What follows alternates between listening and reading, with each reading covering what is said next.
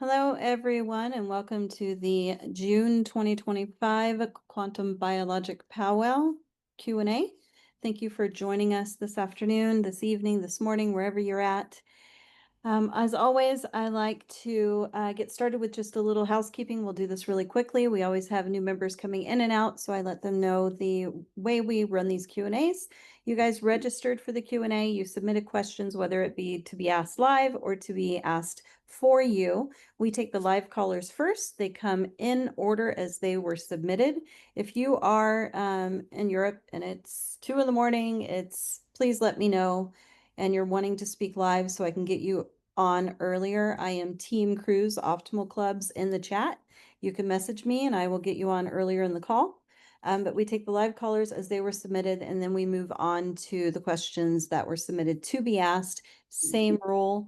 We come across one by one as they were submitted in order. If you have questions that were submitted that were not approved, that's why we have you register prior to the call, because they are all reviewed, whether or not they are appropriate for a Q&A or not. You will receive an email from me letting you know why you were not approved and what your steps are to get your questions answered. Also, please keep your lines muted while we are on the call for respect of all callers on the line and for the questions being answered. If you are to speak live, I will ask you to unmute when it's your time. I will also put a little message in the chat letting you know that you are coming up next. So please be paying attention, because if I call your name and you do not answer, we move on to the next caller. Okay? And the first person that is live is always the one that's caught off guard, because I haven't had a chance to let you know that you're going live. But we are going to go ahead, unless Dr. Cruz has anything else to say besides my normal introduction. No. Nope. Okay, we're good to go. We are going to go ahead and start off with, let's see, Kelly Monroe, are you on the call with us? I am. Perfect. Good afternoon. I'll be there for the red sauce. Give me about 6 hours. Jack, I put in my question about morning sickness in pregnancy. Our daughter experienced hyperemesis gravidarum, which kicked off normal morning sickness around 6 weeks. By 7 weeks of pregnancy, she was vomiting 15 to 25 times a day. By the time she was 20 weeks pregnant, she weighed 114 pounds at about 5'7", 5'8". And this continued on up until that baby was delivered. She refused all the drugs that they offered her for cancer and all that. She was afraid what it would do to her baby, but it was horrendous. Why were they giving her drugs for cancer? For the anti-nausea drugs. That's what they use. Yeah, but why would you call them for cancer? Because that's what we were told. That's what they were. Yeah, they're not just for cancer. They're for any patient that gets, sick. Well, there's no way to answer this question, to be honest with you, because there's a variety of different possibilities. Without knowing the n=1, there's no way to speculate. But I will tell you, I didn't know this question was going to be asked this morning on Twitter. I put a 30 tweet post out, and it's about how the head developed invertebrates. And why is it important? Because it ties to this consciousness blog that got released this morning. And also it ties to things that you guys don't know is going on behind the scenes. Dr. Hazen had 4 papers retracted last night by a group of rogue scientists that work for Sergey Brin. And these are the same guys that are trying to hide the fact that autism is a disease. And that's why I put the post out there. But the reason I went on this tangent with you is neurulation happens right around 3 weeks, but it goes all the way to about week 15. And neurulation and head and neck formation in humans is associated with a spike of HCG. HCG is also associated with alpha fetoprotein, and both of those things can cause this problem. Okay, so you can read that thread to go through it. It's pretty technical because it's really written to out some of the scientists, but it'll give you a detailed answer about that. Because what I would be worried about, since I don't know any shit about your daughter, could this be something about her neural crest migration in the baby? Yes. Could it be that she's offloading a shit ton of deuterium in her? Also possible. Could it also be that she's got not a lot of melanin inside, and as such, the body is looking to get rid of a lot of things through her biliary tract? Also possible.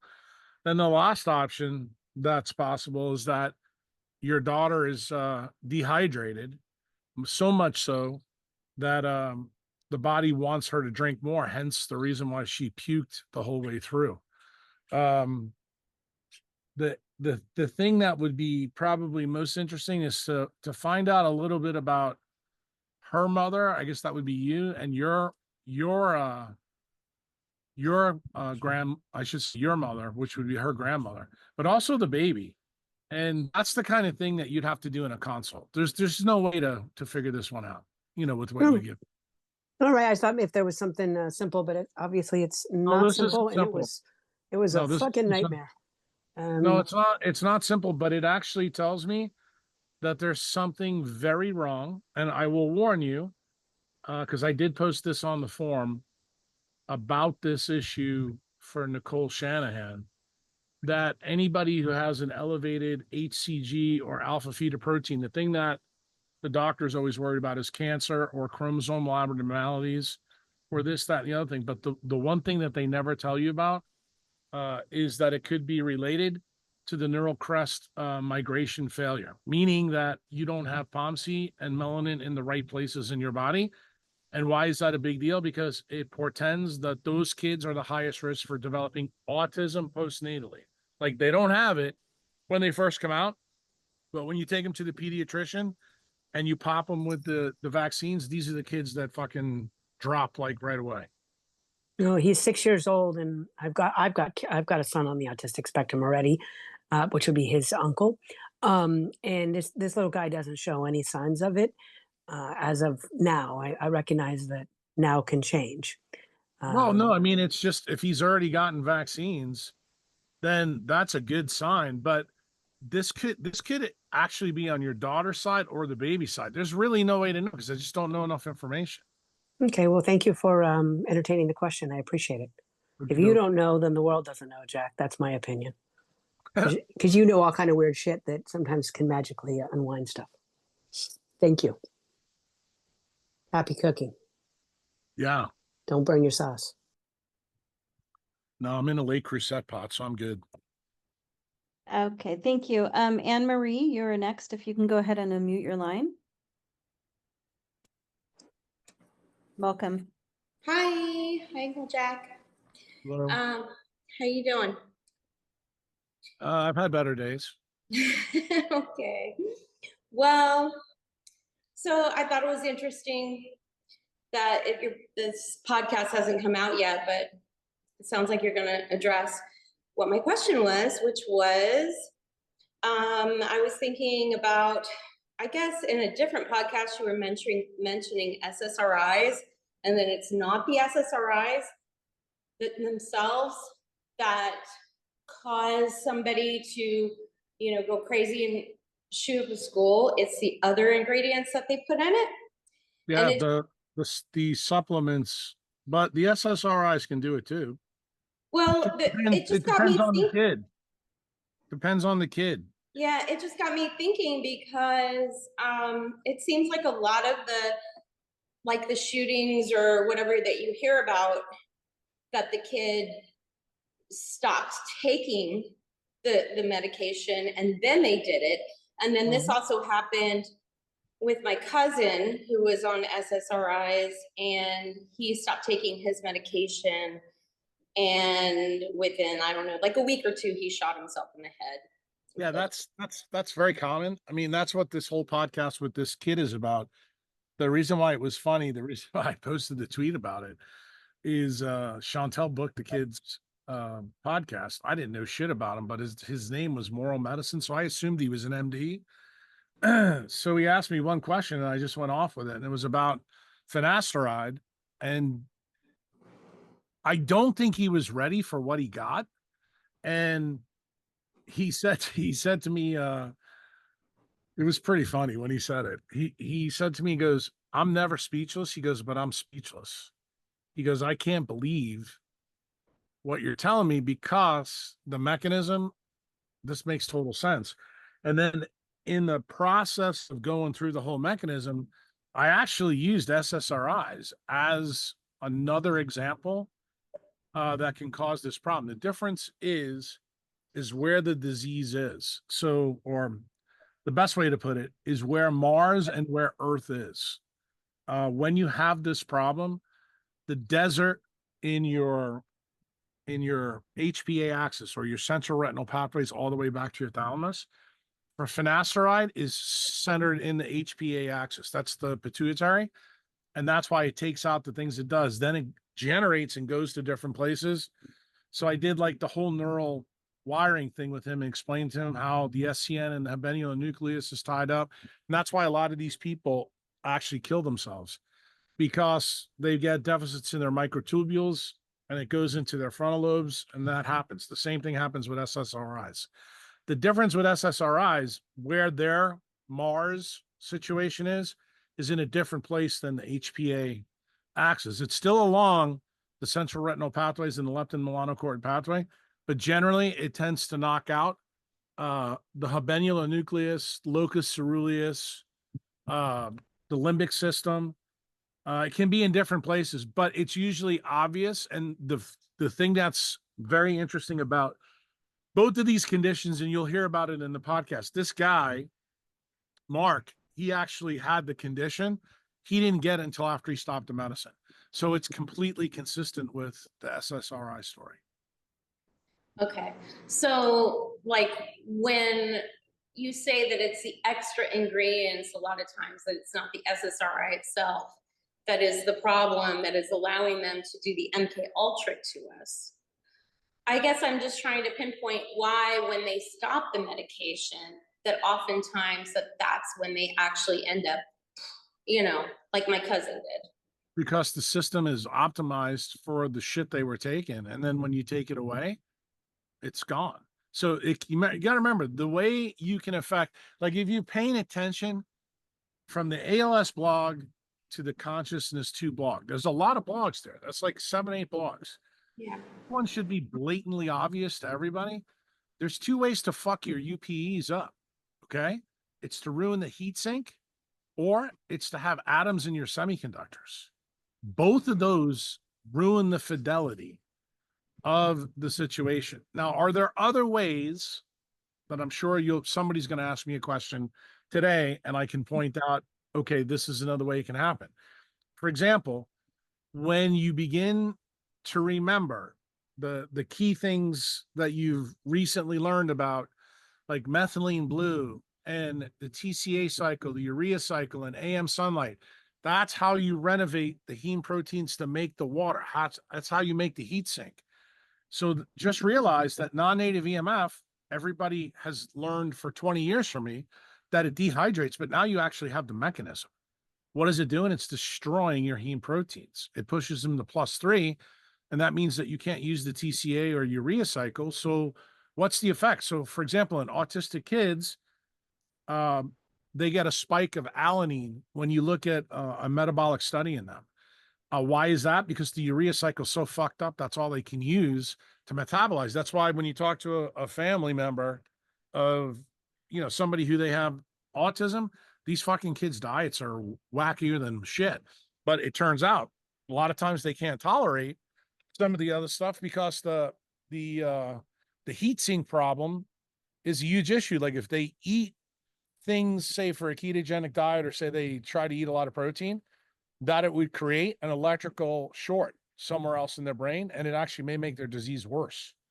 And that's why I said it's really important, especially for the members, I'd say, that have been 6 months or greater. You've got to string these lessons together. This whole series is about taking all the basic science that I've been posting for 15 years. And this will explain just about every single disease that you're going to see manifest. And when you see it manifest, you're going to see the same players. The difference is It may not be ABCD, it may be ADCB, and you get this. And the key metric with almost everything is understanding that light controls the whole photobioelectric story. And when you start to see the pieces, like for example, the current blog, and I know that for some reason the members don't get the current blog till the next day, but you are going to see things that I taught you about a long time ago. Turing's paper from 1952. That was a really big deal in the Cruise for Dummies lecture. It was a big deal in a lot of the older blogs. Haven't talked about it too much. Well, guess what? For consciousness, it's a fucking kick you in the balls story. Northern's theorem about melanin. What else does melanin do? Everybody's been focused in on, oh, it absorbs all the light. Well, it does a lot more than that. It makes electric currents when it's hydrated, but it also makes magnetic currents. And those magnetic currents act just like nitric oxide does at really small levels. So what is that? That's the switch that sends all the messages down to the different places. So what happens? Like the last lady that just asked a question about her daughter puking her guts up. When I hear a story like that, first thing I worry about is either her neural crest cells didn't migrate properly or the babies didn't. And that tells me that there's a potential wiring diagram problem somewhere in the system. And since it links back to the vagus nerve, then I'm starting to think, okay, let's think about the myelination of the vagus nerve. Let's think about this part of the brainstem. Could this be tied to some gut issues? Like, for example, alpha fetoprotein, one of the cancers it is associated with is hepatocellular carcinoma or a hepatoma. That's what most of the centralized doctors know, but they don't learn everything else. Also, with a baby, remember a baby's brain is not fully myelinated or formed yet. So if the baby is immature, like say if it's got, say the mother was just a train wreck, and the baby could have come out at 9 months, but the baby's brain isn't fully developed. Alpha fetoprotein can stay present in the baby for about 12 months. Why? Because the baby is finishing the job that it didn't get finished when it was in the oven. And the baby can catch up, especially if the environment isn't horrible. There is some, fat in the system. The problem is, though, the pediatricians and the OBGYNs never tell the parents that. And that's what puts the kids at risk. Like if they go to the pediatrician's office, I don't know, fucking 6 months, and they want to hit them with the first, round of vaccines. I mean, there's stories out there all over the internet where the baby was normal and got hit with his first set of vaccines, and the baby got autism. I mean, I think the best analogy I can give you of that, because I just found out it recently happened. There's two reality stars on TV. They're going through a divorce, and they have a kid, and the kid was normal. The kid got the first set of jabs, and he got profoundly autistic.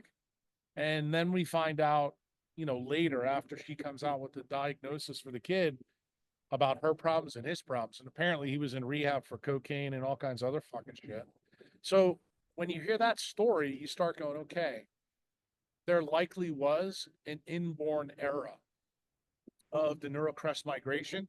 So what does that mean from all the blogs that you've heard? Well, it means Northern's theorem doesn't work. That means there's a problem with time symmetry. That means there's a problem with the way this kid's brain was likely put together. So that means you need to have the precaution principle and don't let the fucking pediatricians do something. Or in this case that you brought up, don't fucking eat processed food. Don't take a supplement that's got fillers in it that you don't know. Why? Because those atoms could be enough to break the intermitochondrial membrane and cause an electric scar somewhere in the child. That's why I said this isn't as easy as all you think it is. And that's why when you ask me a basic question, which I think it was good, the First Lady Kelly asked her question, there's no way to know the answer if I don't know the data, which is why I always tell you guys, put the shit in your journals, because then I'll have a clue. Yeah, I'm curious if could mold exposure have Stop. played a part? Stop. You've been a member long enough to ask me this question. It just infuriates me. Mold, by definition, means you have no fucking melanin. I don't know how many times I have to tell you that, Anne-Marie. No, I'm just saying, like with my cousin, when he shot himself and he went off on the SSRIs, if there was like mold in his house, would that maybe have No, exacerbated it means he had no his melanin in reaction? his brain. He had no melanin in his brain. That's why the mold could affect him. It's not the mold that killed him, it's the lack of melanin. Sure. It's like a chicken and the egg story. Everybody wants to blame the mold. Do you know why? This is the bane of existence of Richie Shoemaker. Fucking drives me crazy every time somebody asks me this question. Why? Because of him, there's millions of people out there that believe that mold gets you sick. I got news for you. If your redox is good, I could put you in fucking Chernobyl mold and it won't do a goddamn thing to you. I believe you, because I know that there's a lot of people who don't get affected like it by the way that I do. But when I went to my cousin's funeral and I stayed in his grandmother's basement, it made me really sick. And I think it was because it was mold poisoned, obviously, because it's the melanin, and I get what you're saying. But I just was curious as to, could that exacerbate it? Is It that just like, sounds yes, like the kid was a train wreck to begin with. I mean, it doesn't shock me from what you told me yeah. that he did what he did. But the morbidity and mortality conference for that kid, actually, that's what I'm interested in. Because, people will say, well, they tell you about a family member, they tell you about their own problem. And I actually did another podcast yesterday. I did 2 podcasts yesterday. The second one, this question came up. And I told them I learn a lot from patients when they tell me stuff. And that's what I'm interested in. Why? Because when you learn from a patient, that makes you a better diagnostician to help people down the road. Like, no one was going to help your cousin. This kid he was toast. Yeah. And you don't take yourself out. Remember, if you believe the evolutionary dogma, it's survival of the fittest, suicide is absolutely axiomatic against that. So that tells you that the problems within that person's brain are off the chain. They're not small Mhm. problems. They're huge ones. Why? Because you're going against your survival instinct. And that, by definition, in my world, means you got organic brain injury. Yeah. And would his mother, my aunt, being on SSRIs when she got pregnant with him, would that have contributed to Think about what you his just said. mitochondrial Think damage? what you just said. His mother's a fucking train wreck too. What, you keep defaulting to the drug? No. How about you default to the mother? No, I am defaulting to the mother because it goes back to this is actually my biological family and I'm adopted, so I don't know them as well, but like this was like their dad had a ham radio and operated ham radio in World War II and exposed their mom to it. So my grandmother had the mitochondrial damage and probably passed that on to her children as well. So yeah, I think to me, that's the genesis. When you hear something like that in the history, because the ham radio definitely would alter the heme proteins, definitely alter heteroplasmy rate. Not only that, I've told stories in previous Q&As, haven't told this one in a long time, but in Hawaii, when the Americans were building the radar antennas on the top of Hawaii, they weren't ready for when the Japs came. But what the guys used to do, they used to go and stand in front of the RF antennas, radiate their nuts, because that way they could go out and screw and never make anybody pregnant. So if you think about that, that's what a ham radio effectively does. It ruins the CYP enzyme that controls all your sex steroid hormones. So, well, he had 4 daughters. My grandpa had 4 daughters. but that's, again, Anne-Marie, string the lessons together. You're very frustrating to talk to. Oh, I apologize. No, I'm just saying that doesn't he mean obviously that wasn't he's not radiated gonna have enough to babies. not make It doesn't mean he's not babies. going to have babies. What, you know what you just said? I'm going to stop you again. What you just taught the audience is your grandfather was playing with non-native EMF before non-native EMF was important. What was the lesson of Anne Marie's story?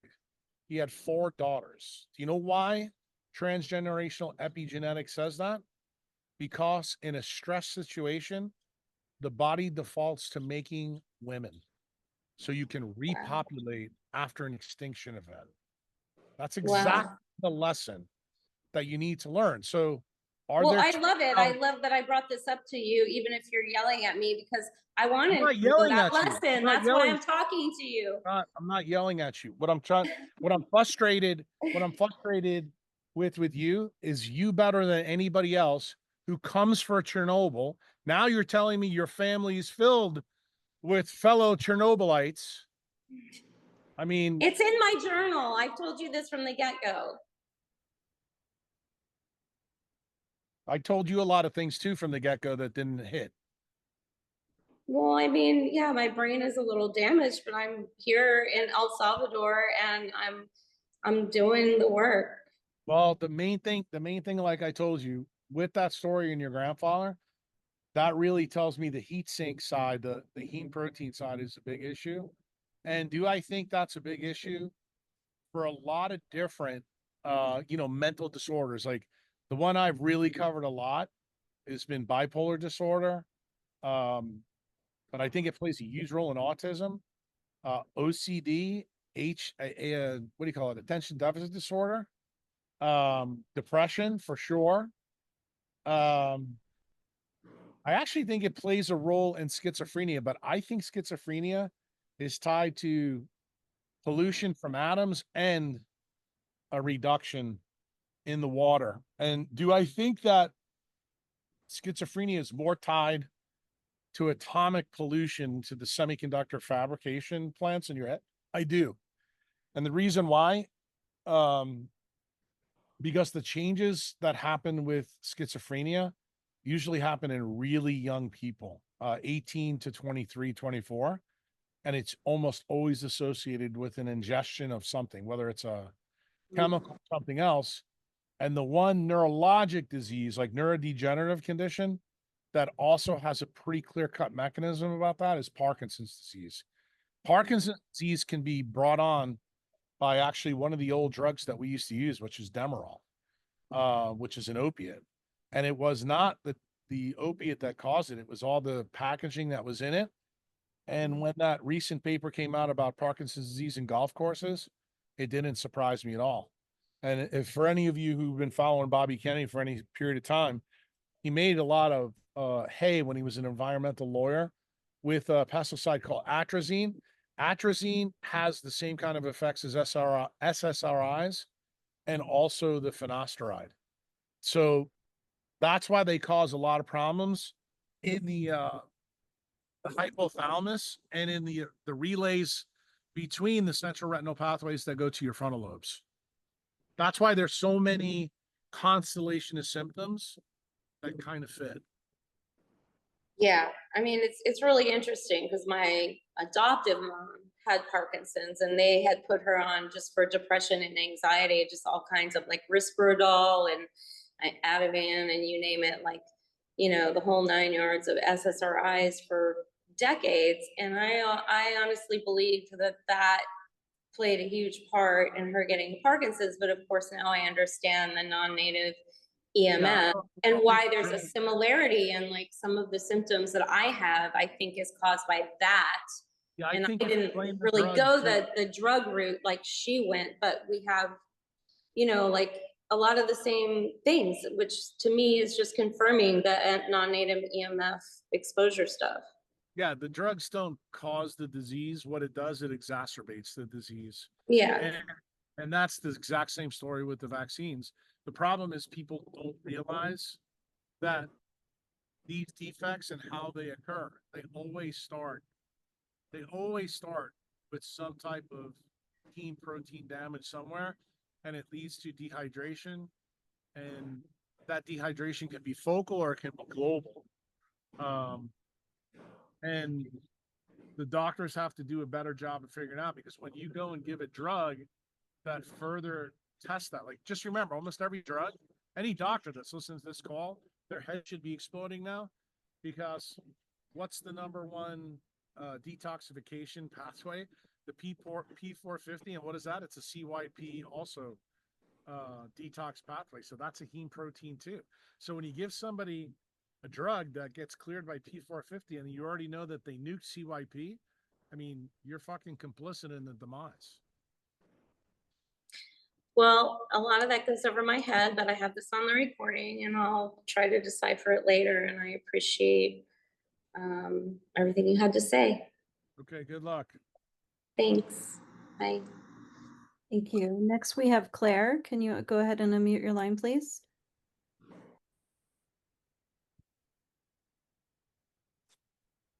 Hello, Claire. Can you unmute your line, please? Thank you. Welcome. Oh, you got unmuted. Can you try again? Can you hear me? There you go. We can now. Great, thank you. Hi, Jack, you okay? Hello. Hi, thanks for taking our questions. We really appreciate it. We're in the UK. My Came condolences. Sorry? My condolences. Yeah, well, it's horrendous. We absolutely hate it here. It's our Don't intention tell me, I've been to. warning people for 15 years to bail, but everybody thought I was crazy. We wish we'd have found you sooner, but sadly we only found you sort of late December, beginning of January. So we're currently, at the moment, we're doing as much as we can. And our thing at the moment is with getting up for sunrise. So at the moment, sunrise here is around 4:30. Oh, 5:30. I was going to say probably 3:30. No, 4:30. So we're getting up. It's here in El Salvador too. Right. It's just getting to sort of bed for usual time, say sort of 10 o'clock. Yeah, I would Getting go up. to bed earlier. Yeah, it's just trying to get everything done with the kids and everything else, and doing the the general things. We've started to notice that we're not feeling as good as we were. So we get up at 4, sort of 4:30, see sunrise. Sometimes we're not even able to see it because the weather is so shite here. So it's like cloudy. You're still seeing it. Just so you know that. I mean, even the clouds, the red light's getting through. So I don't want you to think that at all. You're still seeing it. The key is, though, sounds like you got to wrap your nights up quicker. I don't know how old your kids are, but it sounds like you need to teach your kids to be a little bit more self-sufficient and wrap themselves up so that everybody's in bed by 8:30, 9 o'clock. Well, we've been going to bed at 9. But again, it's just, we just don't feel that is this, I mean, obviously some mornings, I mean, we've looked at the sunrise time right throughout the year, and I mean, for instance, say like December, it's getting on for 8:30 in the morning. Is that having any sort of negative effect on it? I know there's circadian rhythm and Absolutely. I mean, that's the reason why most people high latitude have all the problems that you just heard me mention to the first two callers. I mean, highest incident in the world of type 1 diabetes, MS, and bipolar disorder are in your neighborhood. That's why everybody's got it. yeah. There's no light stability. The light, Yeah. the light stability, like for example, I don't know what latitude you're at, but just assume you're at London, so you're 51, 52. I think it's about 54 where we are. All right, so 55. So you will have days in about 4 to 6 weeks that it'll be light out till 11:30. Yeah, yeah, it is. It's completely. And the sun's gonna rise then around 3:30, 4 o'clock. Yeah. So Absolutely. you'll be stressed, but I know that because when I went to Poland a couple of years ago, I was up at 3:30 and I went to bed early. Like everybody else wanted to stay up and eat sausages and chat, and I'm like, fuck this, I'm out. I went to bed early. I mean, in terms of us, I mean, we sadly we have had the jabs, and we've got various other things going on. Do you think that that's going to have any sort of worse effect on us, or? Yeah, I mean, of course it is. I mean, that's the whole idea about around all these blogs that I'm writing. It's to teach you that you're not the boss. Nature's the boss. And Yeah. when you make a decision to live in an environment that is suboptimal, you will pay for it either in disease or a shortened lifespan. That's really, I mean, you want to distill the lesson down, that's it. So when you do get a sickness or an illness, or you decide, hey, I really want to live longer, then don't live in a shithole. Don't live in a 5G city. Don't live where there's, 14 million people. Don't live at the 55th latitude. That's Well, when you that, start thinking about getting a different place in Europe and maybe go live 6 months there. Maybe you go to the south of France or Spain. But I got to be honest with you, I mean, that's not even a good choice for Europeans. I feel for you guys because you guys are fucked. There's no good place to go anywhere in Europe, and if you go, and that's what the lady that I did the podcast with yesterday, I thought she was Salvadorian. It turned out she was from Spain, and I don't know if it was her husband or her boyfriend. He was the guy recording the podcast. He was from Netherlands, and they escaped Europe to come here. And they told me after relocating in Europe and wasting money doing that, they're like, we just should have bit the bullet and come here. And I said, well, tell me, what do you think about here? She goes, well, it's, for Europeans, this is definitely a culture shock. But she goes, the one thing that I do like, she goes, we both feel better here. She goes, we don't like not having our friends and our family and this, that, and the other thing. And, they've also had to, pull up and restart their lives. But they seem to have gotten that part down. The first 6 months is always, the adaption period. But I told them, just like I'm telling you, and, I'm not going to sugarcoat it for you, Claire, even though you're new, you're really fucked. And there's no good place to go. Like I used to tell our older members, I remember having this discussion with Sarah, who's from the UK, and Lily, who is from Spain, and she's German. She lives in Mallorca now, and she built her whole life there, and now that's not even good. And she spent a whole bunch of money building this beautiful farmhouse, and now she's like, okay, what am I going to do? And I'm like, look, the real answer for Europe, the way I look at it, it's the same way I looked at the United States, but Americans, didn't believe me on that either. You need to have about a 15 or 20-year plan to go somewhere else so that your family is safe. That's well, real. that leads me to my next question. So we've decided that's what we're going to do. So we have made a plan. We're in a position where we can sell our house, pay the mortgage off that we've got on it, and what we have left, we'll be able to buy something outright. We've been looking at various places, and a couple that stick out are Dominican Republic. We've also looked at Panama, and I just wondered what your thoughts were on that. I like Panama better than Dominican Republic. Dominican Republic, in my opinion, too poor and not safe enough. Panama, more wealthy, but there's places in Panama that you can go. In fact, I don't know if he's on the call, but David Lamb is one of our members.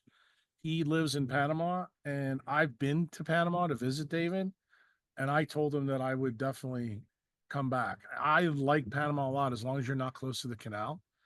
And do I think Panama is always going to be uber safe because of the canal? Yes, I do. Because we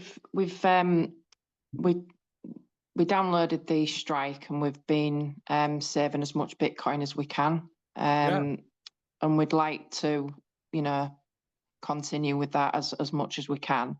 I mean, in terms of, sort of politics and anything to do with sort of EMF and, what's your thoughts on that for Panama? And well, I'm going to be honest with you, Claire. I'm going to tell you specifically something I wouldn't tell any other member. Because of the geopolitical climate and where you're at, all the biology stuff, you should not focus in at all. You need to focus on getting your family out. That's what you need to focus on. Why? because that is the biggest risk to both your health and your wealth. And you must, that should be the focus. So for example, I would have told you to probably sell your house long ago so you had the money, and then you could have met a Bitcoiner at maybe one of the, like the Bitcoin Prague meeting, handed them the check, and they could have given you Bitcoin right there, or you could have brought the cash with you, figured out how to do that. But Yeah. I'm going to be honest with you. You have to do some extraordinary things. Yeah, well, that's what we're doing. Converting your money at the though moment. to Bitcoin is at the top of the list. Why? Because that will provide you safe haven. You're going to worry about the kids' education. You're going to worry about your jobs. I'm going to tell you, even that's fucking secondary. It just is. Yeah, we don't need to worry about a job. We work for ourselves. Basically, we've got a portfolio of properties which we rent out, and obviously we live off the income. I'm 46. My then you have no husband's reason. You have no reason to stay. You should no, be fight right after. The reason we're hanging on is because we bought a house last year, which we're currently living in July, and it was like something out the ark. It was, needed a lot of work doing to it. Tony's a builder, so he's literally just ripped it to bits and made it look pretty. And obviously that'll add quite a lot of value to it. So we're just finishing it off, and hopefully you don't need to be there, Claire. What's the issue? I don't understand this. Because we just want to finish. We need to finish. No, the you house don't need to finish it. You're not building it. You're not building it. Why do you need to be there? This is psychological warfare you're doing on yourself. This is crazy. So that all it is so we can sell it and make as much money on it. You don't need to be there to sell it either. You're talking to the wrong guy. I've actually renovated places in another country and hired people to go sell the damn thing. In fact, I can tell you, when I was in Mexico, this happened. I had to go to the U.S. Embassy to get the documents for the sale signed. So, no, I'm sorry, you're talking to the wrong guy. Like, if you're serious, you're going to fucking sell the house. You'll have the attorney do it. He'll sign the power of attorney. You don't need to be there. So you just made a huge excuse, and I'm sorry. You don't have the time you think you've got right now with Starmer. That's my opinion. And I mean, if you listen to that Doc Malik podcast, I don't know what to tell you. Yeah, we just started watching that tonight, but we haven't watched all of it. Well, you need to watch it, because trust me, if you would have heard the phone call that I had with him the day before, it was worse than the whipping you're getting here. He's known this since the first time I met him, and I warned him they were going to take his license away. I warned him he needed Bitcoin, and he thought I was joking. And now he's like, well, now I can't leave because of my wife. I'm like, I told him, I said, you let your wife stay there since she made bad decisions. You take the two kids and get out. I said, you can do your gig anywhere now. And you're already telling me you and your husband can do their gig. So no, you're not getting a pass from me either. We need to sell them. Absolutely. We need to sell. No, you should. Two things you should do right after this call. I know it's Sunday. Monday morning, you call a realtor and then book plane tickets. That's exactly what you need to do. And you don't even need to have a discussion about it. If your husband fights with you, you tell him, you can come whenever, but I'm taking the kids with me. Yeah, he'll come. He hates it. He hates it here as much as me. We hate it. I mean, I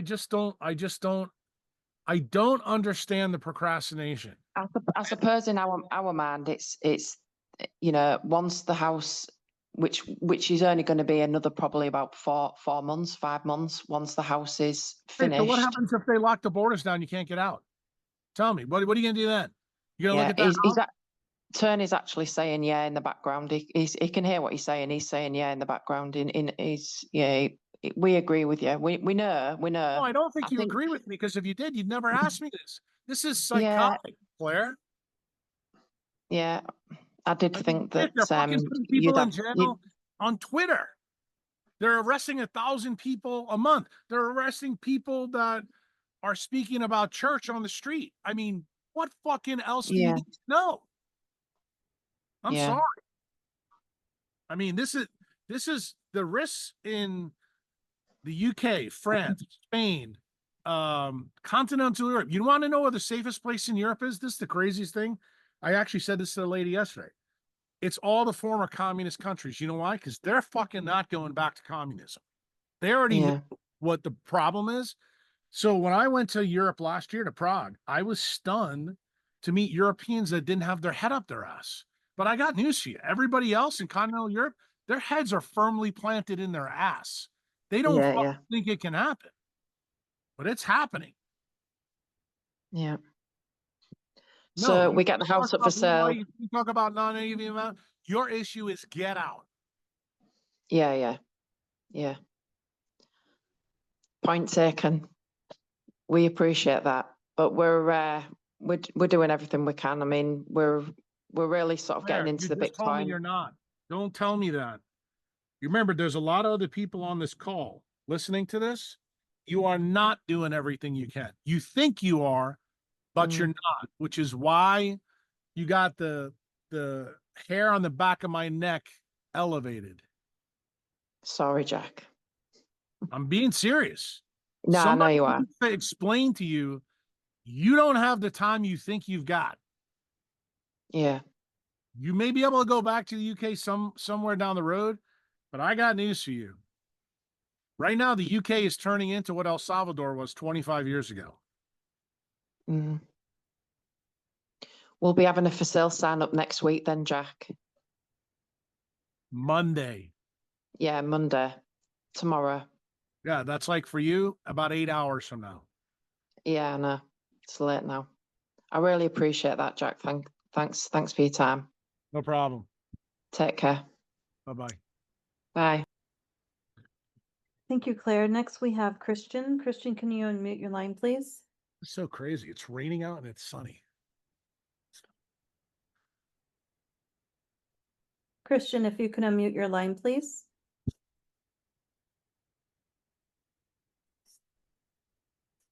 Go to the next one.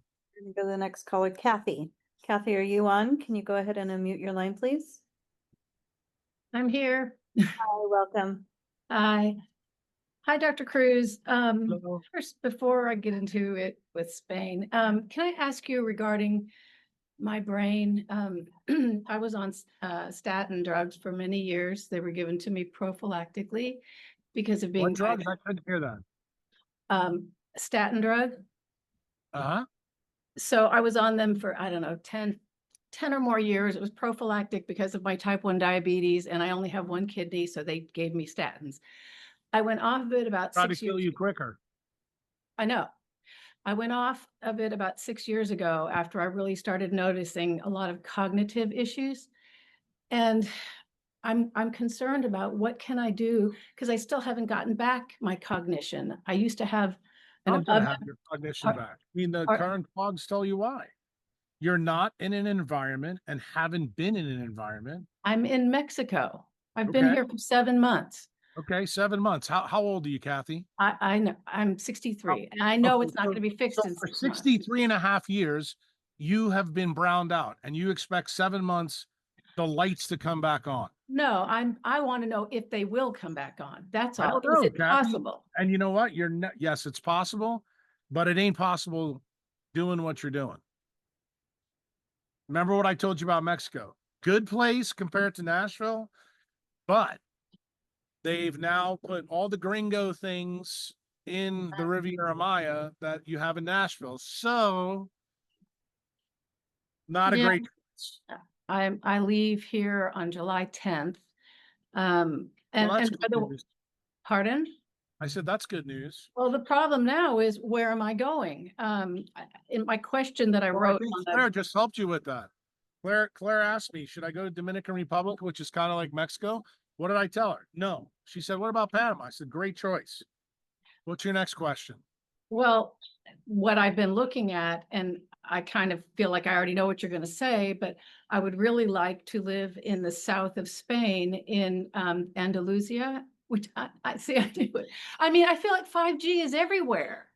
And if the weather there, I don't think you understand. You didn't listen to a damn thing I just said to Claire. I did. No, you just said your microtubules don't work and you want them to turn on, and you think that the 34th latitude is enough to do it. You know that Nashville's the 34th latitude? I do. I did look at the latitude. How is it that they managed to have warmer weather year round? And they have Called the thermal 325. haline current. It's the Gulf. It goes up.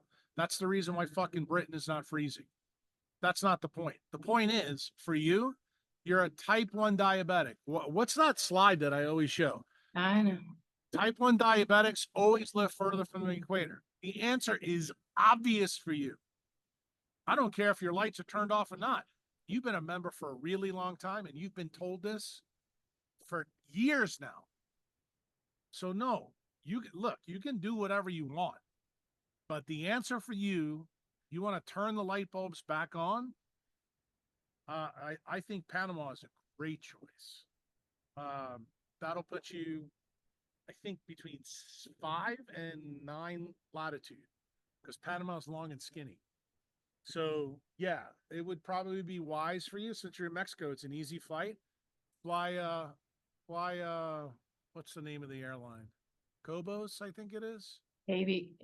Oh, okay. I think that's their national airline, but it's really good. I flew them from Suriname to Panama. I thought it was spectacular.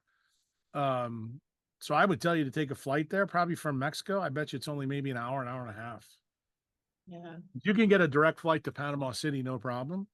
And then who knows, maybe you make friends with David Lamb and he'll pick you up in his green Porsche and drive you around and show you Panama. He's down there and he knows a lot of the good places. He's been there for a while. I mean, I spent 2 days with him down there when I came back from Suriname. And I think it's a good choice. And not only that, since he's been there for a while, he can tell you the ins and outs, what's good and bad. And then you go from there. But even if it's not Panama you go to, you need to be at a low latitude. The reason why Claire and Tony were screwed is there's no good choice for Europeans. None.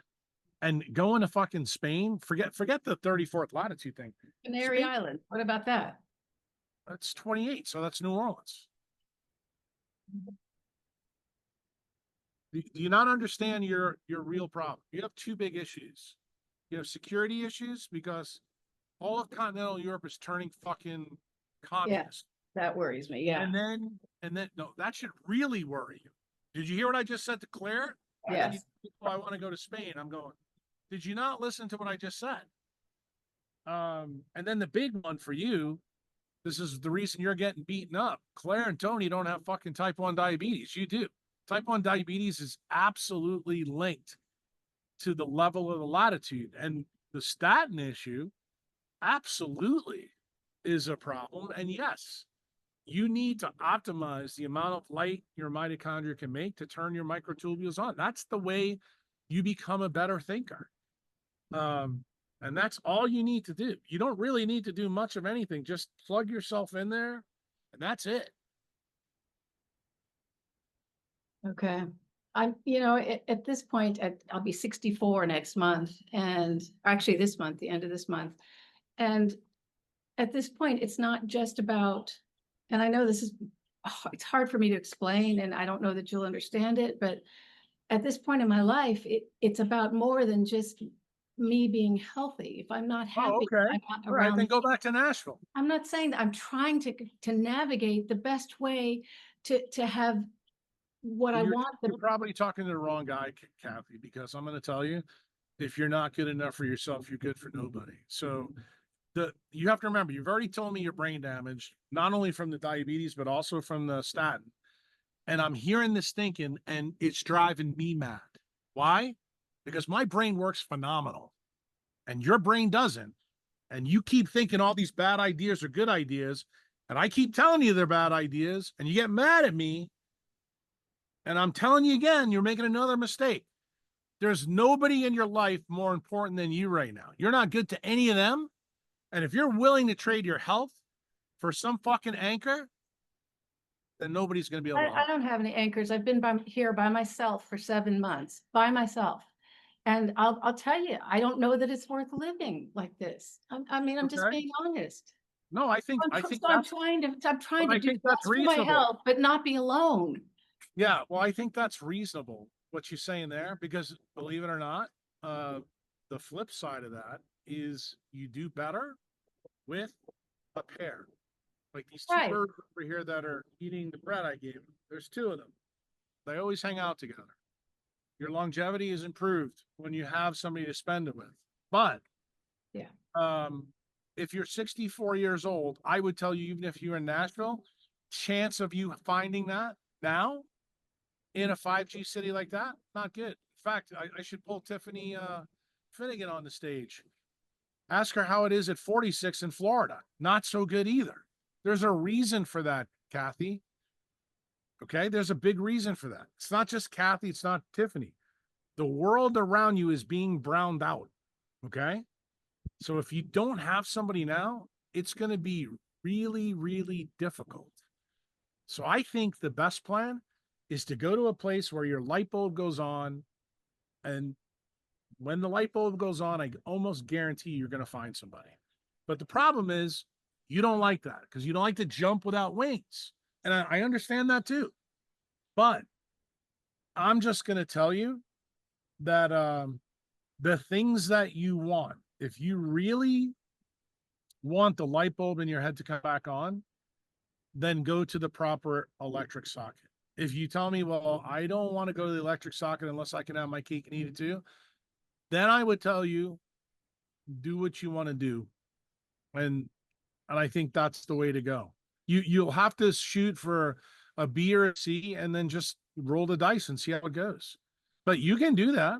I mean, I don't place judgment on people when they do that. As long as you don't lie to yourself in the mirror, I'm okay with it. As long as you're okay with it.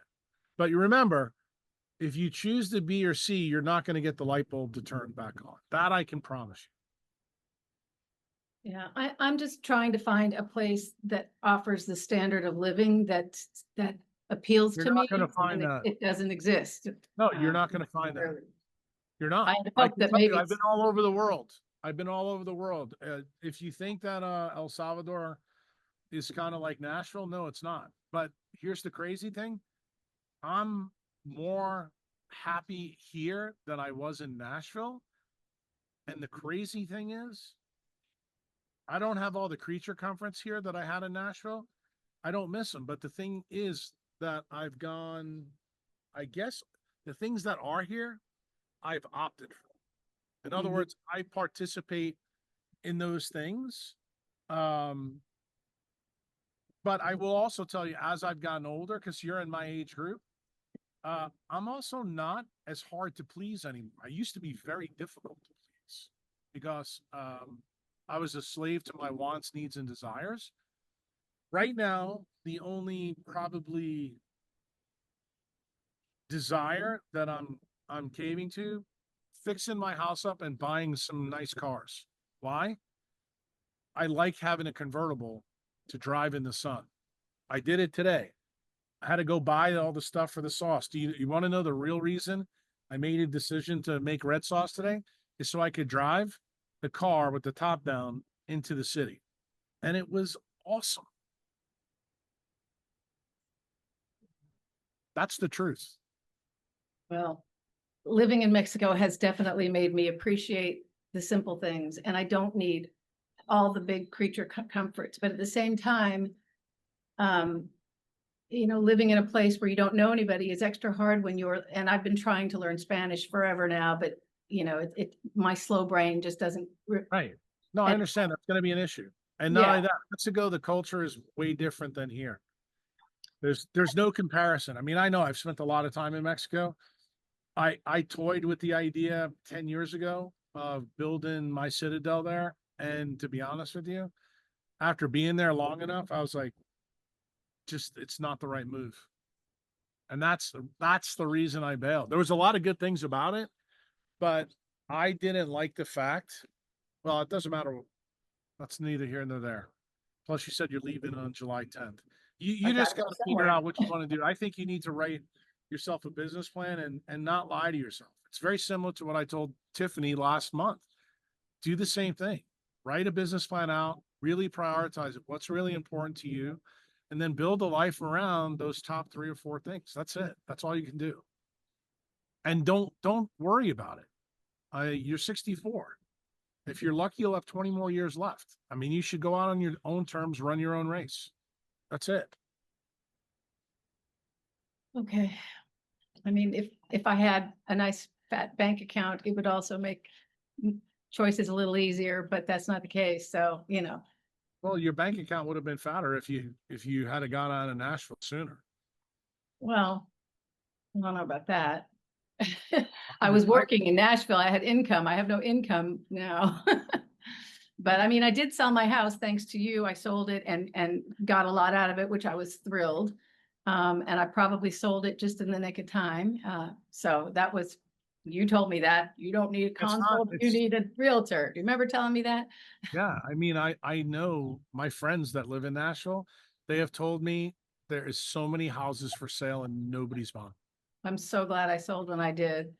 But But yeah, that story is going out all over America now. And I Yeah. can tell you how it's happening. It started in Maine and it's going all the way down. I'm just telling you, when it hits Florida and California, you just watch. well, Florida's already in bad Well, shape. parts of Florida are in bad shape. But when these people find out that they're really stuck with an elephant, and if Trump doesn't back the U.S. Treasury market with Bitcoin, these people are fucked. You know, well, it wasn't Kaiser. Who's the other? Jack Maxey, is that his name? Dollars. He made a post on X the other day talking about how he uses only Bitcoin for all of he puts everything on a credit card and then pays his credit card with his Bitcoin. How do you do that? You have to have things set up, but you can live a total Bitcoin standard if you want. The only problem is if you do that, you're making your accountant really work hard. Because I still have a lot of cash sitting in my bank account because I have to live off it. All And right, you got to live off it. That's a different story. I mean, I put some in Bitcoin. I probably need to put a little bit more, but when I have no income, it makes it where I'm, I Yeah, don't. but you just said you're living small. If you're living small, how much money do you really need? Well, Mexico has cost me a fortune somehow. Well, it's not somehow, because their money's devalued too. Yeah. I mean, the same thing is true here in El Salvador. Remember, the money here is the U.S. dollar, and Salvadorians are feeling that pinch. The same thing will probably happen in Panama, but I will tell you, Panama's economy is always got a pillow underneath it because of the canal. And they've been relatively stable for a long time, but you have to realize around them, the stability is not so great. Like Costa Rica had probably the best reputation of any place in Central America, but Costa Rica is now fraught with huge problems and it's uber expensive. It's the most expensive place to live in Central America. And in my opinion, having been there, there's no fucking chance that I would live there. I would much rather pick El Salvador just because of the safety stuff. But if I was probably 25 years younger, I would probably look at Nicaragua. But you have to realize Nicaragua's got security risks. And it's not a place that I would probably, build a big house or a citadel, that you wouldn't be worried for 40, 50 years, for your family and your kids, because that's really what I'm doing, and the fact that I built what I built kind of tells you what I feel about this place. So I think when I made that decision, I adjusted all of my, how shall I say this?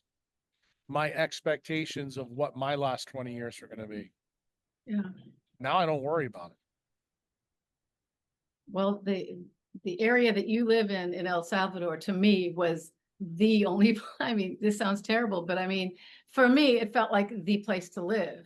But You for could most live of there us, then. You could have just rented a house I there. looked when I was there and there was really Well, I got nothing. news for you, Kathy. I can solve your problem for you right now.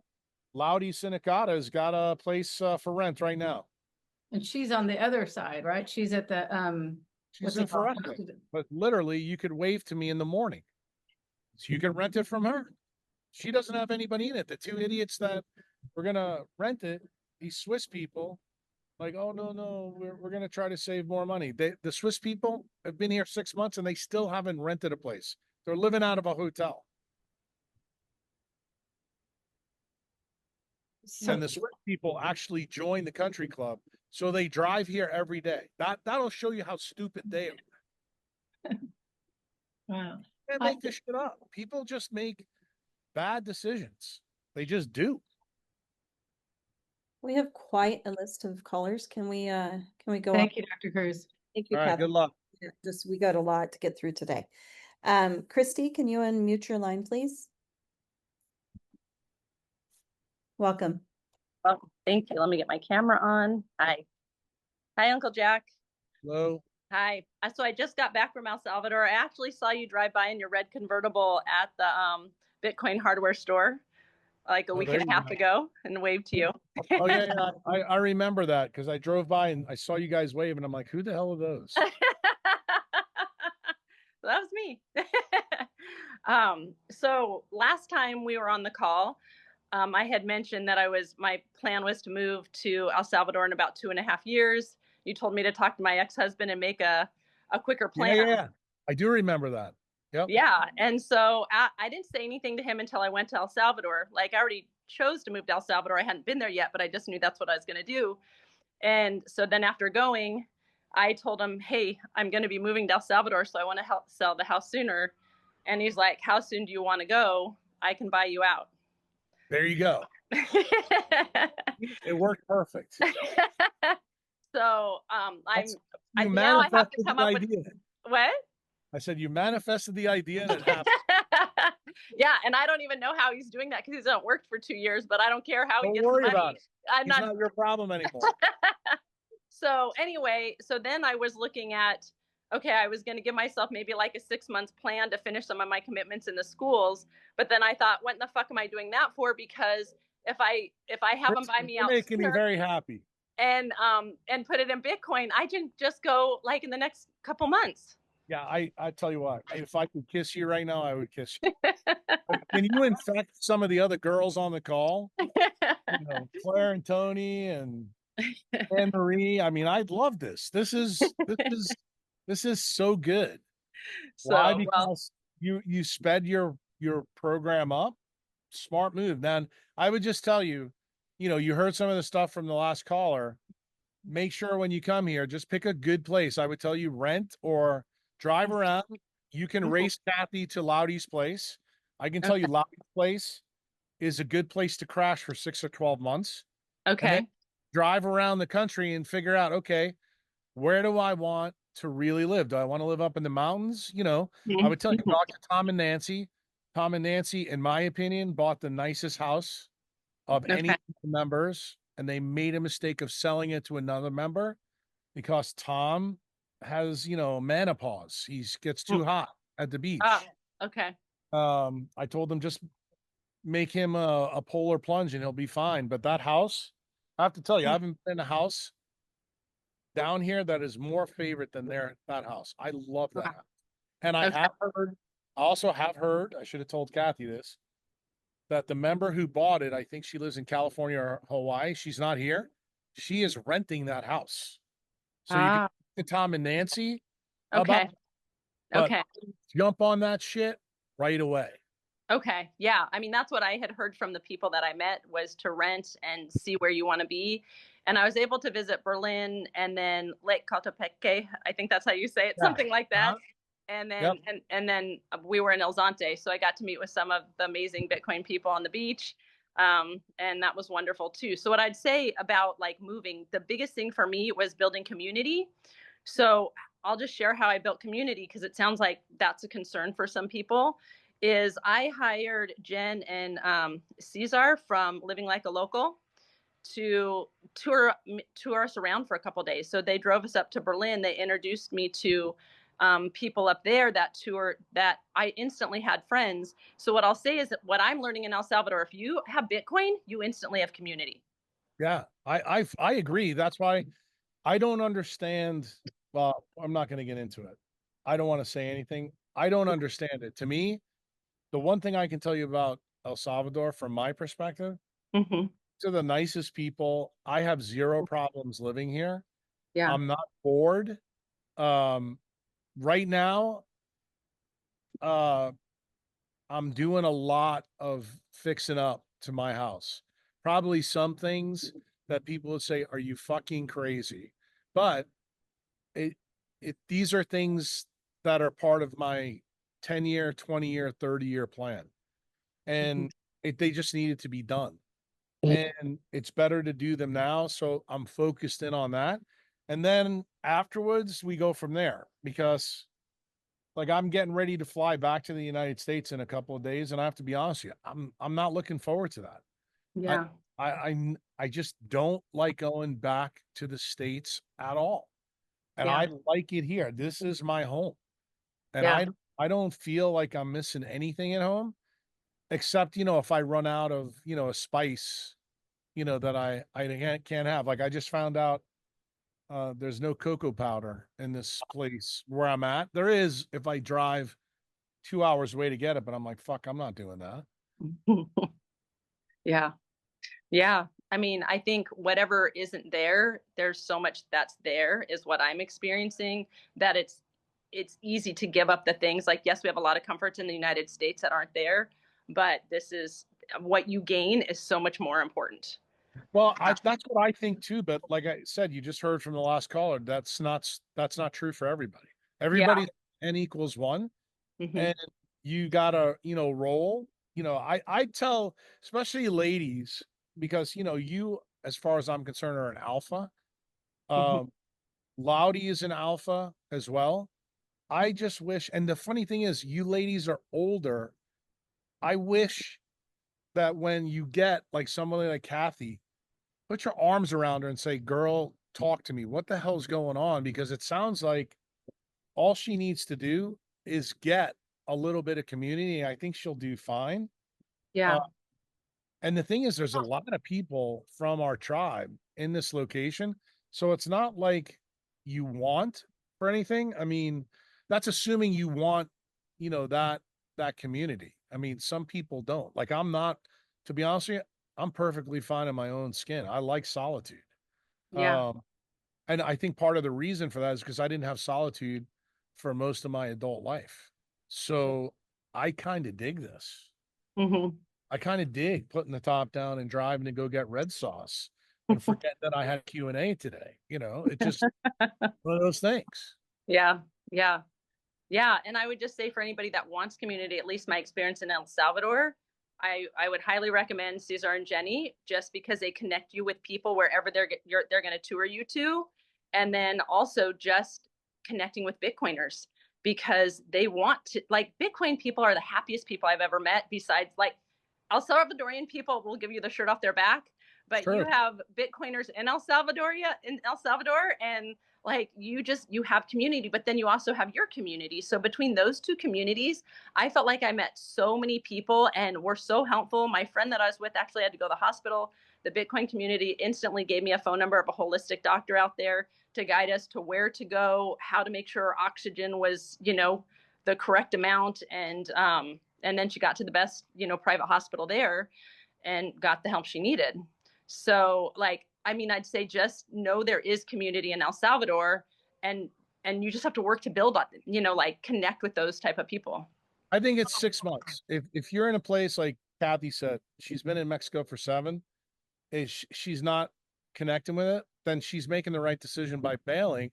Yeah. Then you go somewhere else. She's been to El Salvador before, but I don't know why her experience was what it was. But maybe she tries, Panama. I just think going to Europe right now just doesn't make any sense. Yeah. Yeah, for Europe sure. is fucking expensive. Let me just tell you. I can Yeah. tell you Spain is really expensive. Right. And it's not going to solve the Place- problem. The cheapest place in all of Europe is actually probably Portugal. Mm, Like okay. if you're gonna go and try to bum it, Portugal, but Portugal can be kind of gamey. Although you do get a lot of sun, still high latitude, and it's on the Atlantic Ocean. And it's probably safer than most of the other countries, but Yeah. very poor. So you got to deal with that. Yeah. My other question for you, kind of changing the subject, was about Bitcoin. And meeting Ronnie at the Bitcoin hardware store, he's talking about the importance of privacy, right? And avoiding, if I have it correct, the KYC platforms, or platforms that don't ask you for information, like make sure you're on platforms that don't ask for information. And so for someone like me, I did hire Unchained, and they're really kind of pushing to have your own, where you're not working with somebody like Unchained.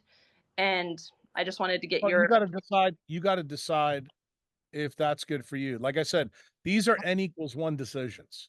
Okay. So if you value that, great. There's a lot of my members, I will tell you, they like their hand held for everything. Okay. They don't like jumping off without wings. Okay. All you have to do is listen to a Q&A and figure that out. Okay. But I would just tell you that that's something you got to decide. And I would tell you, when you do that with the non-KYC stuff, especially if you do peer-to-peer, just make sure that you understand that it's secure, because Okay. that's your risk. And I'm going to tell you, because you haven't asked this question, but everybody's probably going to start thinking about it. What's eventually going to happen in the United States if they do put Bitcoin with the US Treasury market? You're going to be forced by the intelligence agencies to turn over your wallet address. Just so Okay. you know that. So Okay. what should you be planning on? You didn't make a mistake by having Unchained. You know why? Why?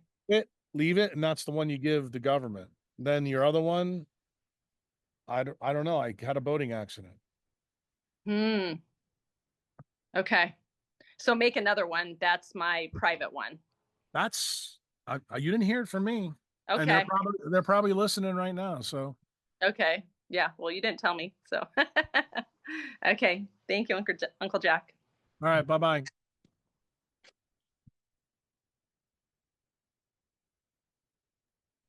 Okay, I had to unmute myself.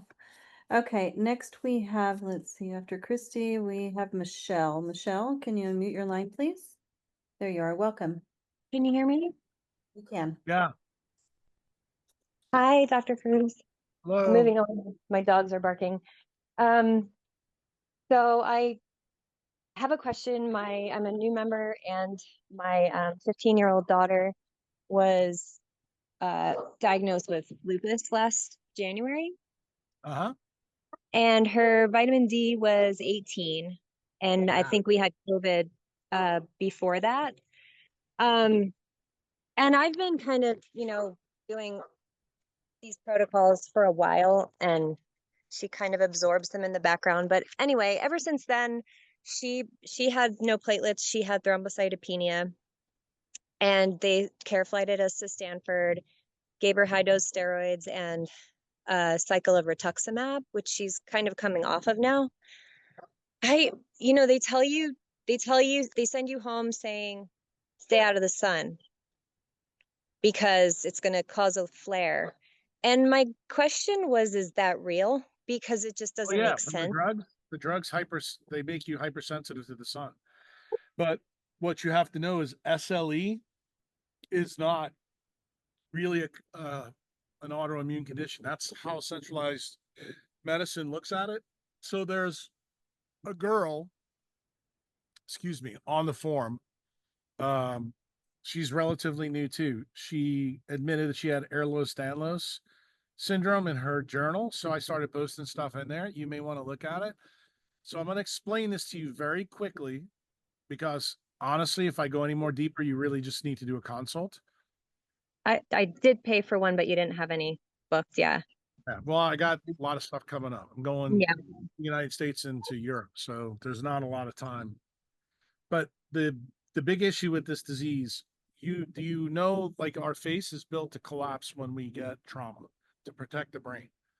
SLE, Ehlers-Danlos syndrome, hypermobile collagen is all the same way. It's a failure of the collagen vascular system in your body. Why? Because there's no redox. The low vitamin D is tied to that. The fact you live in California, another strike against you. So this is going to cause problems both in her collagen side and the vascular side. Lupus is one of the nastiest diseases to get. And the fact that she's got it this young, I'm just going to tell you, you need to do everything to get out of California. Just like I told Claire, when you have a kid with this disease will shorten your life huge. It's a nasty, nasty disease. But what happens? Everything fails. And you already mentioned the thrombocytopenia. Remember, that's a sign that the bone marrow is failing. What did Becker and his book say? I know you're a new member, but you're going to hear it again from me. Becker said you regenerate from your red blood cells. So what does that mean? Your daughter has an inability to regenerate because the environment she's in is Chernobyl. So the answer is you got to get her out of that environment, and how she uses the sun to bring it back up. You don't listen to the doctors at Stanford. Your daughter has to see 2 to 3 hours of AM sunlight and 2 to 3 hours of sunlight, like right now where I'm here. Why? Because they are correct that the UV A and B parts will burn her system out, because her system is like a 1920s house, and you want to hook it up to like a nuclear power plant, you'll burn it down. But if you use mostly red light, but it's got to be the sun, she cannot use fake artificial light. Why? Because it flickers, it's polarized, it'll actually make the lupus worse.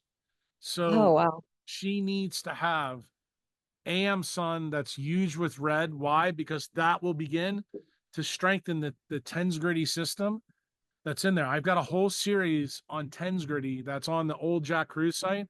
You should definitely read that. And I will tell you, I don't know when we're going to get to them, but in the decentralized medicine series, I have blogs on this. In fact, if you go look at this girl's optimal journal, I put the first 2 paragraphs of the collagen vascular disease future blog for her so she can know about it. Why? If you go read her journal, you'll figure it out. But Okay. your daughter, you need to do that. And if there's any other questions about this, you really probably need to do a consult. Okay. I will do that. So right. I guess being in the sun is going to make it, I mean, I hear what you're saying. No, She you're has not been, hearing what I'm saying. Being in okay. the sun at the right time of the day is what she needs to do. Being in the sun from like 10 to 4 right now, that will be a problem. But the red light, when there's not a lot of UV, she'll have no Yeah. problem. Okay. Okay. I'll look out for that blog then. Thank you, Michelle. Okay, next we have Tiffany. Tiffany, can you unmute your line, please? Yes, hi, Uncle Jack. So funny enough, I think a common thread. So a few of us have kind of been talking, and you've talked about how in the US, basically there's like a web or net over us that, first of all, any place west of the Mississippi, you're screwed. And then, I just wanted to know a little bit more about that, because a lot of us are kind of, Yeah. Well, I talked about it and I don't remember yeah, where. I think it's on the form, something, yeah. but John Wesley John Wesley Powell, that's what his name was. He's named they named Powell Lake in Arizona after him. He looked at the longitude that's right where the border between I believe it's Louisiana and Texas were. That's where the Iguala Aquifer is. And he went and told the president, and I believe the president at that time was Ulysses S. Grant. This is right after the war, the Civil War. And he said, anything west of this is a desert. So I want you to do a hard stop. If you've been listening to some of the things I've been posting in people's journals about Mars and deserts and all that little thing, that's the reason why you don't want to live in Texas. You don't want to live in Oklahoma. You don't want to live anywhere west of that because it's all fucking desert. Like, for example, in somebody's journal the other day, I put down California's 40% desert. Just think about that for a minute. Arizona's like 70%. Colorado's 70%. Colorado's more of a desert than California is. So this whole idea that the west part of the United States is a desert, it doesn't have as much trees. That's the reason why they're using Starlink from above to get you. Everything east of the Mississippi's got good water, so they don't have to worry about it that much, but they can't really control you from above until they cut your trees down, which is what they're trying to do. Okay? So they geoengineer the fuck out of it on the East Coast. Like everybody keeps telling me, because I've been in the States in a while, but everybody keeps telling me the whole entire East Coast is being geoengineered like never before. Yeah. So when you hear that, that's effectively goes back to what I said to Kathy, that if you're a type 1 diabetic, you're browning out by staying in a place like that. You need to go somewhere where, you get the sun on me like I got on me now most of the time. But any place that doesn't have a stable water supply, by definition, you need to bail. So if like you're in California right now, you're hearing this, you're fucking stealing all the water from Colorado, and Colorado's a bigger desert than you are. So that's like fucking 2 strikes against you. And if you live in between that, which is Arizona and Vegas, hello, I mean, it's kind of like the same story that I was, going with Kathy. Like, how do you not put 2 and 2 together? And then when you add in the EMF problem, that means it's like fucking Mars. That's the reason why it's so bad. But I don't think people have really. I understand where people come. I come from the health side. I don't give a fuck about your family. I don't care about your mother. I don't care about your father. That doesn't make any sense to me. Okay? They should fucking come visit you. The same thing with your kids. Make them come visit you. You go to the right place. But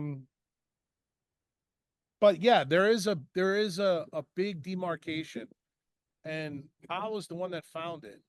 And this is the interesting thing. Since 1850, that line is now moving east. In other words, the desert is getting bigger in the United States. And I forget what it is. I think it's the 158th meridian or something like that. I'm sure you could probably look it up somewhere.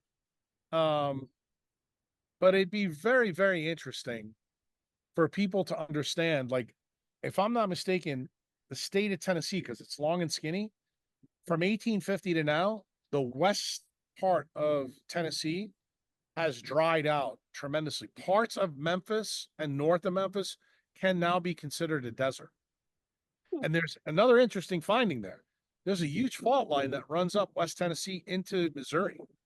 And that fault line, there was a huge earthquake there right around this same time. And the funny thing is, with all this stuff going on with the sun, we just had an earthquake in Vegas that's at the continental shelf. And I got to be honest with you. If you use Shannon's theorem, like something unusual happens, you better pay attention to it. That earthquake that happened in Nevada, that's a fucking big tell.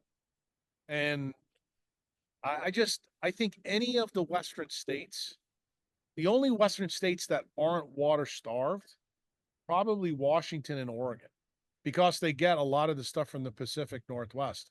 But I'm trying to think of any state. I even think half of Iowa is toast. Minnesota's got lakes, they got water, but they got communism. So, so I really, I don't see, if I was going to stay in the States, I'd have to pick Florida, and it would have to be outside a population center. And, you could probably pull off southern Georgia, but it's all cooked. I mean, Well, I tell you it's not cooked, but it's cooked. right. And so that's obviously from the health side. I mean, what's going to go on with Palantir and like all that insanity? Like, holy Well, crap. you just heard from the last caller who made me happy when she used the idea that I gave her about her husband, and it worked. Well, Yeah. she's going to get out.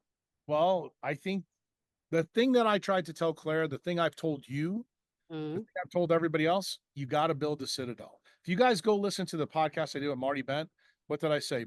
The United States is going to be rebuilt all over the world, and we're going to be the oasis that connects with each other. That's really what's going to happen. And I know this is very disconcerting for a lot of people to hear, but that's the fact. It's going to happen. And I don't think you're going to have to be out of the United States forever and ever and ever. Just like I don't think you may have to be out of Great Britain, but if you want to know the truth, Great Britain, Canada, Australia, continental Europe, I think it's minimum 50 years. Whoa. 50 years, you're going to be out. In the United States, things don't go hunky-dory, 25, maybe 25 longer. years? Yep. I don't think it'll be habitable. Do you see Wow. what's going on right now in Los Angeles?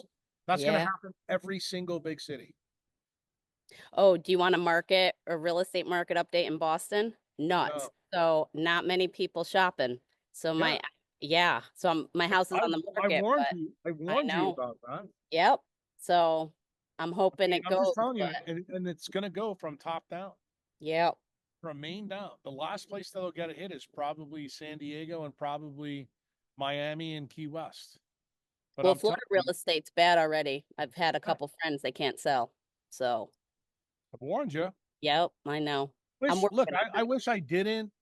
I wish I didn't have to say what I'm saying, but anybody who's been a long-term member, I'm talking about from like 2015 and now, like, because you young people, like Tiffany's young, she's only been a member since the member event.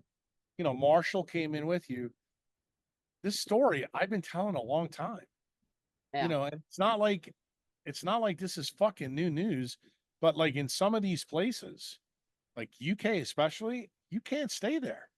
I mean, it's fucking full on communism. This is like the way I look at the UK right now, the way I look at Australia and Canada, they're putting the bricks up for the Berlin Wall.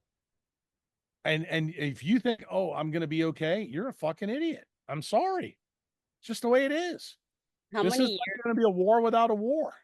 like how many years, like within the next like 2 or 3 years, like shit's Oh, I down. think the shit Like, hits the fan. You already saw it with Trump and Elon. Did yeah, you not listen to the Doc Malik podcast? Do you know why yeah, he released it early? Because the prediction I made in there about him being Lee Harvey Oswald happened 2 days later. And he said, fuck right. it, I'm releasing this. Yeah. So when you see Elon, the technocrat, disassociating from Trump, all I need Trump to do is continue on what you're doing. Fuck the bankers, make Bitcoin, part of the system. And then after that, fuck it.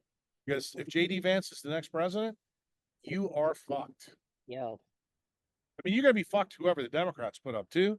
But what I'm saying to you, just the way I went on Claire and Tony, I mean, Tiffany, you can tell people when I did the consult with you last month, what did I tell you about Boston and Florida? I said, you're a fucking idiot for staying there too. For the Yeah. same reasons I told Kathy, the same Yeah. reasons because I see something coming and you guys don't. Yep. Yeah. I mean, I'm Yeah. sick and tired of talking to people from fucking California and Colorado and Las Vegas and Arizona. I'm like, forget it. Just stay there. I'm okay with it. Yeah, no, I agree. We gotta get out. So yeah, no, I'm exploring everything. Oh, and then lastly, the Breed Love podcast. When you were talking about wearing yellow and then you made that little nuance about blue, were you talking about directed energy weapons and like white blue roofs? Was that what you were insinuating? No, yes and no. Oh, But there's a link to that. The directed energy weapons they use from above yeah. actually uses color to program in. That's why those houses don't get hit. So like, do you think that's going to continue? Like people should have blue roofs? Like, No, they shouldn't live in the United States. That's what I'm right. telling you. Yeah, okay. But like if you were down there, so The you good news is that Elon Musk now is not part of the plan, and they need his satellites to light your house on fire. I know, I do wonder if that was just like a game. I don't Oh, know. I don't not a believe game. anything. It's not a No, game. no, It's but not the Elon and Trump are really fighting. I don't know if I believe it. I feel like they're setting us up for something. I don't know. Oh no, I don't think so. Okay. I don't think so. I think this is for real. So that's a good thing then that they just fought. In my opinion, it is. Like if you own Bitcoin, what just happened? I'll be honest with you. I don't. Who did I tell? Oh yeah, I told the lady I did the podcast with yesterday. I said anybody who's a Bitcoiner sees this needs to be doing dance. Now, if you don't have a lot of Bitcoin, then you're in trouble. This is really bad news for you if that happens, because if fiat really explodes, if you're holding the bag of fiat, you're fucked. Like all my neighbors here in El Encanto, some of you guys will be able to buy a house here in El Encanto, and it's going to be really cheap. Yeah. Well, okay. Awesome. Thank you. All right.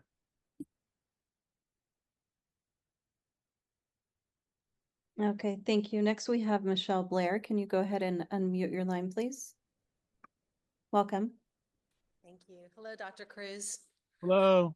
Hi, I came across your work about 6 months ago, and I've been really trying to understand and connect it to something I've been interested in a long time, and that is decentralized religion, or Oh, okay. going back to the Gnostics. Yeah. I have a doctorate in philosophy, and my master's is in architectural lighting, so you can see how it kind of goes together. Yep. I've done a great deal of studies in indigenous cultures and first principle thinking.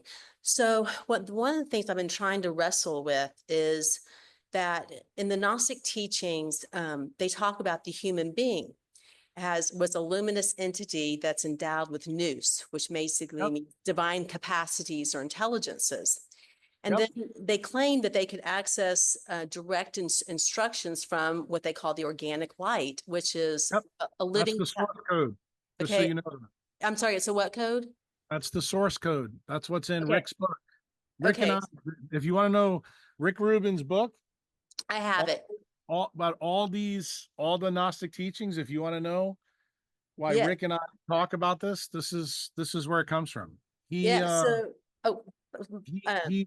he's all tied to that source code. That source code is all the Birkeland currents, the plasma that's in space. And the heliosphere, the solar system, is built to down regulate those electric currents all the way to us, where we are at the smallest scales. And if you've been reading the blog since you're new, how we change that power, that source code of the galactic core, say of the Milky Way galaxy, into a DC electric current that's 1 trillionth to 1 ampere. How we use it to protect us from that electricity, that's deuterium depleted water. And what is the break that protects the system from blowing out? Like you just heard another member talk about her 15-year-old daughter with SLE. That break is the VDR receptor on the inner mitochondrial membrane. But the problem is in a disease like SLE, which is lupus, her break is broken. So what do you have to do? You have to overwhelm her. You have to put her back into the uterus. And the way you do that is you use red light to make water, and you want to flood the system. So you understand in space, there is no water to contain these currents, but the Gnostics understood very clearly that they were filled with the energy of the cosmos. That's the reason why they called themselves light beings. They also use the term cosmic divinities and things like that. And they are very, very close to the white plaster between God's finger and Adam on the center panel of the Sistine Chapel. That's where the Gnostics live. Yes, well, why I love the Gnostic teaching so much is because, and unfortunately, it's been completely destroyed, is what their original teachings were, because they come and they put this Christian spin on it and they conflate Right. it. And it's, Well, they have to. Remember, it's exactly what Callie and Cassie means are doing in Maha. yeah, No, I mean, because true salvation is when you find what's within you and then you bring it and you live it. And so consulting or having the connection with the organic light is how they were able. I mean, you're completely sovereign. You need no intermediary. that's kind of what I just try to tell Tiffany, Claire, and Kathy. And you see that you get 3 different responses. Like people are like, well, but you have to remember, those 3 different people have 3 different filaments. The Gnostics were a little bit different. They all had the same filament because they had the same belief. But in the modern world, we got 8 billion people whose filaments are all different. And it takes a different current to light their Christmas tree up, so to speak. Can we ever, the Christian myth doesn't give us the understanding of who the human being, the identity of the human being, which is these No, they divine. don't want to. They centralize. That's what religion's all about. Right. It's no different than anything else. It's a centralized shill game, just like the science is. But when you say that, because it's funny that we're talking about this. I guess that podcast I did yesterday really resonated for some reason.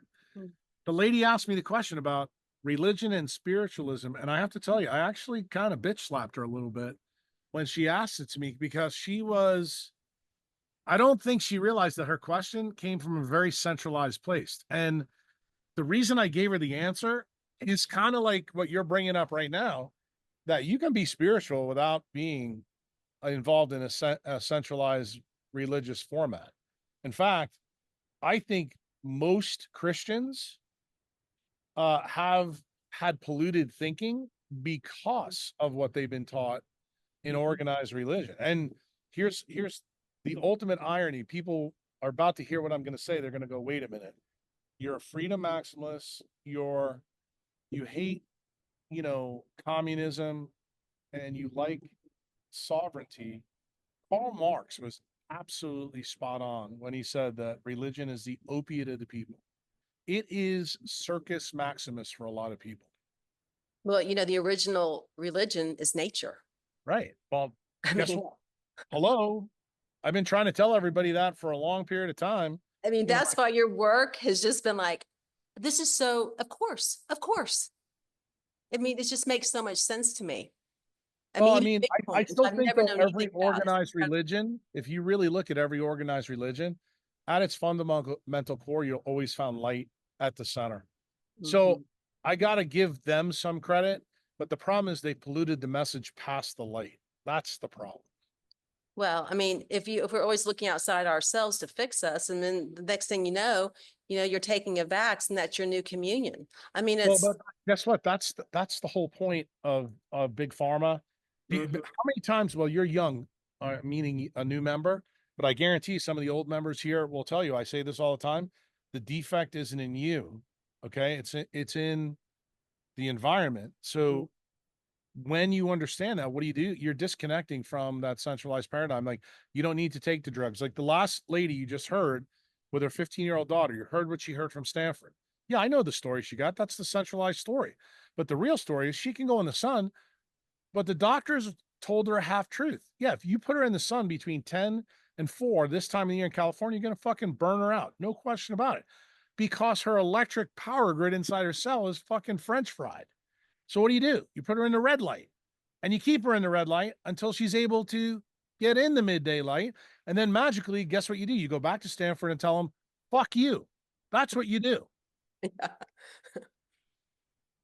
Mhm. Well, I appreciate your time, and thank you so much. No problem. That was a good one. I like that. Thanks.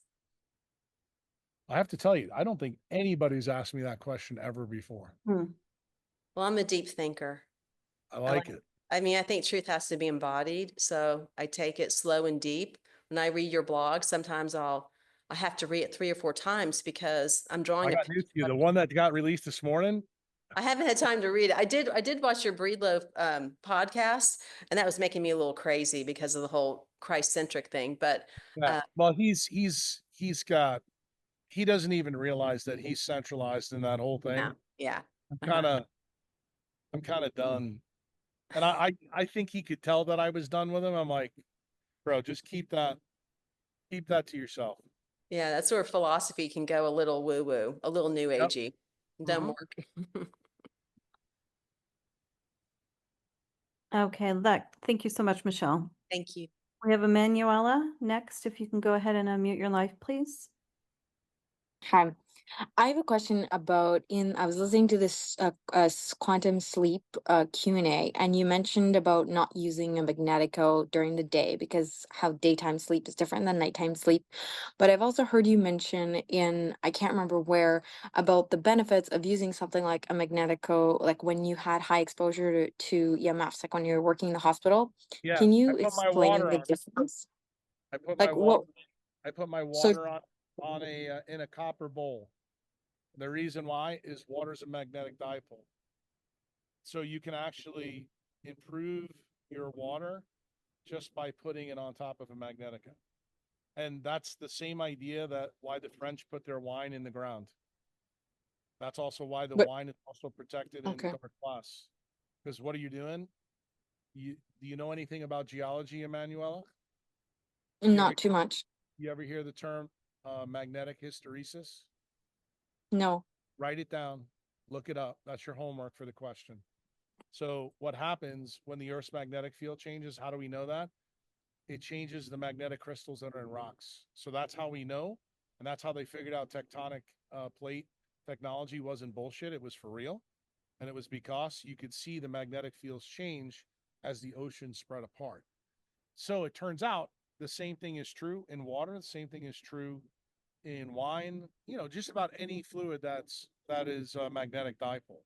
But the ones that we're most concerned about are water, because remember, when you had a baby, because I'm not mistaken, you just had a baby not that long ago, the baby, when it was an embryo, was 90% water.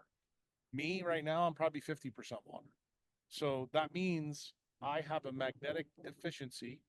So why did I make the choice to move to El Salvador? Maybe it should start to make sense to you now, because there's a fucking volcano in my front yard and I live on top of one. So when you ask me, Jack, why don't you have a Magnetico? Because I have a volcano. Right. But are you supposed to be like, if you were in a high EMF environment, like for the moment that you're in it, are you Get supposed to out of just the be high putting your EMF water? environment. You're not listening. Right. But Get out of the figure high that out. EMF environment. Okay. That's the So answer. it's for the Don't water. for the drive-through. You're not going to get the drive-through for me. You want to use I don't want to drive through. I don't want to use, I don't have one. I'm trying to understand how magnetic flux work. I was confused by the fact that you wanted Magnetic flux is simple. yeah. I can explain it to you very quickly. Okay.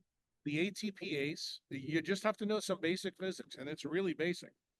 Michael Faraday did experiments that showed when you have an electric current going through it, induces a magnetic field around it through something called the right-hand rule. You can look all this up because this is literally like 4th grade science, 5th grade science. So when that goes through, you get an induced magnetic field. So how's the intermitochondrial membrane work? Basically, the IMM is kind of like a big wire. What sits at the end of the wire right next to cytochrome C oxidase? The ATPase. The ATPase has a head that spins. Guess what controls the spin? The magnetic field. That's around it. So that's what spins the protons through. And what does it make? Water. Water is a magnetic dipole. So when you begin to understand that, okay, nature is telling us that we can make more ATP if we have magnetic flux, there's a reason for that. Why? Because we tend to use that more at nighttime in the daytime. Why? Right now, here in El Salvador, I have electric fields all around me. The magnetic fields are down. Tonight, as soon as the sun sets here, magnetic flux goes through the roof. Okay? That's why it happens. And that's part of how we work. That's why you can go from awakefulness to sleepiness. And I promise you, Emanuela, when you understand what's really in the blogs, what augments magnetic flux all the way back from the great oxygenation event, myelin. The more myelin you have in a neuron, the less you have to sleep. Do you know why? Myelin pushes protons to the ATPase. So it's a boost. So when you're demyelinated, you have low magnetic flux. What else do you have? You're more sensitive to electromagnetic radiation. You're like a baby. Got it? And what does that happen when you have no myelin? Your microtubules don't work. Then you turn into Kathy. And then the doctor gives you a statin. They really fucked you in the ass. Because then the microtubules don't work. And guess how they work? On electric and magnetic fields. How are you going to learn that? Oh, I promise you, when you read Decentralized Medicine 55, I said this when I released it today. It's one of the top 10 blogs I've ever read. It is a fucking monster.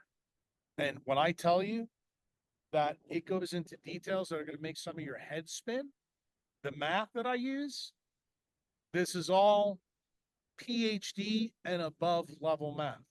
Like, to look the math equations up, to show you how deep I went, you probably have to be either a mathematician or a physicist. But I left no stone unturned to show you how we evolved wakefulness. Sleep is the default state. Where are you going to find that statement? I wrote it in the Cold Thermogenesis series. I don't know. I think it was either 1 or 2. CT1 or CT2, probably fucking 17 years ago. Now you get the story of how we innovated consciousness, and it turns out myelin, microtubules, water, and UPEs made from your mitochondria is the big part of that story.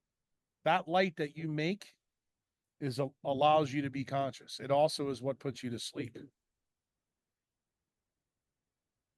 Is there ever a situation where a higher natural magnetic field is not a benefit? Yeah. See Jupiter. How's that working out for you? Remember, this is a really big teaching case for you because you're telling me you're not a science girl, but I'm going to turn you into a science girl. You are on the planet that has a 50 to 100 microtesla magnetic field. Without that magnetic field, we're fucking dead. We turn into Mars. Mars is the next planet. What's the next planet after that?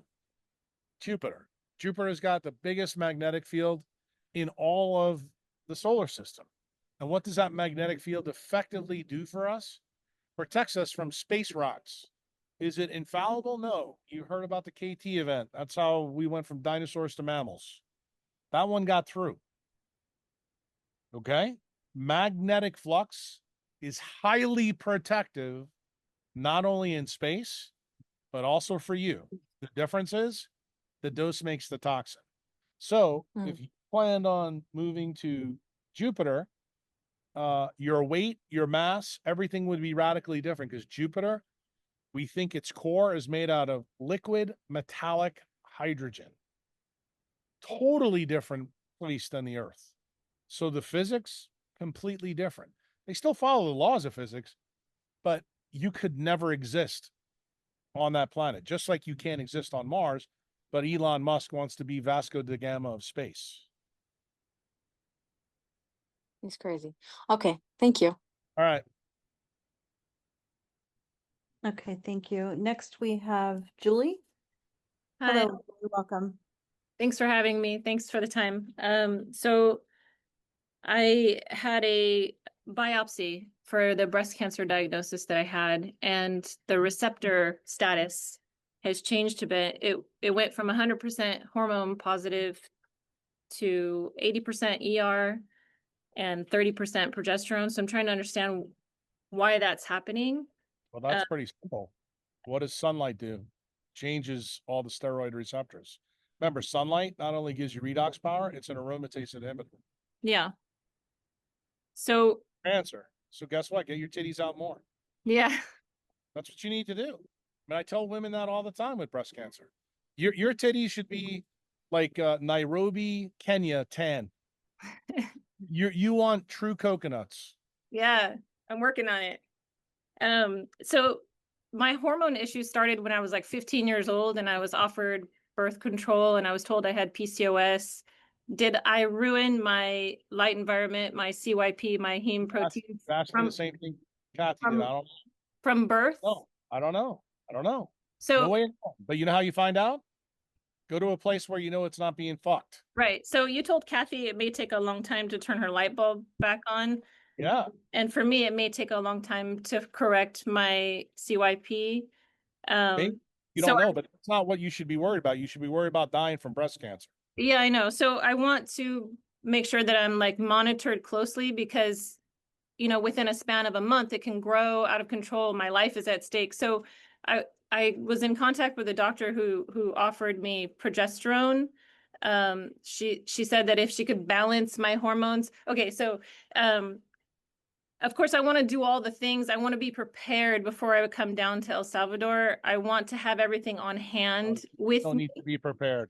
You don't realize you are so unprepared where you are now. It's Well, true. I'm not laughing.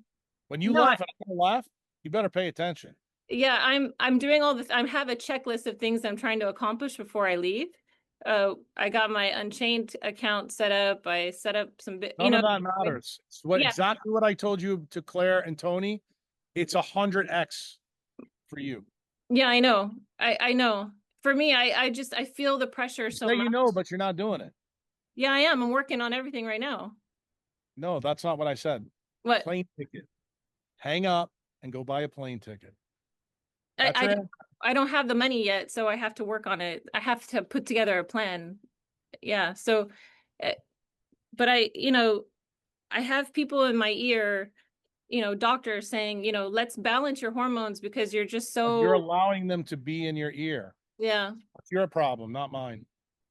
Yeah, I mean, I see other people with their protocols that you've given and they're taking progesterone and they're, my thyroid's apparently messed up now and I've been told like levothyroxine. So I feel the pressure. Read any of the blogs that talked about using those steroids? No, you haven't. I can tell you haven't. But guess what? I- The answers are right yeah. there in the blog. Are they? Because yeah, I'm a bit. Are they? Do you realize what you're saying? I'm I'm the a- fucking guy who wrote the blog. I'm overwhelmed with. I mean, I just got my diagnosis the other day, so I'm trying to. Again, that doesn't matter. You're a member. You're supposed to be reading the blogs, Yeah, I but you am. weren't. You Yeah, I am. weren't. Well, then how did you not know that literally in the last 3 blogs, hypothyroidism and thyroid is in there? Yeah, I read it. I read it. It's just that when you're in fight or flight mode, your ability to retain information goes down. And so, you Well, know, see, I'm going to tell you, I fundamentally disagree with that. I, When I'm in a battle for my life, all I give a fuck about is my life. I don't yeah, care about anything else. yeah, So yeah, you and we're wired different.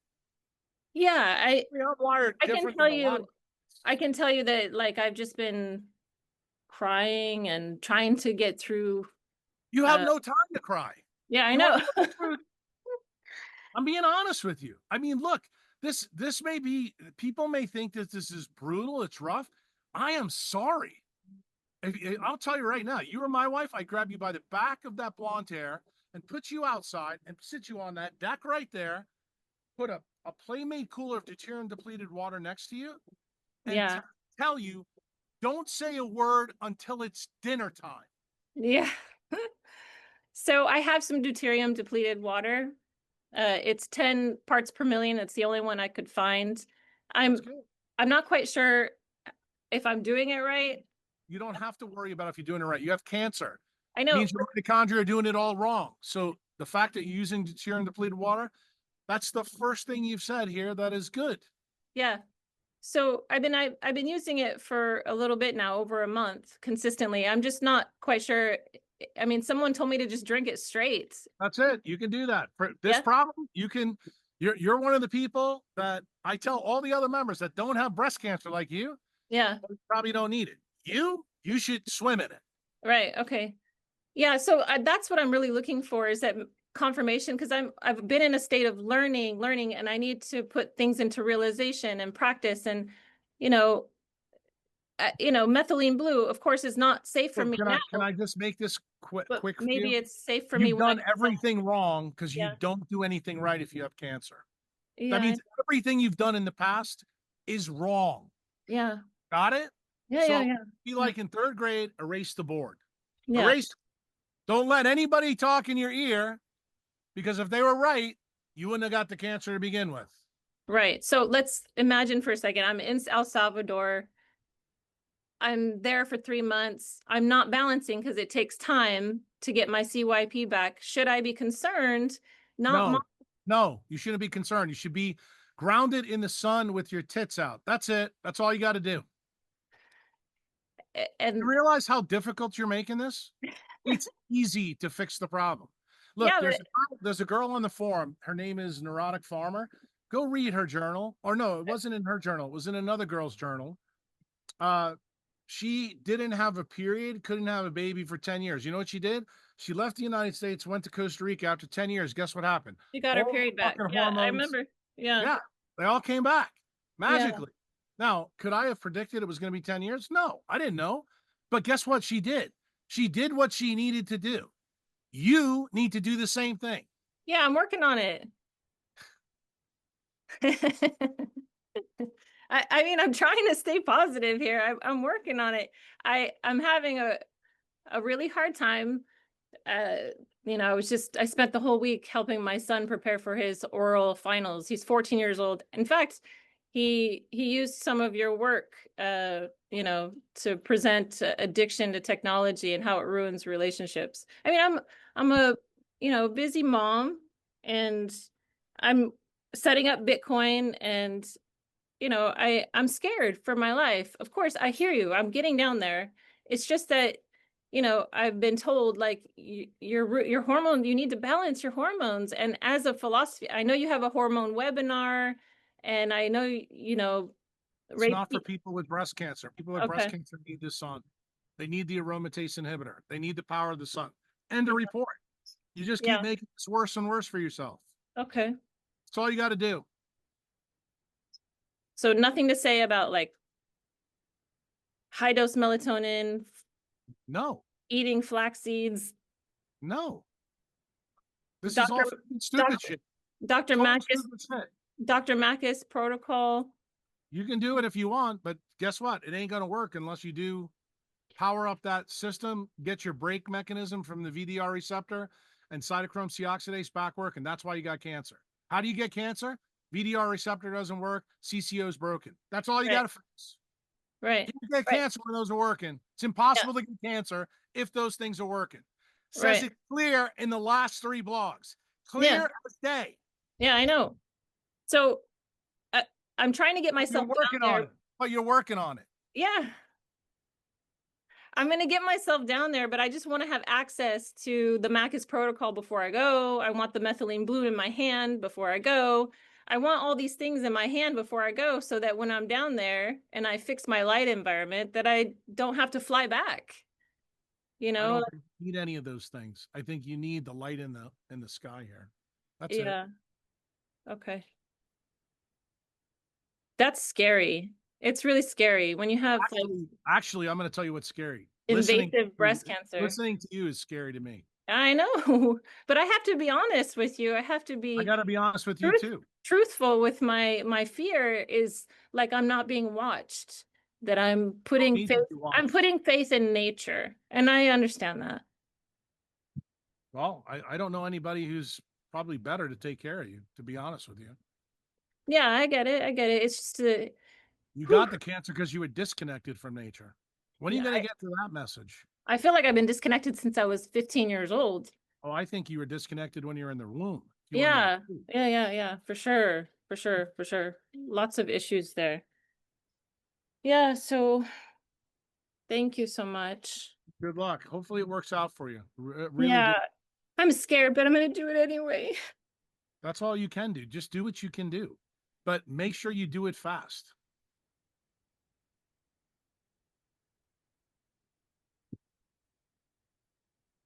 Okay, let's see. Next we have Allison. Allison, can you unmute your line, please? Hi, welcome. Thank you so much. It's a little bit emotional just listening to the last question. Shouldn't be emotional. It's the truth is the truth is the truth. And the bottom line is the truth shouldn't get you emotional. That's the problem that we have with most people. I keep telling people about that Instagram post. Every disease is fixable, but not every patient is. And guess what? The last caller proved my point. There's been several people on this call that have actually proved that point. But I'm okay with that. Like if you tell me, well, no, I think this is more important, talking to this doctor in this year. I don't care if I'm healthy or not. I'm okay with it. You can do what you want to do.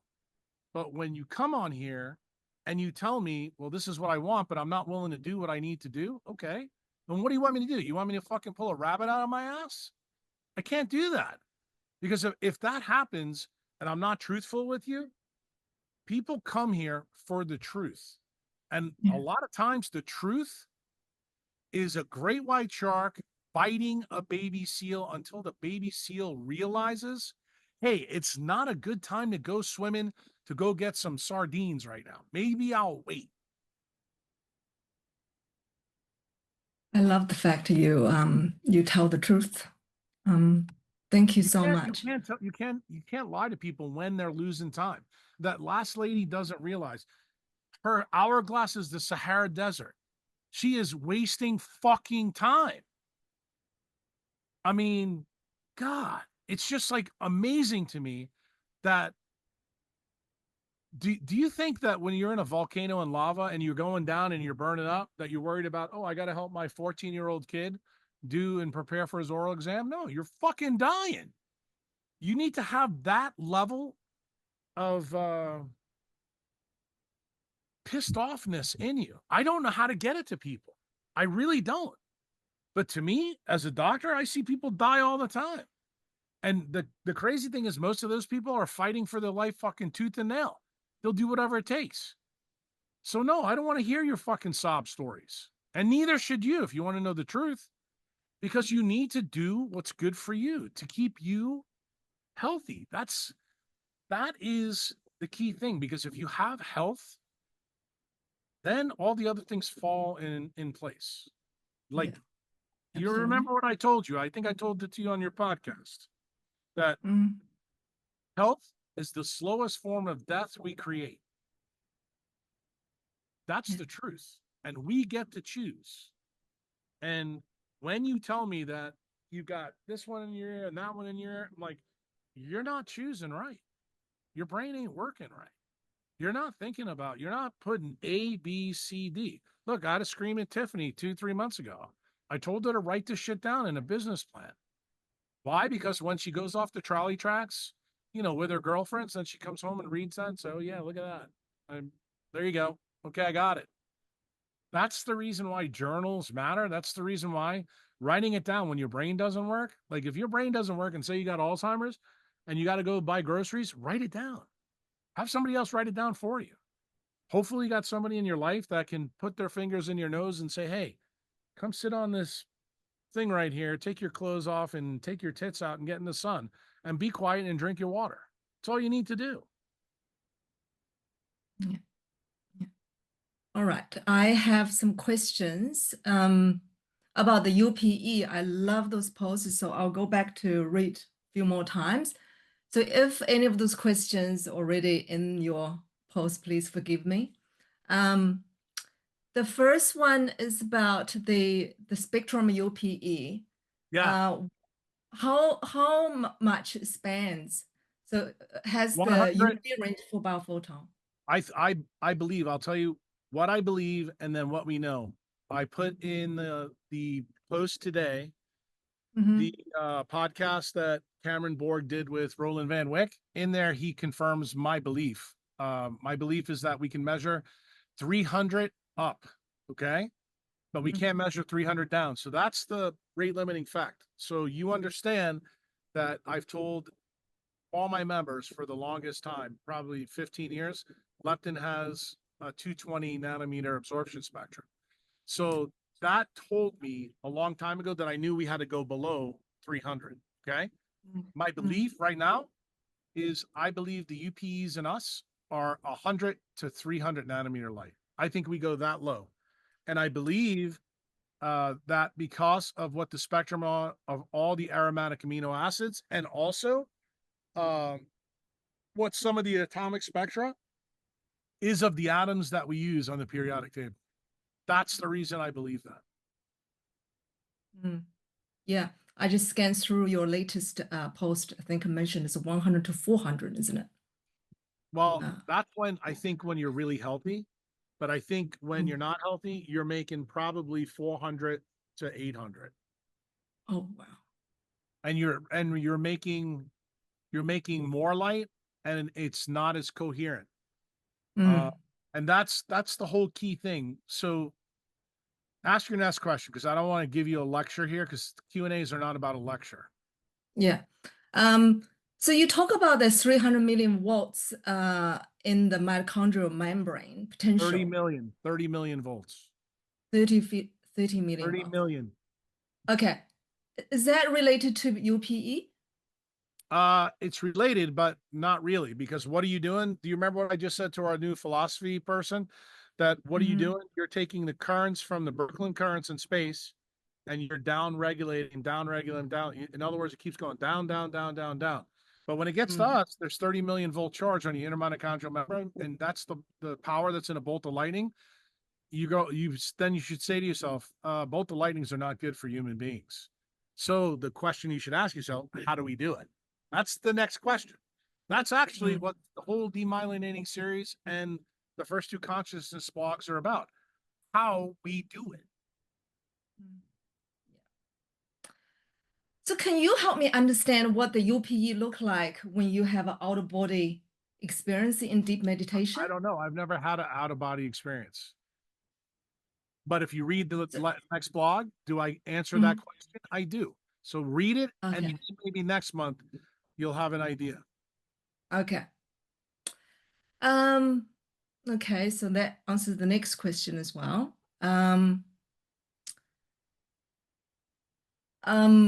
Okay, so I'm always in awe about your ability to cite all the studies, the years, and the authors without thinking when you speak.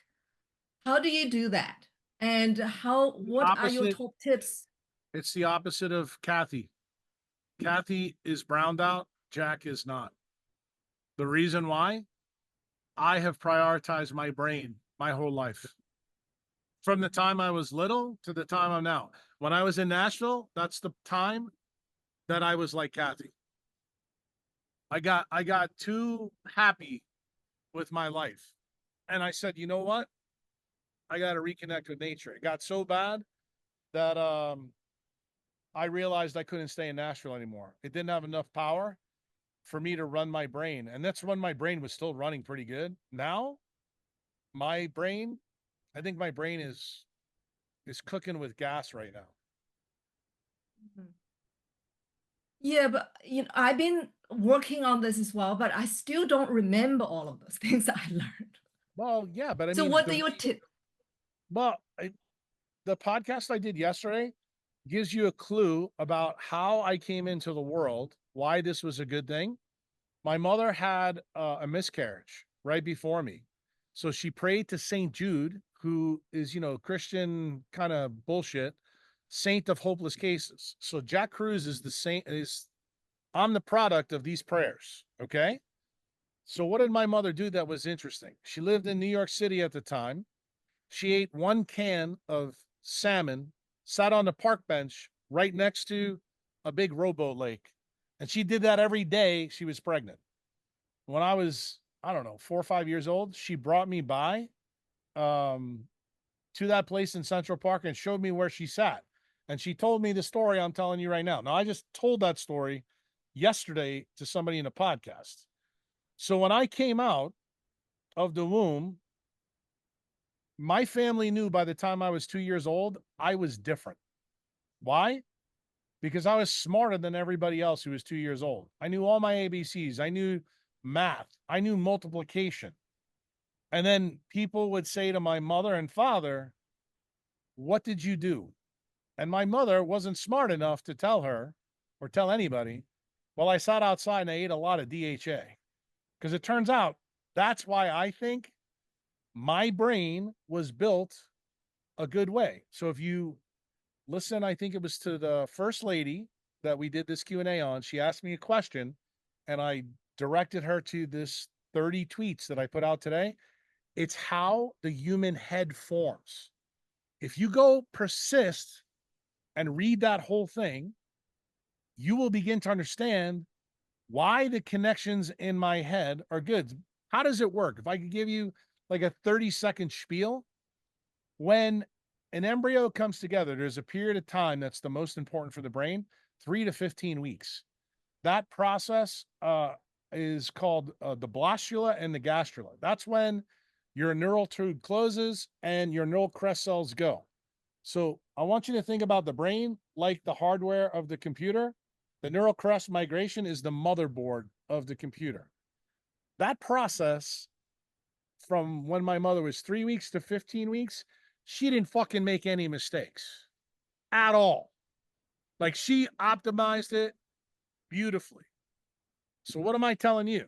That I think every lady who's, I don't know, these days, probably 15, 16 years old, you'd have to have a baby. And you'd have to make sure that that baby's outside in good powered light. Can you have a good baby too? Yeah, I think you can. I don't think I'm special at all.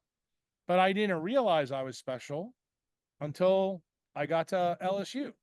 And you'll hear that story in the podcast when it comes out. Like I went through the whole time from the time I was 2 till probably 20 years old and thought everybody thought like me. In fact, I credit my ex-wife, the last one. She's the one that said to me, she goes, you know what your problem is? You think everybody thinks like you and nobody does. And when she said it to me, she stopped me dead in my tracks because it's the truth. I do think people think like me. You've seen it in this Q&A. This Q&A, I look at some of the questions I get asked and I'm like, are you fucking kidding me? Like, I like me some me. If I had fucking breast cancer, I got news for you. I'd be on a fucking plane. Everybody else can go kiss my ass. That's how I roll. But I've rolled like that since I'm 2 years old. I told my mother and father when I was, how old was I? 13 and a half. See ya, I'm going to college. I finished college when I was 19 and a half. Did I live in my house? No. Did I think I needed my parents? No. In fact, I told my mother and father, I will become what you weren't, and that's why I don't want to be around you. Because if I'm around you, I'm going to be like you. I'm the apple that rolled out of the orchard and went far, far away. Why? I didn't want to be like anybody in my family. And what gave me that idea? I grew up as a poor white kid in the richest city in the world. And you know what I said? I looked to my left, I looked to my right. I said, I don't want to be like either one of them.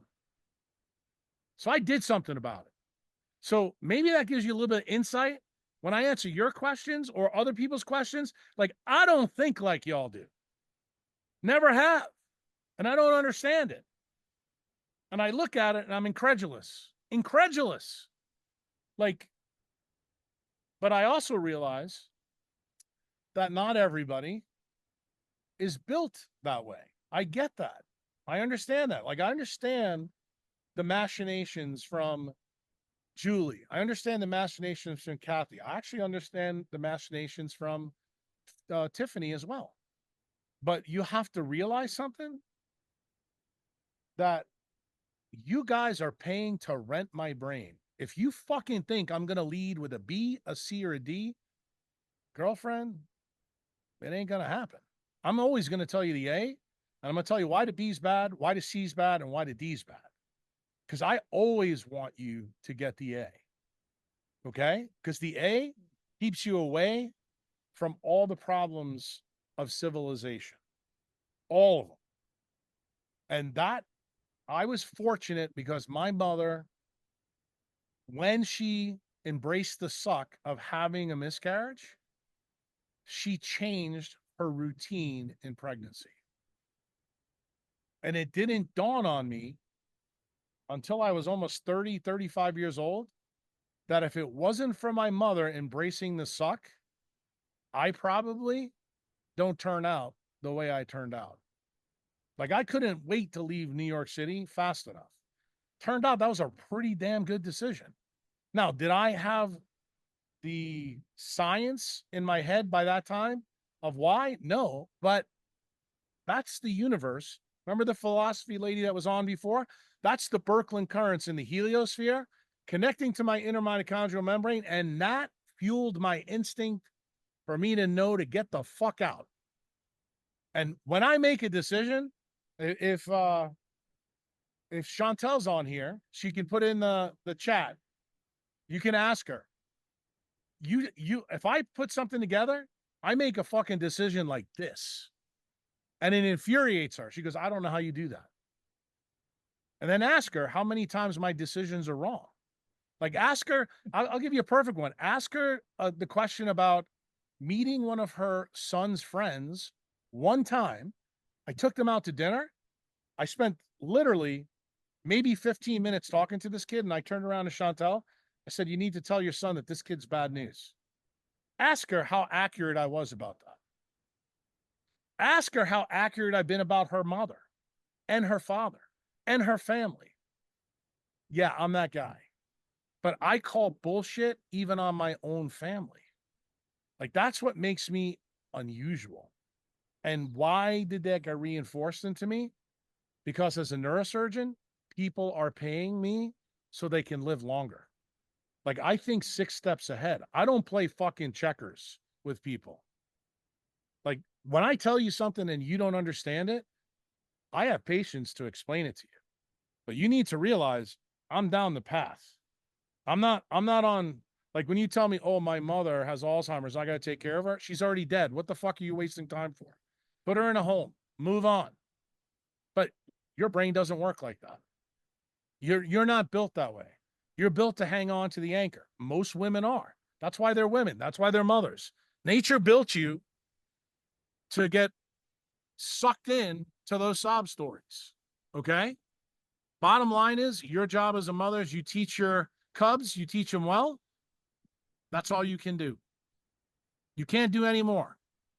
And then when they're out, then you have to play 5D chess with them. I do that with my kids all the time. Ask Chantal what my daughter's face was. I don't want to go to El Salvador, this and that. She walks into my house and goes, fuck. She goes, damn, this is different than what I thought. I said, oh, really? Changed her tune. Like, and do I have a discussion about it? No, not at all. I mean, Chantal will also tell you, I'm airing my dirty laundry. Do you know that she screamed at me? I'm going to tell you exactly when it was. December 1st, 2018. On Facebook, I wrote a letter to my son who was getting married. And I told him, if you fucking marry this girl, you're making the biggest fucking mistake in your life. Okay? Chantal in the bottom said, you should not say this and this and that. And I'm like, fuck, I'm not gonna. I'm gonna tell my son the truth because he's making a huge mistake. Now, ask Chantal in the chat, who was right? She just had a discussion with my son. My son didn't even tell me, but he told Chantal. He doesn't want me to know that I was fucking right, but I knew I was right. Everything that I give you guys, I give my own kids. If you think you're any different than them, I promise you, you're not. I'm going to tell you the truth, whether you want to hear it or not. Why? Because I want you to make the best decision for you. Remember, I don't live your life. You just give me the thermodynamic givens of what your problem is right here, right now, that you're really interested in. And then what I do, I put it into this decentralized bio reactor. And then I spit out an outcome and I tell you, I said, this is kind of what I really, really think.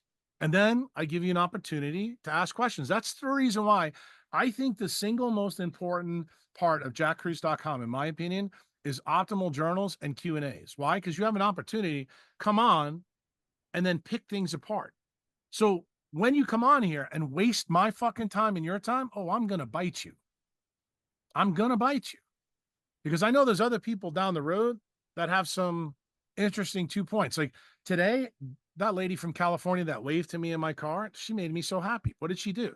She used my advice and told her husband, hey, fuck you. Buy the house for me. I'm out. I told her I could kiss you through the screen. That is a savage move.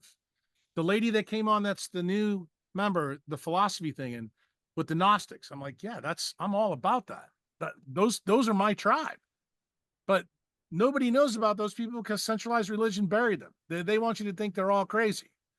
But isn't that the same story about, I don't know why Kathy got put on statins? Because everybody got told statins is a good idea. So because everybody believes a lie, you going to believe it? Or, oh, the doctor's in my ear and I should take progesterone. Come on. Wake up. Thank you, Dr. Cruz. My dream was kind of crashed though. I thought if I keep connecting with nature, I'll get a brain like yours. So it's not going to happen. You will improve your brain. In other words, the best brain that you can get is by connecting with nature. And do I really believe that you can improve your brain a lot? Oh yeah, I do. I actually do believe that. But you have to be in the right place. What is my story? So you understand, Allison? I went from New York to Connecticut to Louisiana to Tennessee to Mississippi to New Orleans to El Salvador. What's the story there? As I got older, I needed to go further south. Why? My ex-wife loved Nashville. It was fucking great for her, but her brain fucking fell apart there.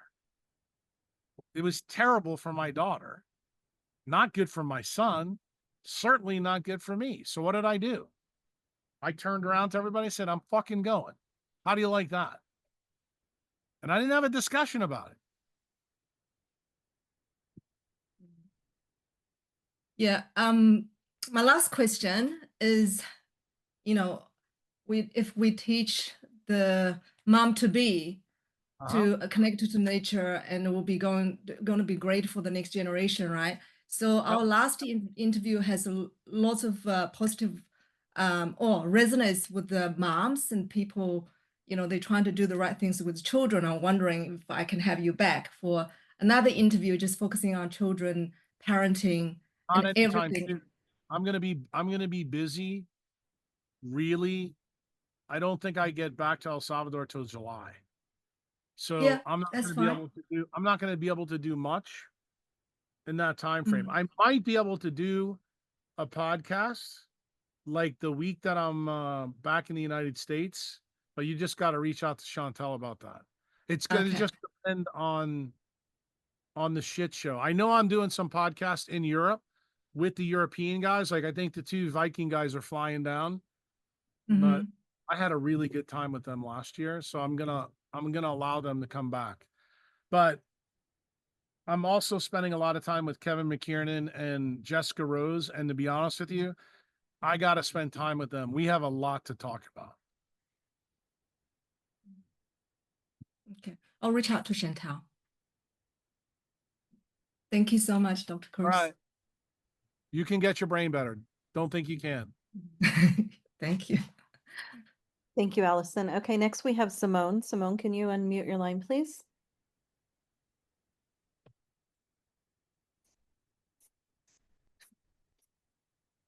Hey, while we're waiting, can I go get some more ice and a new drink? Yes, do that. And I have to get my charger. Christy, I think she wanted you to ask her questions. She said that a few times. I can't ask her questions. They're like very general. It's like 1, 2, 3, like topics. There's not a question there.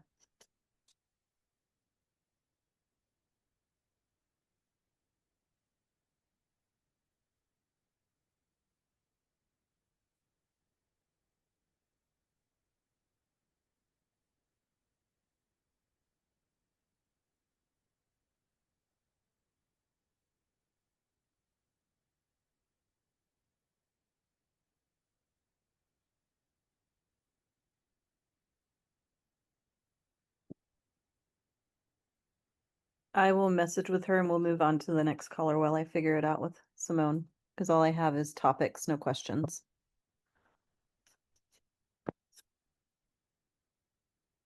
Okay, Norman, are you on the line? Norman, if you're on the line, if you can go ahead and unmute, I see you in the list.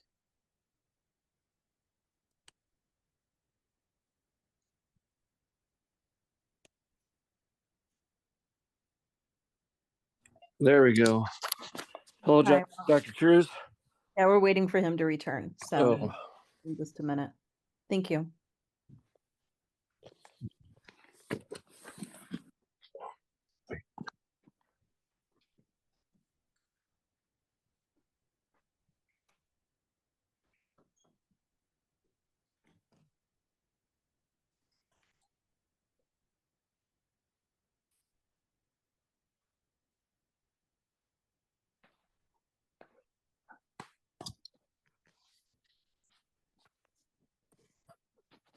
We had a red sauce disaster too. Spilt all over. I guess I left it on that long. Oh well. Oh no. This shit happens, right?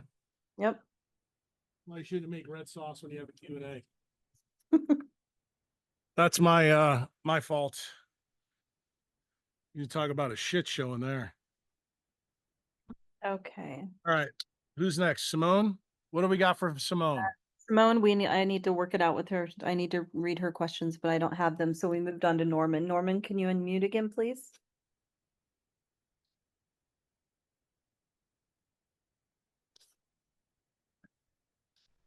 If they're not ready, go to the next one. Okay. He was just Terrell Armstrong. Can you unmute, please? yes. There you are. Thank you. Looks like Norman went kicked off. We'll take him next. Norman, we're going to take you after Terrell. Okay, sorry, my iPad went off. No worries. Terrell, if you can unmute, please. Sure. Norman, we'll take you next. Okay. You know, there's the centralized story, I guess, is that our teeth are just like bones, you know, they grind up food, but they're super highly innervated, you know, and it hurts so much when you get a cavity. It's just, it doesn't make sense with the centralized story. So I was wondering what blog should I read to learn why our teeth have so many nerves attached to them? There's no blog out about that. I've done a lot of teeth blogs, but I've not got into that. There's a part of the website, unfortunately, that if you're not a healthcare professional, you can't read. But we've got a couple of dentists in there, and there's some doozies in there. And this answer is there. The reason why you have highly innervated teeth and blood is tied to how dentin fixates enamel. So you have to know a little bit about oral biology. Ameloblasts make enamel. Once the tooth erupts into the mouth, the ameloblast dies. It's gone. The reason that you have highly innervated teeth and blood is because that's what maintains the bonding of enamel to dentin for your whole life. That's the reason it happens, because you're making the strongest UPEs. So I believe that the UPEs for enamel, if you look at enamel, its absorption spectra, it's deep in the UV. So that's one of the reasons why. Somebody asked me the question earlier, I think it was Allison, why do I think it goes to 100? 100 nanometer light is really good for your teeth. So believe it or not, when the dentist puts the UV light to say do bonding or something on your teeth, that to me is one of the biohacks that people could continue to do if they wanted to improve the strength of their teeth going down. And if you have like a root canal, one of the things that you probably have heard, the dentist will tell you the tooth gets brittle. That's why the tooth is brittle, because the bonding between the dentin and enamel layer is no longer electromagnetically solid. So what keeps it solid is the strong DC electric current brought in by the nerves, the strong amount of myelin. But the real big issue is, where do you make the UPEs there? Not only from the mitochondrial DNA there, but believe it or not, you actually make it from the blood. The blood makes a lot of UPEs. Is, you know, is there anything, is yellow teeth a redox issue, or is it just a cosmetic issue? Is Well, it it's like, do usually a you redox direct issue them on because the teeth? when the charge in the surface of your teeth go down, it gets more yellow because you're allowing biofilms to be present on your teeth. Can you change the translucency of your teeth by increasing the power? Very similar to what I said to Kathy earlier. You get off a statin and it improves the power. Will statins affect the color of your teeth? Yes. Are there many medicines that do that? Yeah. Tetracycline, erythromycin. Those are the two big classic ones, but it's a huge factor. Anything that increases the power in your trigeminal nerve, meaning the UPEs, huge effect. That Twitter 30 tweet thing I put out, there's a whole section on the trigeminal nerve. Is sun directly on the teeth? Is that a good idea, Oh, or is, no, you know? no, it doesn't matter because it's got to come inside out. I mean, just think about how the blood comes in. It goes inside out. It needs to, the light that you need to get is from inside out, not outside in. That light is not equivalent. Right. Thanks, Jack. All right. It's a good question. Must be a dental student. Okay, Norman, can you unmute now, please? Yes, here we go. Welcome. Hello, Dr. Jack. Hello. Yes, I was wondering, you mentioned on some of your slides, you show the aromatic amino acids, and then you talk about how things work, and on there you've got the tryptamine, but I haven't seen much in your blogs that talk about the tryptamine, and it seems like that's related to OCD, and I was wondering what your comments there about the OCD, tryptamine, no need for psilocybin. No, well, you got to remember what the drugs are doing, the mushrooms, LSD, all that. They're making UPEs that are stronger than we normally make. So the problem becomes, if you've got a desert in those neural tracts, which anybody with OCD or ADHD has, you're you're taking your life in your hands. I mean, that's really the story of Sid Barrett with Pink Floyd. You know, you take drugs when you're not ready and you can fry your brain. So the way I think about mental disease is everybody has these invisible scars that people can't see, but they're present. So when you have like OCD, I know where the lesion is. It's in the limbic system, usually right above the anterior communicating artery. That's a territory where the neural networks originally came from the olfactory bulb. They also came from the prefrontal cortex, and they feed all the way around in the cingulate gyrus. So I know that's where the electric scar is. The best way to fix that is sunlight on the face and also sunlight through the eyes, because that's how the trigeminal system works. That's why you hear me say so many times, Norman, that when you wear sunglasses or have intraocular lenses, you're effectively giving yourself a ciliary ganglionectomy. The ciliary ganglion is actually tied to the trigeminal nerve. So what did you effectively do there? You caused your own brownout, and that has collateral effects. So if you have like OCD disorder and you get cataract surgery, or you wear sunglasses or glasses or contacts, you are probably making one of the biggest mistakes in your life, because that allows the electric scar may not get bigger, but it may get deeper. And if it gets deeper, why is that a big deal? The way the brain works, you have 6 layers of cortex in that limbic system. The electric scar may only go 1 or 2 layers, but if it goes down to 6, then it may be a condition that you may never heal ever again. Would I still try to fix it? Yeah. But it may be really difficult to heal. So I've had glasses since third grade. I'm about -6 diopters. So what you're saying is just get out in the sun, take my glasses off. Yeah, I mean, that's what I would just tell you, do this. This is what I do. Yeah, I do that a lot. Like today, when I drove down to get the red sauce, I didn't have glasses on when I drove. Okay. So basically just get out in the sun. That's what I do. Okay. Next question is, I smashed my head into the concrete girder of a overpass bridge. Tinnitus occurred thereafter. Any suggestions there? Yeah, I mean, I got 6 or 7 blogs on tinnitus. I mean, I'd say before you ask the question, read the blogs, then come back. Well, it seems like your tinnitus blocks are related to other issues than actually smashing the head. No, they're actually not. When you smash your head, you get a TBI. What do? You demyelinate. Remember the story I told with Emanuela about magnetic hysteresis? Okay. You sound like an old enough guy that you probably remember. You take a magnet, take a hammer and hit it. What happens to the magnet? Doesn't work. Yeah. So guess what? That's what's happening inside your cochlea when that happens. So that's the reason why that happens, because you're changing the electric and magnetic signals. What are those signals? That gets delineated in the current blog. Like I tell you about the electric and the magnetic signals and how they work.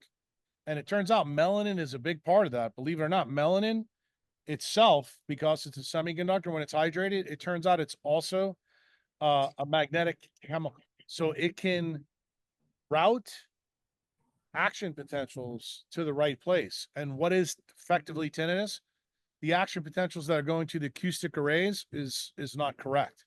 So tinnitus is a symptom that the brain is trying to heal itself. And if you do the same thing, like you don't have to put your ear in the sun, because the way the otic ganglion works, that's another ganglion of the trigeminal in the head and neck.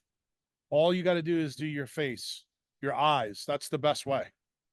So that's part of the reason why I wrote that Twitter thing today, because I know a lot of people don't know how the head of a human really forms, and that includes people with PhDs. And I know it was highly technical Twitter thing, but it goes through the eye, the ear, all the branchial clefts, and how melanin and the UPEs direct all this from a child onward.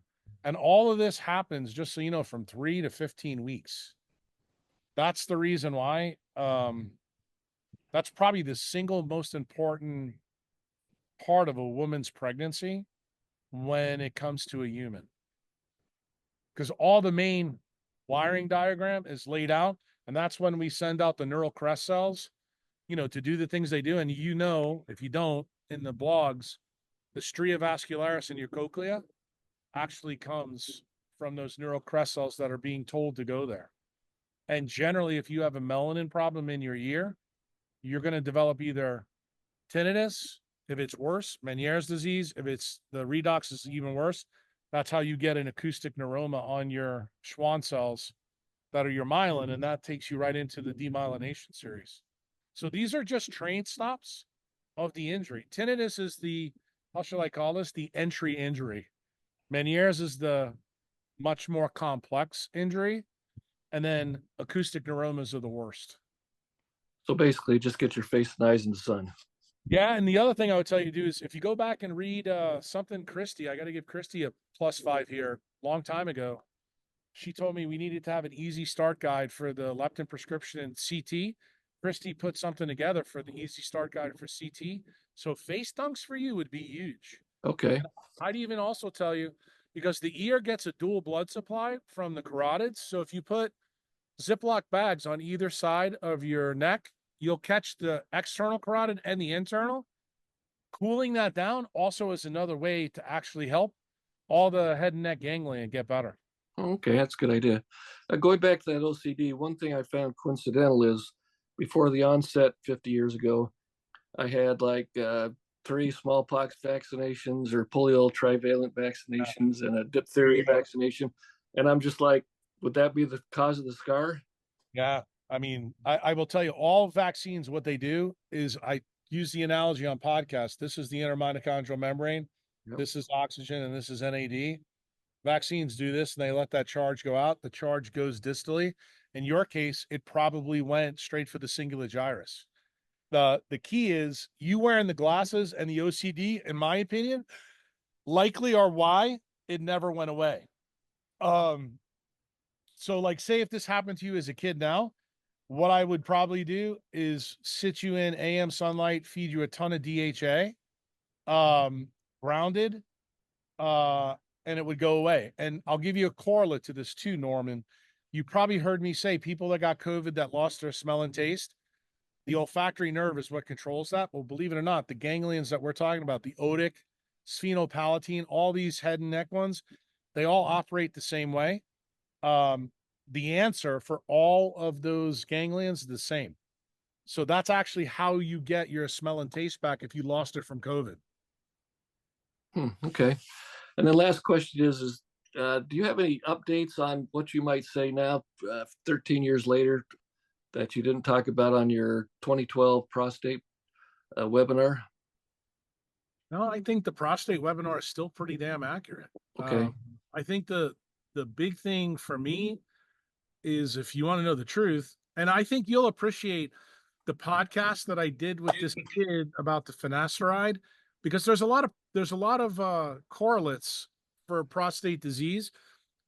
Guys just don't get their junk out in the sun, and you don't realize it's not just your junk in the front, but on the bottom and also your ass. You need to really get it out. So I would tell you, because society doesn't want us to be naked, you got to build some naked time in from your prostate. And if you do that, I think you'll do fine. Just remember, there is something called the abscopal effect. I put that on the form too, that when you get sun like I'm doing today, am I helping my prostate by doing this? I am. So, but when you get older, like I'm an old guy now, and I need to get more sun everywhere. Why? Because I only make 50% water. It's not like when I was 20 years old making 80% water and I was a rock star. No, not anymore. So I realize the older I get, the more I got to get in there. And, the lady yesterday asked me a question. She goes, is this the reason why people are more dogmatic when they get older and they're harder to change? I'm like, yeah, because their brain doesn't work as good. Their microtubules aren't good. They're demyelinated, so they get set in their ways. And that's why change is harder for older people. It's not that, it's a thing of human laziness as you get older. It's actually that your pilot light's starting to go out in your brain. So that's the reason why. getting out is a huge big deal. And, when you guys tell me, well, I can't get out, I can't use the sun, realize that all the panels, all the fake light, the reptile bulbs, all of that shit has flicker and it all has polarization effects. And what does that do? Hopefully you guys are seeing what I put down in the last couple of blogs. That's a huge factor in microtubule function, demyelination, and you need to be really myelinated, and your microtubules need to be like Tarzan. And then you won't have to worry about Alzheimer's, Parkinson's, prostate cancer. Things will improve. And I can't stress this enough. I think the greatest thing that I can bring to people that are my age are probably seeing the AM sunrise to rehydrate yourself, getting enough midday sun when you're totally naked, and buying Bitcoin. Because I think old people don't like buying Bitcoin because they're too set in their fiat ways and they're used to the Rockefeller Rothschild way of doing business. And let me just tell you something, your life can be awfully fun from 60 onward if you run your own race and do your own thing. And who cares? Like, this is the best thing about being old. Like, I have to tell you, I was thinking about this yesterday after I talked to this lady. The best thing about being old is you can do whatever the fuck you want. You don't care about what anybody else thinks. Like when you were younger, you cared about, what your kids thought or what your wife thought. But now you're like, Chantel always makes fun of me because I dress like a bum now. I wear shorts, I wear flip flops. Half the time I don't have shoes on, and I don't care. Yeah, I kind of understand that. Great. Thank you, Dr. Jack. All right, take care. Thank you, Norman. Okay, next we have Nicholas. Nicholas, if you can go ahead and unmute your line, please. Welcome. Hello. Thank you. Thank you, Dr. Cruz. My last day of being 44 years old today, living in Port Moody, just west of or east of Vancouver. I've got a 4.5-year-old and a wife, and got a couple questions just to keep it brief. One is, I've met you about 3 months ago just listening to you, and right now I'm sitting naked in the sun, waking up every sunrise now, so thank you for those changes. I'm learning things quickly. I'm a medical doctor previously. I work as a sole doctor now. And I'd love to hire a teacher to learn more of your basics. And I'm wondering who of your students you'd recommend as someone who could be a great teacher, almost like a PhD kind of postdoc, someone who's a student of yours, but I can actually learn more quickly. I just found out one of my old members, I don't even know if he's still a member anymore. Christy could tell us. Josh Rosenthal has kind of opened up his own shingle and is doing his own game now. Josh is a really good guy and a good doctor. The problem is him and I text each other still now, but I don't know if he's reading the blogs and staying up, but I see actually most of his shit on LinkedIn, and he seems like he's training other doctors, he's not a member any longer, so he's definitely not. Yeah, he's not. So he's not reading the stuff. So I would tell you, it's got to be somebody who's like plugged in and reading things right now. But I'm gonna tell you, I'm toying with this idea. I haven't told Christy this at all. But I'm toying with the idea of doing a 3 or a 5 day like school session with Uncle Jack, where we only have maybe 3 to 5 people. And it's like a tutoring session. And if you sign up, we'll probably put you all in the same hotel. But where the class will be held is probably right here on this deck, out in the sun. And what you need to do is your curriculum is going to be, you got to tell me up front what it is that you want to know. And then I'll probably direct you to the blogs you need to read. And then what we'll do is hopefully the 5 of you or the 3 of you are kind of similar. And then I could go through the whole thing one-on-one, and then it could be like a question and answer. I thought about it because a lot of doctors have been asking me would I consider doing small groups. And to be honest with you, I've never actually thought about it. But the funny thing is, a doctor yesterday asked me that again. So you're now the second dude that's asked that. So I will tell you, I will make the decision by the end of June. And I decide to do it. And if I decide to do like a member event this year, I if I do a member event this year, I think it's going to be way smaller. And I think it's going to be probably only 25, 30 people. Because I think I'm going to do it at my house. Yep. I'm going to bring people here instead. And I think if we did that either before or after the member event, that would actually make it, good for you guys to do it. I just got to figure out the logistics. I already know the hotel that we can use. And then I got to figure out, my time, pricing, shit like that, and then put it together. But since it's not something, you know what it's like? This is what it's like. I think one of the best things that I ever did, if you haven't listened to it, I'd strongly recommend you do this. The Cruise for Dummies lecture, that one I think was really good. Okay. And it's not included, correct? No, it was In the an membership. Okay, add-on. perfect. Christy could probably get you the link. I think it's on my Instagram link. Perfect. That one is really good, but that would give you like a flavor of what I'm thinking about doing, but doing it for doctors. And I'll tell you the reason why I don't want the regular public involved.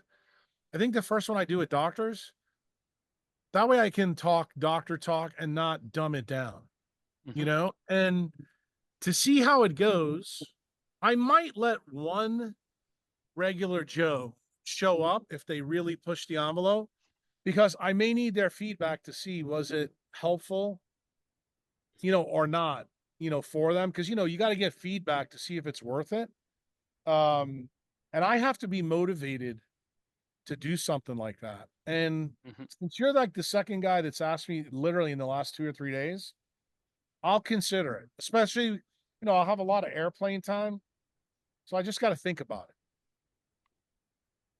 Thank you for thinking about it. I have a number of people coming into the soul work as I expand the states of consciousness through breath and everything else.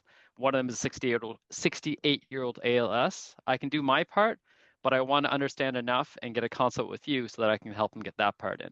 So that piece is what's motivating me to actually be able to bring it together. And I still will do the consults with you because I learn at the same time then. That's what I love about this. So you'll have a number of consults coming in.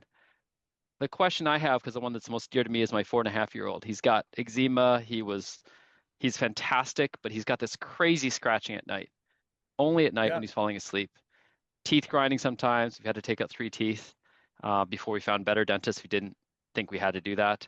And I'm making a consult, but I know you're busy right now. What would you, if anything, recommend for the itching in the interim? Well, this is a huge problem. It's really funny right now. We got a lot of new members that have kids that all have this problem. And what they don't realize is a topologic effect. It's really funny too. All of them live on the West Coast, which is a real problem. So you're at a high latitude. So remember that the skin and the brain come from the same part of the embryo, neuroectoderm. So this is the really big tell for the kids. When kids get this problem, I'm immediately worried about what's going on the surface of their neocortex.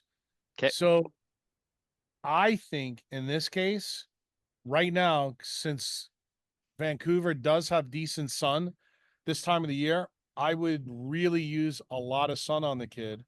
One I wouldn't use any of the steroids, because you'll really ruin a kid that way. We But stopped that 7 months ago. Yeah. Yeah, what you could try though, but I wouldn't get crazy with it. You could try like Benadryl cream, but I wouldn't use it more than maybe once or twice a week. But the problem with Benadryl, just so you know, since you're a doctor, it fucks with the acetylcholine and the DC electric current in the brain. So I always worry about that. Like people that take a lot of Benadryl, I'm always worried they're going to wind up developing Alzheimer's disease down the road. But if you're in the sun, you can offset that. And I know that the itching for kids is crazy. And it does tend to happen at nighttime because it's more magnetic fields out there. And that's why it occurs. But getting the kid in the sun, there's no better treatment because of the Coulomb force. If you go and read the blog, and fuck, I can't remember how long ago it was, but it was a long time ago, probably 2-3 years ago. I think it was a CPC about eczema, rosacea, and something else. And in there, I talk about the Coulomb force. I think also it was about psoriasis. I linked a whole bunch of them, and there's pictures in there of all these little kids that I've come in contact with. The answer for all of them was to get them back in the sun. And I'm going to tell you the other thing you can do, since you're high latitude, this is one of the few times that I would tell you to blow some of your money and buy some deuterium depleted water and give it to your kid, because that actually would improve the optical density of his skin. And since the little one's having trouble, you've got to solve this problem before August 15th to 20th, because that's when you lose the power. Then the only way to deal with it is you're going to have to bring him south. Okay. Thank you. We'll do that. Question about that, because I want to chase the sun this winter, but in the interim, wife and family, land rural on Vancouver Island, away from things. Would that be a possible buying cob home, building cob home? Is that an interim or no? I would never do that. Okay. I told Dave Asprey 11 years ago that he was an idiot to live there. So I'm not going to change my tune. Okay. All right. He is getting sun. I had him solo for 2 days, the past 2 days, and he woke up with me at sunrise for some reason. So he came up in the sun. We slept up here for 4 hours in the sunshine. So good. That's what you want. I mean, yeah. just keep doing that, because I think you're in the right time of the year. I mean, you got another good 3 months. You could fucking renovate the kid's skin really quick. Okay. So just tons of sunshine. He's been getting it. So we were on the sun all day, highest sun, and he's fine with it. He loves it. Try to get him grounded when he's doing it, because the ground will help him get better quicker. He loves being at the beach, picking up crabs, so that's perfect. That's the perfect place to do it. All right. And the last thing I just want to say is my birthday's tomorrow. I always want to give a gift out. I'm doing a breath session. I'd love to just post the link here if that's okay, if it doesn't feel like a solicitation, because it's completely free. But awesome. I would tell you, just if you smart, make a journal and post it in there. That way more people, because the only people who are going to see this are the people who are gold members now or platinum members. But the silvers, I don't know when they listen to this thing. I will put that on there because I want to create the optimal journal now too. So thank you very much. Thank you, team. We'll chat with you about that course we'll do soon. Cheers. Thank you. Let's see, Kristen, you're next to speak live. Can you go ahead and unmute your line, please? Welcome. Hello. Hello. Hi. I just had a question regarding alpha protein in the context of pregnancy and I guess prenatal, sorry, not prenatal, like postnatal. Been on the call for a while? What's that? Been on the call for a while? I missed, I think, the first hour. Yeah. Guess what? I answered your question there. Oh, you did? Yeah. Somebody it came up. Somebody else asked something about it. But to give you the long and short of it. Yeah. I posted something about alpha fetoprotein this morning, I believe. I'm going to tell you where it was. Okay. Either Optimal Kids or maybe it was the female part. But you know what I would tell you to do? Go with the search box, put alpha fetoprotein. It more often than not, it's not an issue. Okay. But the story that you get from the centralized doctors is that they're always worried that it's tied to like hepatocellular carcinoma or some shit like that. Yeah, we got Beckwith-Wiedemann syndrome that we were testing for. Right. They'll come up with some bullshit, but the number one thing that it's tied to, in my opinion, is it tells something about you and it tells something about the kid. And the thing that I'm worried about with the kid, kids can have their own AFP elevated for 12 months. That's not a problem. Why? Because their brain is still developing postnatally. Remember, humans are not built with their full brain. So it's usually not a big deal in the kid. But when mama has it and it's sustained the whole pregnancy, that's when I start to worry about there's an issue with mommy's liver. There's an issue with mommy's red blood cells. There's an issue with mommy's redox. And why is that a big deal? Because it turns out your liver, your red cells are actually the UPEs that tell the neural crest cells where to go in the baby. And that means that the internal melanin, which controls the electric and magnetic switch changes, the way I like you to think about it, how I answered the question before, it's the motherboard of your central nervous system. So your central nervous system itself, the brain itself, is like the computer. But the real blood and guts of it, that's really, really important, is how the neural crest cells develop. So when AFP stays elevated, what I get really concerned about, if you give that kid an injection, they're much more likely to get autism. Why? Because their neural crest cells didn't migrate perfectly and they can get injured. So I would tell you, in this case, you want to delay any type of pediatric or pediatrician telling you all kinds of fucking bullshit that you shouldn't do. As far as I'm concerned, if my kid had alpha fetoprotein up, they would get no injections. Yeah. I wouldn't take a chance. Well, it's far too late for that, but we're gone for the pediatrician anyway. But it's been a couple years since either of them that have had any sort of vaccinations. That's good. But Yeah. I mean, I don't think it's a big deal, but do check the form because there's 3 different issues it could be. It could be an electric problem, a magnetic problem, or the migration problem. Like, what's the big migration problem? You probably saw this week, if you've been on the forum, there is a new member who I fucking lit up like a Christmas tree because he actually had the balls to wear fucking sunglasses on the forum, and nothing sets me off like something like that. And then it turns out his kid's got chromosomal abnormalities, and he had no fucking idea that when you wear this, that's how you get microtubule problems. Now, most of you guys are learning about microtubules now for the first time because you're the brain. But do you know what else microtubules do? They connect to the centrosome and they pull your chromosomes apart. So how do you get chromosomal abnormalities? That's the way. If you have bad microtubules, so if your brain's not working good, that means that when you pull your cells apart, what's the big risk? That's called aneuploidy. That's how you get cancer. See, that's another road to cancer. So the jabs can actually give you that as well. Believe it or not, I just gave you the mechanism of how sunglasses give you cancer. So, and people don't realize how this potentially can happen. So that's the other thing that AFP is a marker for, that it could tell you that your son doesn't have great microtubule function. So you want to elevate, his redox. So how would I tell you to check that? Go send him in and go get a vitamin D level on and see what he is. Because you, on this picture that I'm looking at, you look pretty pasty for me. You're pretty white. Yeah, I'm actually more tan than I usually am. Actually, this particular one is for my daughter. She had the high level, and technically she doesn't have autism, but she has, some weird things.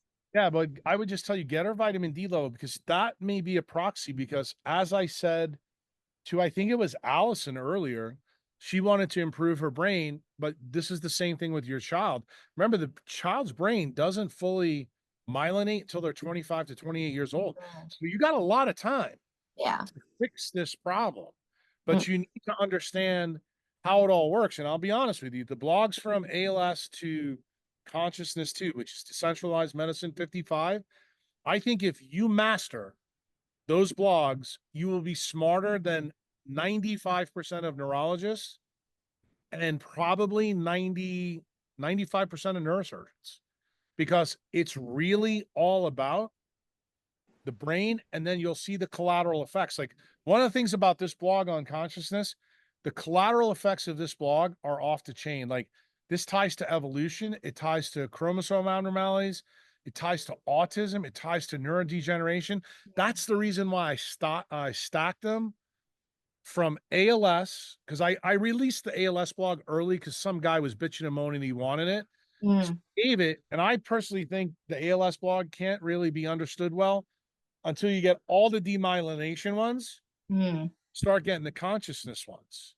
Like what I was gonna stack after the consciousness ones, but somebody's bitching and moaning about the eyes. They want an eye blog. So I'm gonna stick like one of the eye blogs in between, but the endocannabinoid system. You're gonna find out. Like, I'm getting ready to go to Prague, and I'm gonna tell every Bitcoiner that I want them to start using marijuana. Why? Because I know there's no brain damage from the technology. How you use the marijuana is key. Why? Because what does the endocannabinoid system do? It actually is a protective mechanism. And Kevin McKiernan just put a blog out, not a blog, but a tweet. A study just came out that shows you can improve people's cognition when they use THC. So, like for people like Kathy that are looking for a hack, could she use gummies? Yeah, I don't want to do it in Mexico because she could wind up in jail. But is that, a possible way of doing it? I'm not a big fan of doing stuff like that, but you just heard me tell Nathan, the new member, about his son. Could you use Benadryl cream at nighttime in the beginning, but not, hit him too hard with it? You can. I'm always going to defer that kind of shit, but I understand when you have a kid and they're fucking driving you crazy. I get it. And, have a kid and you're worried about how this AFP fits into it. Just read the post on the forum. If there's any questions, just ask some questions after that, and that'll give you the idea. But I'm going to tell you 80% of the time, it's nothing to worry about. Okay. All right, good. Thank you very much. All right. All right, that was it. All right. Thanks. Okay, thank you, Kristen. Debbie, if you can go ahead and unmute your line.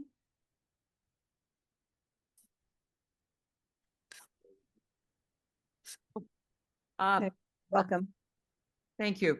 And hello, Dr. Jack. We had talked with you back in March, my husband and I, and you told us to get out of Missouri because it's bad. Well, we did go to Destin for a couple of weeks and we stayed down there in April.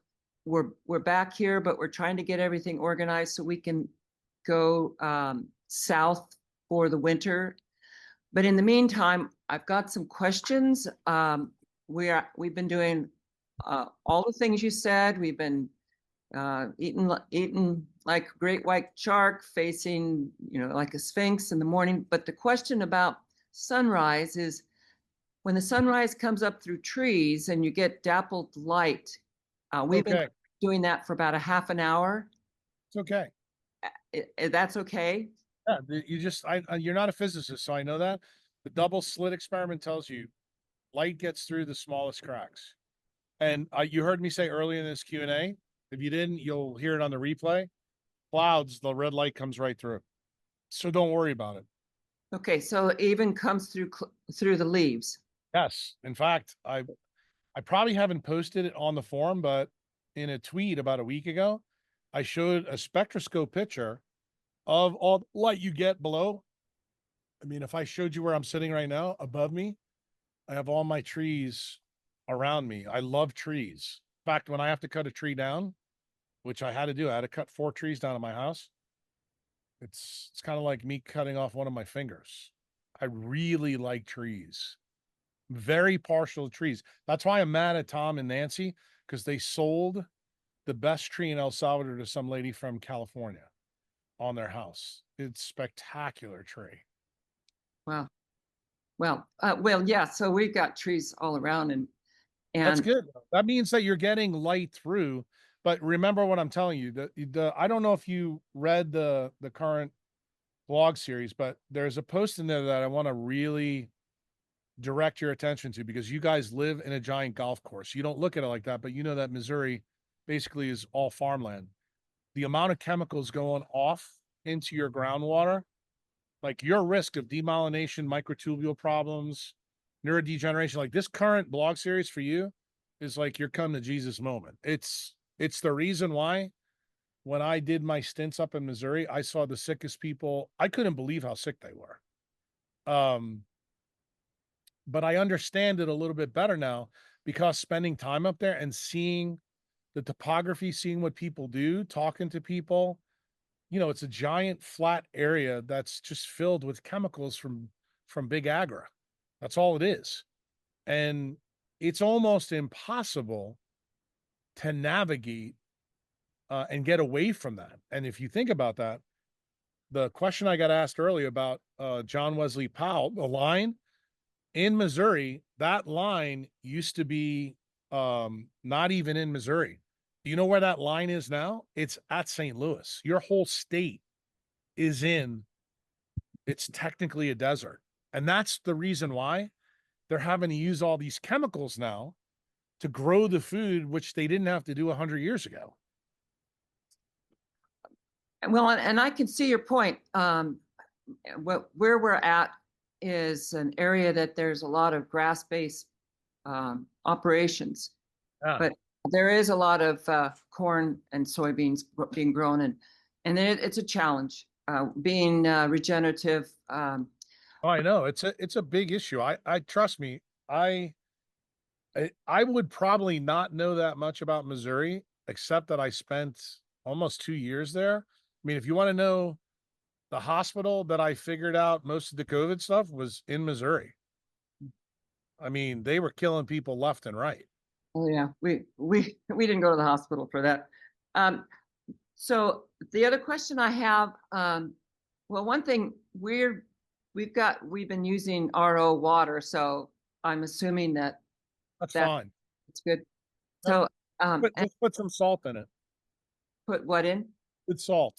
So You know, I've no fluoridated salt. got Celtic salt. Yeah, I don't know if that's so good. The salt from France. I just had one of the members that lives down here. They're friends with Nancy. If Nancy's in the chat, put the name of that salt in the chat, Nancy, for this lady. Okay. Comes from France. It's like, I think they call it Eau de Mer or some shit. I can't remember. Oh, Fleur de Mer, Fleur de Yeah, Lure. it's spectacular. In fact, Okay. it's in my red sauce right now. Oh, okay, cool. Okay, so I've got another question. And I've been doing Qigong, and I know that if you can help me understand, I think they're related, you said, or there's a connection. So in Qigong, the movements that's being done moves the energy through the meridians, and by moving that energy or electricity, they call it electricity, that moving the electricity that's made in the mitochondria through and creates healing. No, it can, but the number one thing, the stuff that's in your fascia, the tens gritty, all you like, remember the lady that talked to me before about her 15-year-old daughter with lupus? You just by sitting in the sun, you electrify all the collagens, the fibrillin, the elastin, everything in your body. It acts like the giant power grid, like an AC power grid. The sun electrifies that. The truth be told, when you do movement, most of that is actually from energy that you've stored at the electronic and vibrational level by being outside. Most of the mitochondrial power is actually being distributed to the networks that's in there. So, for example, the muscle movements, okay, your brain energy, your heart beating, the tens gritty system's got another way for you to load it.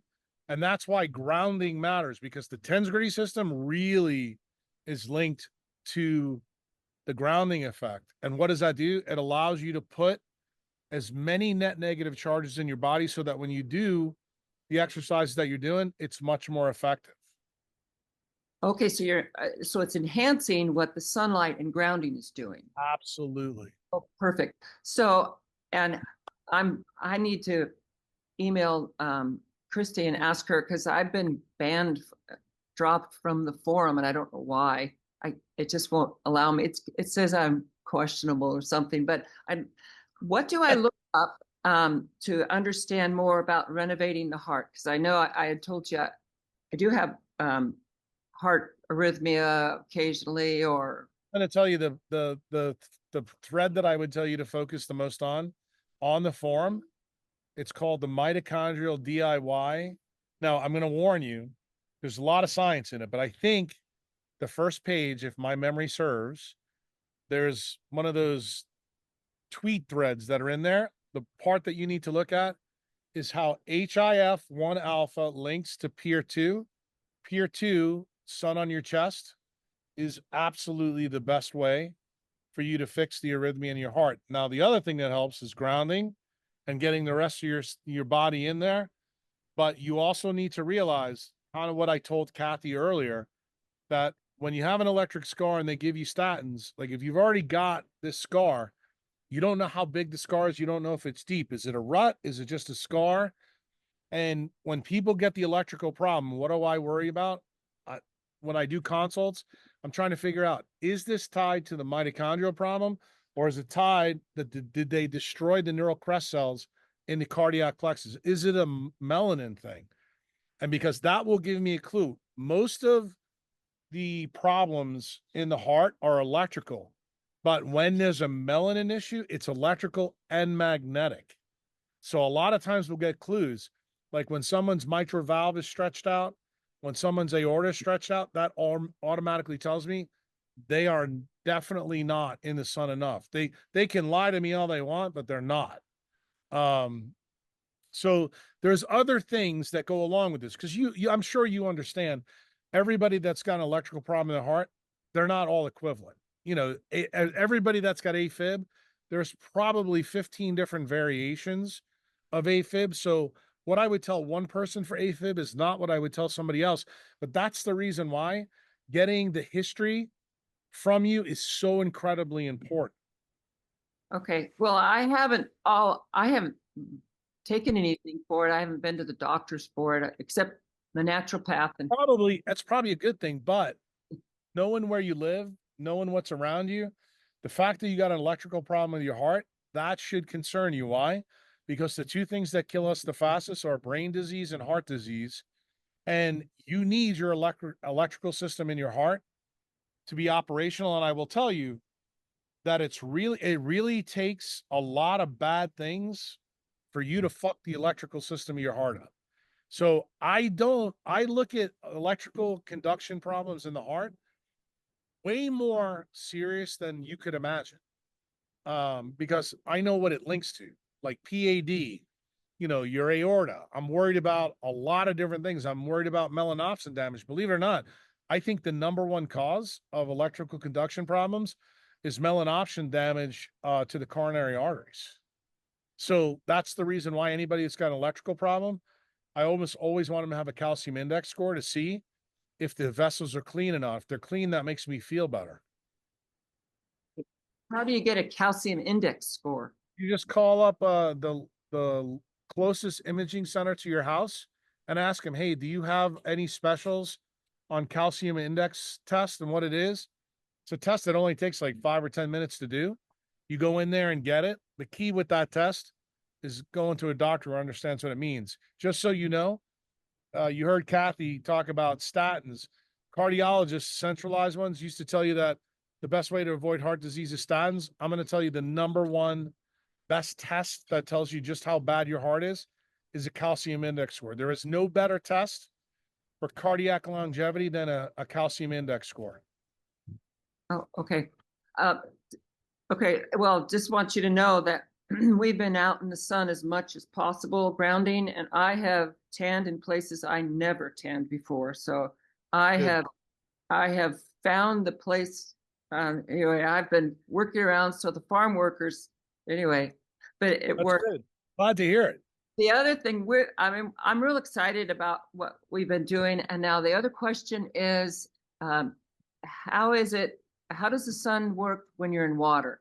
Like, well, that's actually an interesting thing. I'm going to tell you, what blog was it in? Got to go through my memory banks.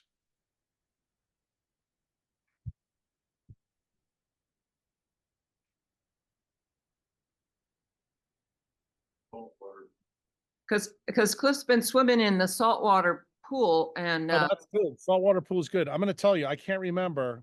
I actually can remember the paragraph. It's what the Earth looked like in 1950, but I can't remember the number of the blog. But in there's a picture of the photic zone of sunlight, and believe it or not, it penetrates way more than you think. Water allows more penetration than people could imagine. And even UV gets through water more than it does through us. So it's a big deal. And salt water is even bigger. Like there's a slide that I used in Vermont, 2018. That was from a biophysics journal. It was done by a Russian guy that showed that salt water allows more UV absorption. That's the reason why, like the story I told you on Danny Joe's with the little girl, why I gave her 3% saline, to try to save her. And if you remember what I said there, it was like doing CPR in our heart. So that should actually resonate with somebody like you, because you got an electrical problem with your heart. So I would tell you on your RO water, just add a ton of salt. Like you can't drink enough salt to make me happy. And just so you're clear about this, there's very good science on this that if you're like AHA, American Heart Association, stage 3 or stage 4 heart failure, do you know what the treatment now is? I mean, this is sacrilege when I went to medical school. The treatment now is recommended to use hypertonic saline. So the doctors that tell you that salt is bad for you, they're announcing to you just how fucking stupid they are, because now the studies are out that show people that are on cardiac transplantation list, they're all getting loaded up with hypertonic saline, 3% saline, and it improves their electrical conduction in their heart. These papers have been out, like, I'm telling you, 7 years, but it's amazing to me. These guys that are so famous, they don't know about any of this stuff. Wow. So I have one last question, if that's okay. Cliff's got lymphedema in his right leg, and he's been working on trying to get that. Of course, he's been out in the sun a lot too, tanning in Yeah, but place. you know what that is? It's the answer for that is what we just told you. It's that his Tensgurdy system in the leg is terrible. So that tells you that he's got to do way more grounding. That's a problem with the venous side, the arterial side, the collagen side. That's where lymphedema comes from. And it's a sign that your Tensgurdy is not good. And so grounding is the best way until Grounding in the sun, like he would really benefit. I mean, the number one thing I tell people, most of the people that get lymphedema that come talk to me are breast cancer people. I tell them to put their hands on the sand and stay in the sun, and get it on the front and back side. It makes a huge difference. And that there's also people out there that are lymphedema massage experts. I'm okay with that because it's kind of like you said about your exercises to move the charge around. You can move the charge around. That's what lymphedema massages are about. They move in the charge to where there's no charge. But the problem is it doesn't stay there because the electric power grid in that area is broken down. So you need to rebuild it. and you rebuild it by grounding and being in the sun. Like, yeah. Okay. When you have lymphedema, it tells you that you really have a big deficiency. Okay. And I assume lymphedema is swelling liquid fluid that does. It's actually, I'm going to explain it to you probably to make the visual impact. It's the World Trade Center on 9/11. It's falling apart. It's like somebody put thermite in there to blow it up. Okay. So at night when the leg is elevated, it goes away sort of, and during the day then it comes. Right, because you've got no electric charge in the leg to keep it inside where it needs to be. Okay, the electric charge. Okay. Well, I really appreciate this. Thank you. Thank you so much. All right. Thanks. Bye. Christy will get you squared away. Yeah. We Oh, like you. We like you. Christy may not like you, but I like you. Stop it. Send me an email, info@cruise@destin.com. We'll get you all squared away. I'll do that. Thank you very much. Welcome. Okay, next we have Noah. Noah, can you go ahead and unmute your line, please?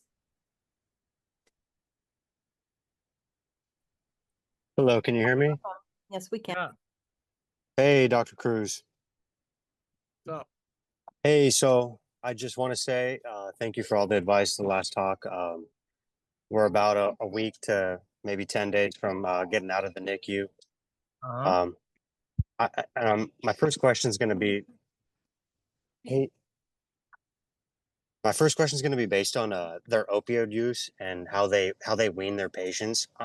I kind of got into it with the hospital, and they tried to stop me from seeing my daughter because I used an F word, not directed at anybody, but in terms of just expressing my frustration with them, because she tested positive for influenza while they were dosing her up with, they gave her Tylenol at 10 o'clock at night.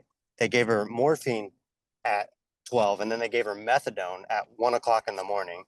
And then after that, she tested positive. They're giving the baby this? Yes. Yeah, and I lost my shit because I already told them. I talked to the PA before they did this night that I don't want them to give her anything without my permission. They don't even try to call me. And then they gave her antibiotics because she tested positive for influenza, because she might have another infection, because she got an infection around her trach before her first trach change, which one of the nurses told me means someone that was touching her and contaminated her. It couldn't have been us because she was sedated and knocked out really for like, the first 7 days. So me and my family, we kind of stayed away for a little bit, just came to visit her a little bit, but it's hard to watch your baby be there like that. But fast forward, we're 3 weeks, almost a little bit more than that, 24 days past the tracheostomy. And yeah, they did that in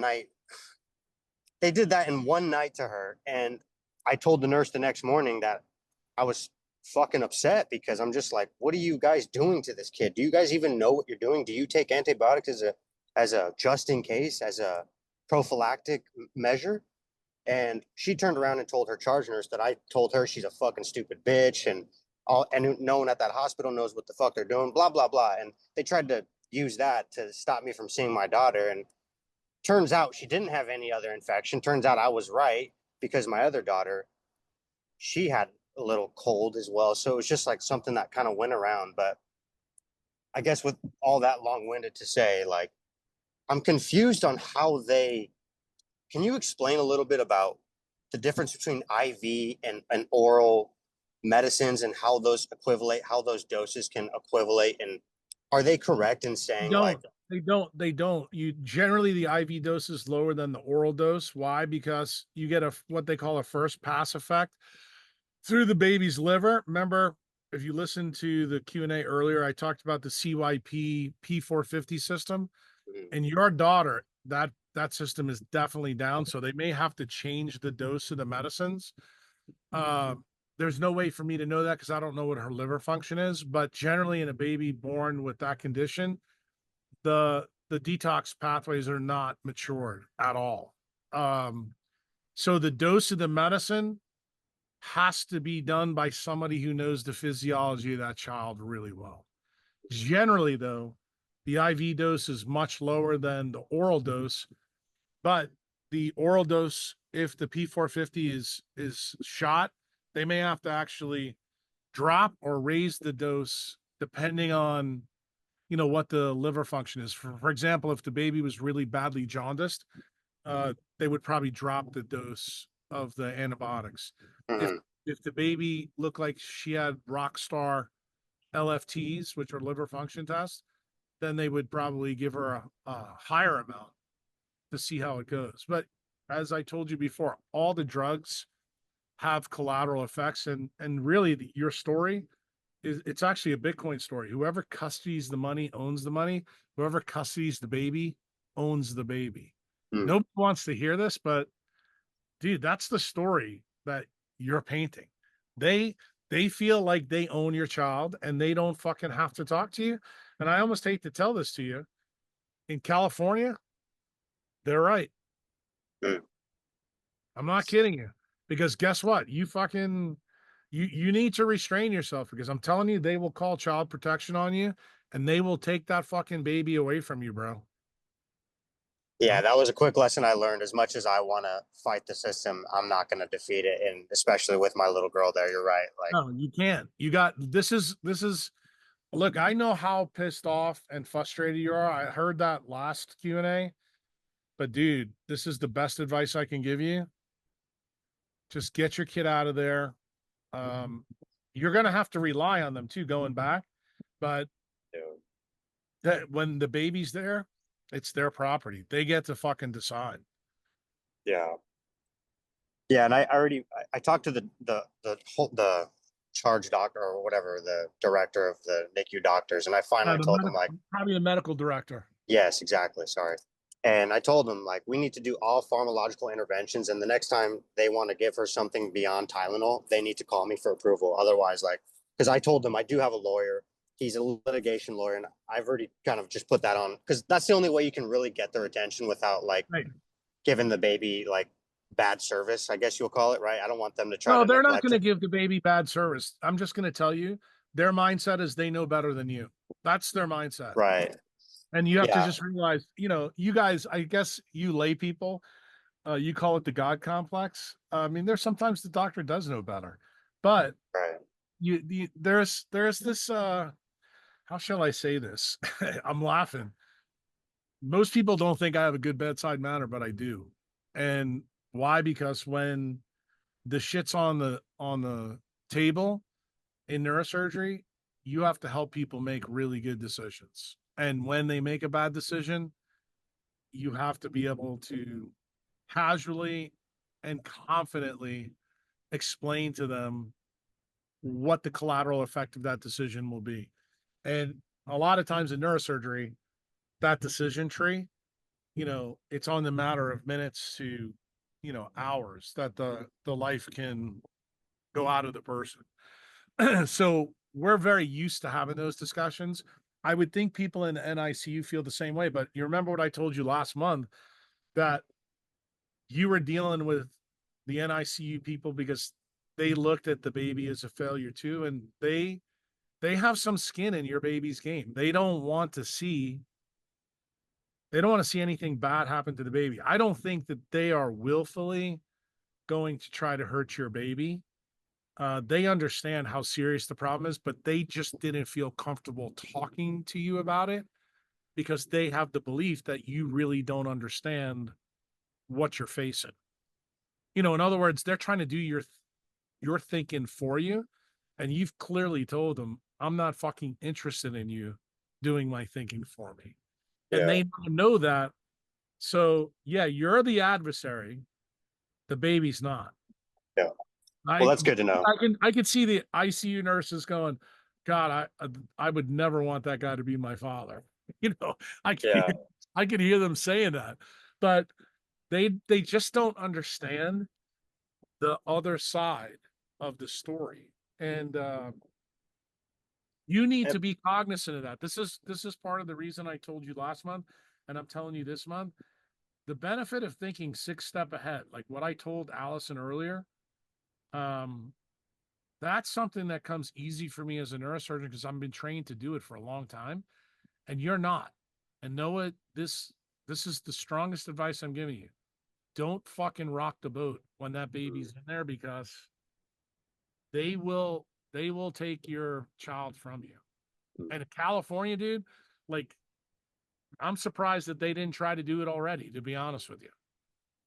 Yeah, well, I mean, I think the truth is too, I didn't say that. So I told them, I hope your guys' phone calls are recorded, because I didn't say that. Like, it's crazy that someone would, because you used the F, but Just you know so what? you know, they're setting you up. They're warning you. Right. Keep fucking with us, and guess what's gonna happen?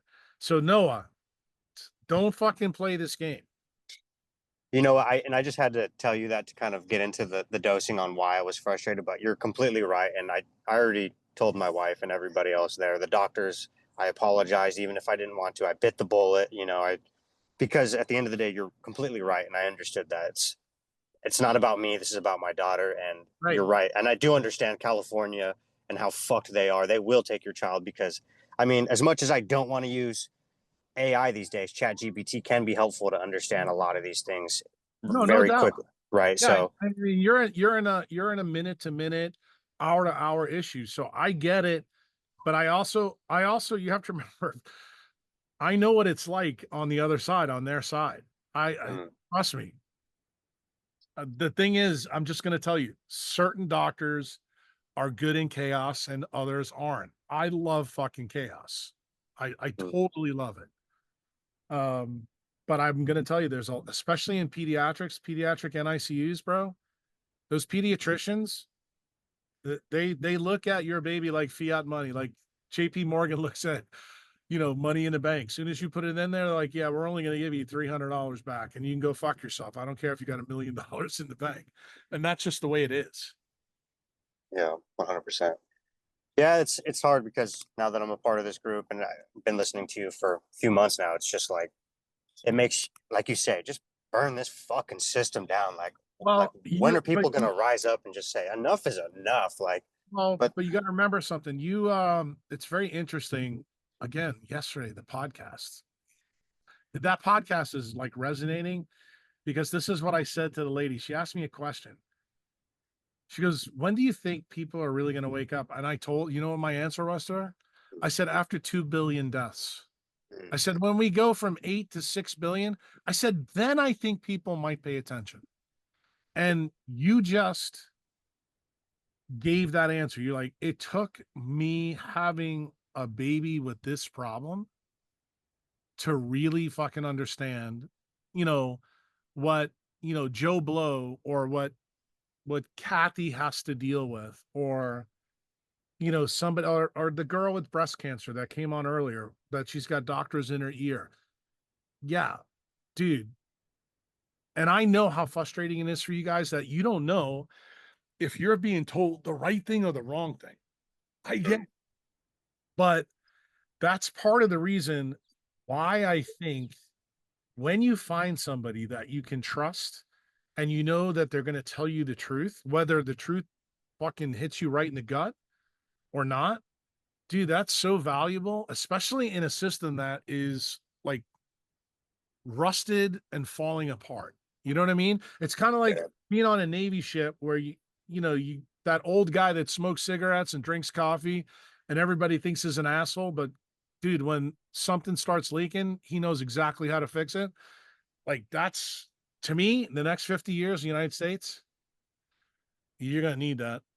You're gonna need somebody like that in your back pocket. Yeah, that's for sure. Well, we'll hope to build this community out, and I'm gonna continue on this path, doctor. And on that note, I'm just curious. They're gonna send her home with, well, to backtrack, she's doing really good post trach. How they have them on the ventilator. She's doing the cool mist, and she's sprinting for over 24 hours. She's doing great. Yeah, that's good. That's a good sign. Yeah, and like you said last month, pay attention to the signs. And this little girl is what any fighter could fight, and it's just a godsend, really. And I know we've talked about God earlier, so I use that just in my own beliefs. But this, she's probably going to come home on the HME, and I'm just curious. They're going to send her home on the methadone, and they're going to have us do the weaning process. Is there anything that you can recommend that I can start weaning her faster than what they tell me, or do you think I should just? Yeah, I don't think you should buck the system, and I'll tell you why. This is the key. Those doctors are the best people to make that determination for you, because they have real world data of how your daughter responded to the methadone. And remember, the methadone receptors, all the opiate receptors in your daughter's brain, they have not matured. Okay. So what you would normally think in a normal person isn't normal for your daughter. You understand what I'm saying? Yeah. And they since they have been dealing with her through, some of the worst, really probably the worst metabolic state you could be in, and they have got her dialed in, I would tell you I would trust them with my life to do the weaning, because it'll be important. And I'm going to tell you, the feedback that you give them when the baby's home is going to be really important. But I will tell you this, because they won't, the way to wean the baby the fastest, put the baby next to the sun, because there's a direct link between vitamin D levels and opiate abuse. I've told people this. I have a funny story. I sent Chantal's mom to this guy Joel Berry, who's one of my pain guys, and he didn't even know. He's a really good guy. I said, Joel, you realize you got all these people on fucking these powerful opiates. I said, if you just fucking put them on vitamin D or get them in the sun, you could wean some of these people on Suboxone down. And he's like, what are you talking about? I've never heard this. And I sent him a couple of papers. He just sent me a fucking message on Facebook. He goes, dude, he goes, you saved my life. He goes, the last 4 years, he goes, I got everybody on fucking vitamin D, and I've reduced their opiate doses down by 50 or 60%. Wow. So I'm going to tell you, yeah, there is something you can do, Noah.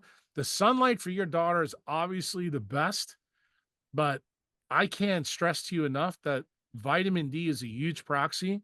And this is the reason why Kurt Cobain, the guy from Linkin Park, they're all fucking drug addicts, because they do. It's at nighttime. They never get in the fucking sun. They sleep all day. And, eventually they shoot themselves in the fucking head. So just realize that the quantum biology is very operational with the opiate receptors in the brain.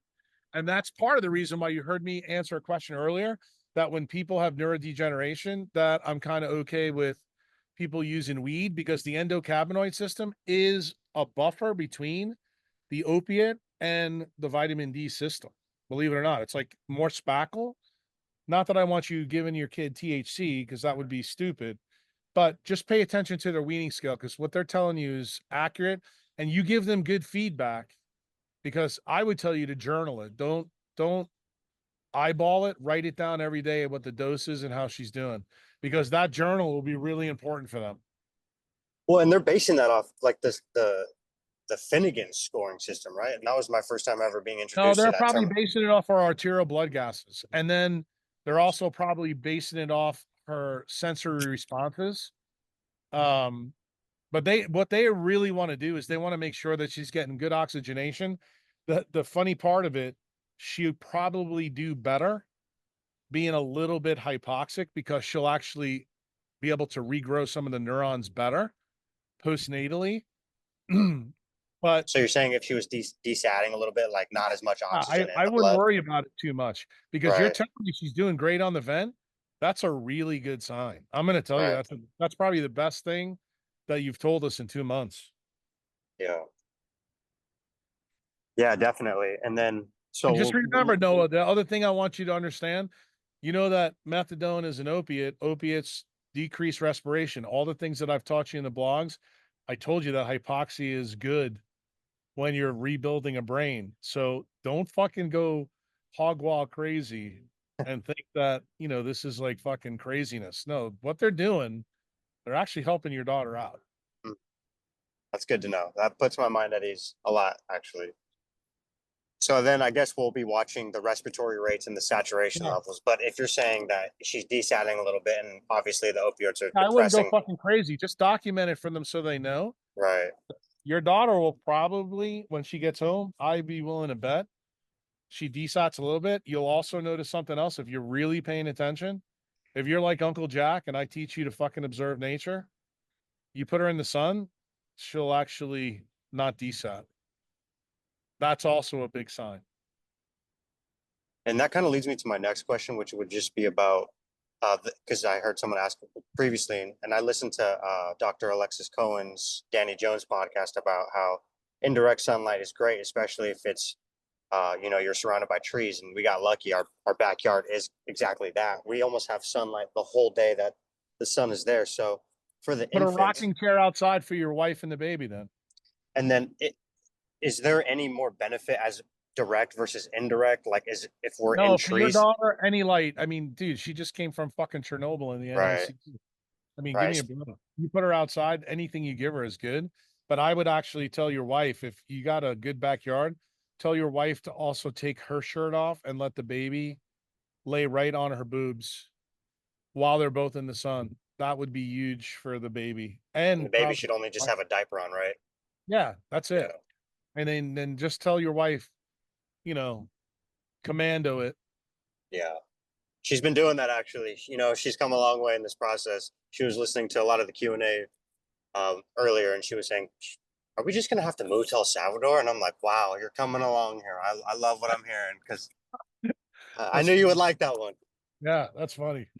And then for grounding as well, we live next to like a private lake.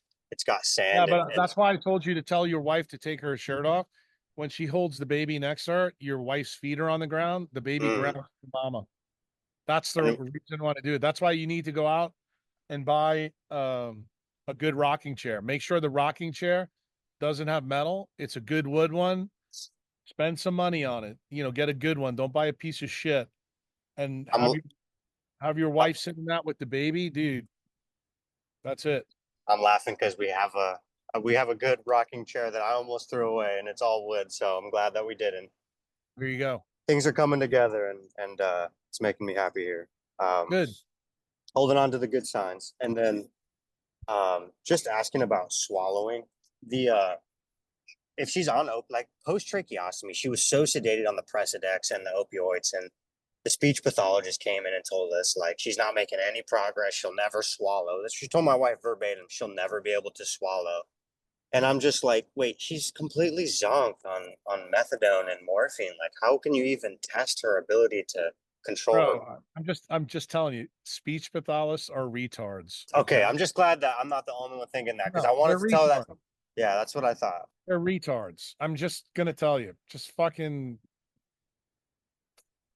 Yeah. No, discard that. And that's exactly what I told my wife. Is like, let's see how the baby does. right. Okay. Yeah. You already got a good sign. That baby's breathing on its own. That tells me we got a shot here. Yeah. Way And then- better shot than last month. I can tell you Yeah. that. No, for sure. Holding on to the signs, definitely. So and you know, a lot of people from the group reached out to me via Instagram and just throughout the chat today, and just such a blessing to have people around us that are truly supportive, and they see the message, they see through the Well, facade. you gotta realize something, Noah. You made being a member real last month. Why? Because all their little stupid problems are nothing compared to what you're dealing with. Mm. Especially when it's in a baby. And that lesson should hit every member between the eyeballs. When you say I can't, and that little baby Emily is like, the fuck I can't. That's the message. Mm. And there's a lot of these fucking adults in this room that need to hear that message. That's why it was powerful. That's the reason why, you know, people got emotional. They felt for you. They felt for your wife. They felt for the baby. But I'm going to tell you a big part of it, they started thinking about themselves.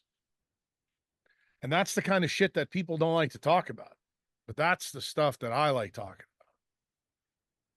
Yeah, I agree. And you know, it's been a little hard for me because I look at other people talking about this or that and politics, this and that. I'm just like, shut the fuck up. Like, really, you're not, you know, but then Well, you have to be humble and understand that it's like people You have their journey, and and like you always say, you can't save everybody, and No, you you just can't. got to let them go to the can't. woodshed.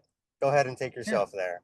Sometimes people need to get punched in the mouth and really get it big time. And I understand that. And I really, I think people think that, oh, I'm going to be disappointed in them. No, I have a famous saying as a neurosurgeon: the patient has a disease, not my concern. And that's the truth. My job is to help them get better, but I don't get emotionally tied in your journey. That's your fucking problem. If I got emotionally tied in everybody's journey, I would be useless. I'd be burnt out. Mm. Well said. On that note, I mean, I know my biggest priorities, I know you're going to tell me, is taking care of my daughter and making sure that these things are, you know, I'm the biggest advocate for my wife and my two daughters here. But, you know, I truly feel passionate. And, you know, I mean, when you talk about, you know, quantum entanglement, I don't think that this happened to me just for no No, reason.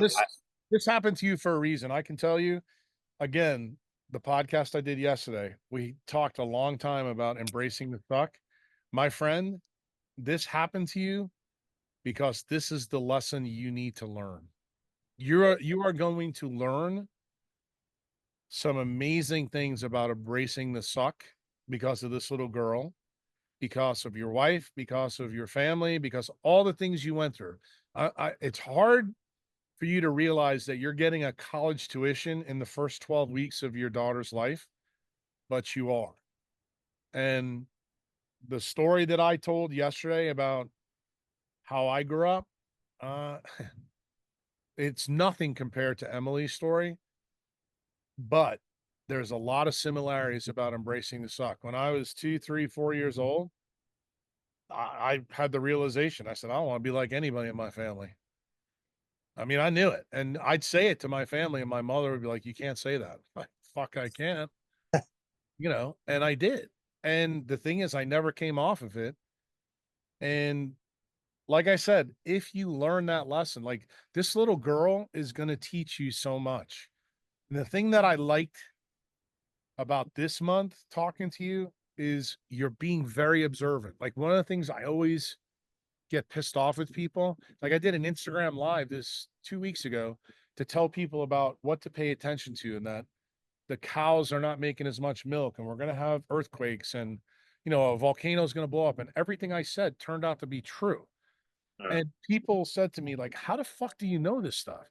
And you know what I said to them? How the fuck do you not? I live on a fucking volcano. I'm looking at the trees. Like this morning, I did an Instagram, and this will be operational for you because it is tied to Emily. So I've been telling Chantel there's a tree in my front yard that I love. It's got Bitcoin orange flowers on. It's called Flor de Fuego. But this tree, for some reason, this year just has not bounced back. And I got to thinking about it, and I saw the NASA picture of the big hole in the southern hemisphere. I said, that's the fucking reason why my trees are not going. So I'm sitting there watching it. Last night we had a 3.8 earthquake right there. You can see in the Pacific Ocean. It's a beautiful view of the ocean today. And then we had a fucking unbelievable electrical storm. I mean, ridiculous. And yesterday it was cloudy. It looked like Seattle in El Salvador. Don't you think I get up and the tree that I've been looking at, half of it it's full blown. Like it happened overnight. And I called Chantel and I told her, I said, you're not gonna believe this. I said the fucking cosmic radiation actually made the fucking tree grow faster. And I said, you want to hear the other crazy thing? I got fucking butterflies all over. I think they also metamorphosis went nuts. Like I saw literally 50 butterflies this morning. I haven't seen 50 butterflies in 3 months. So what am I trying to tell you? Why is this important for Emily? Her central nervous system has been destroyed, but there's a mechanism on Earth that showed up in my tree and in those butterflies that can let you and your little girl speed up. Don't forget that. That's the lesson.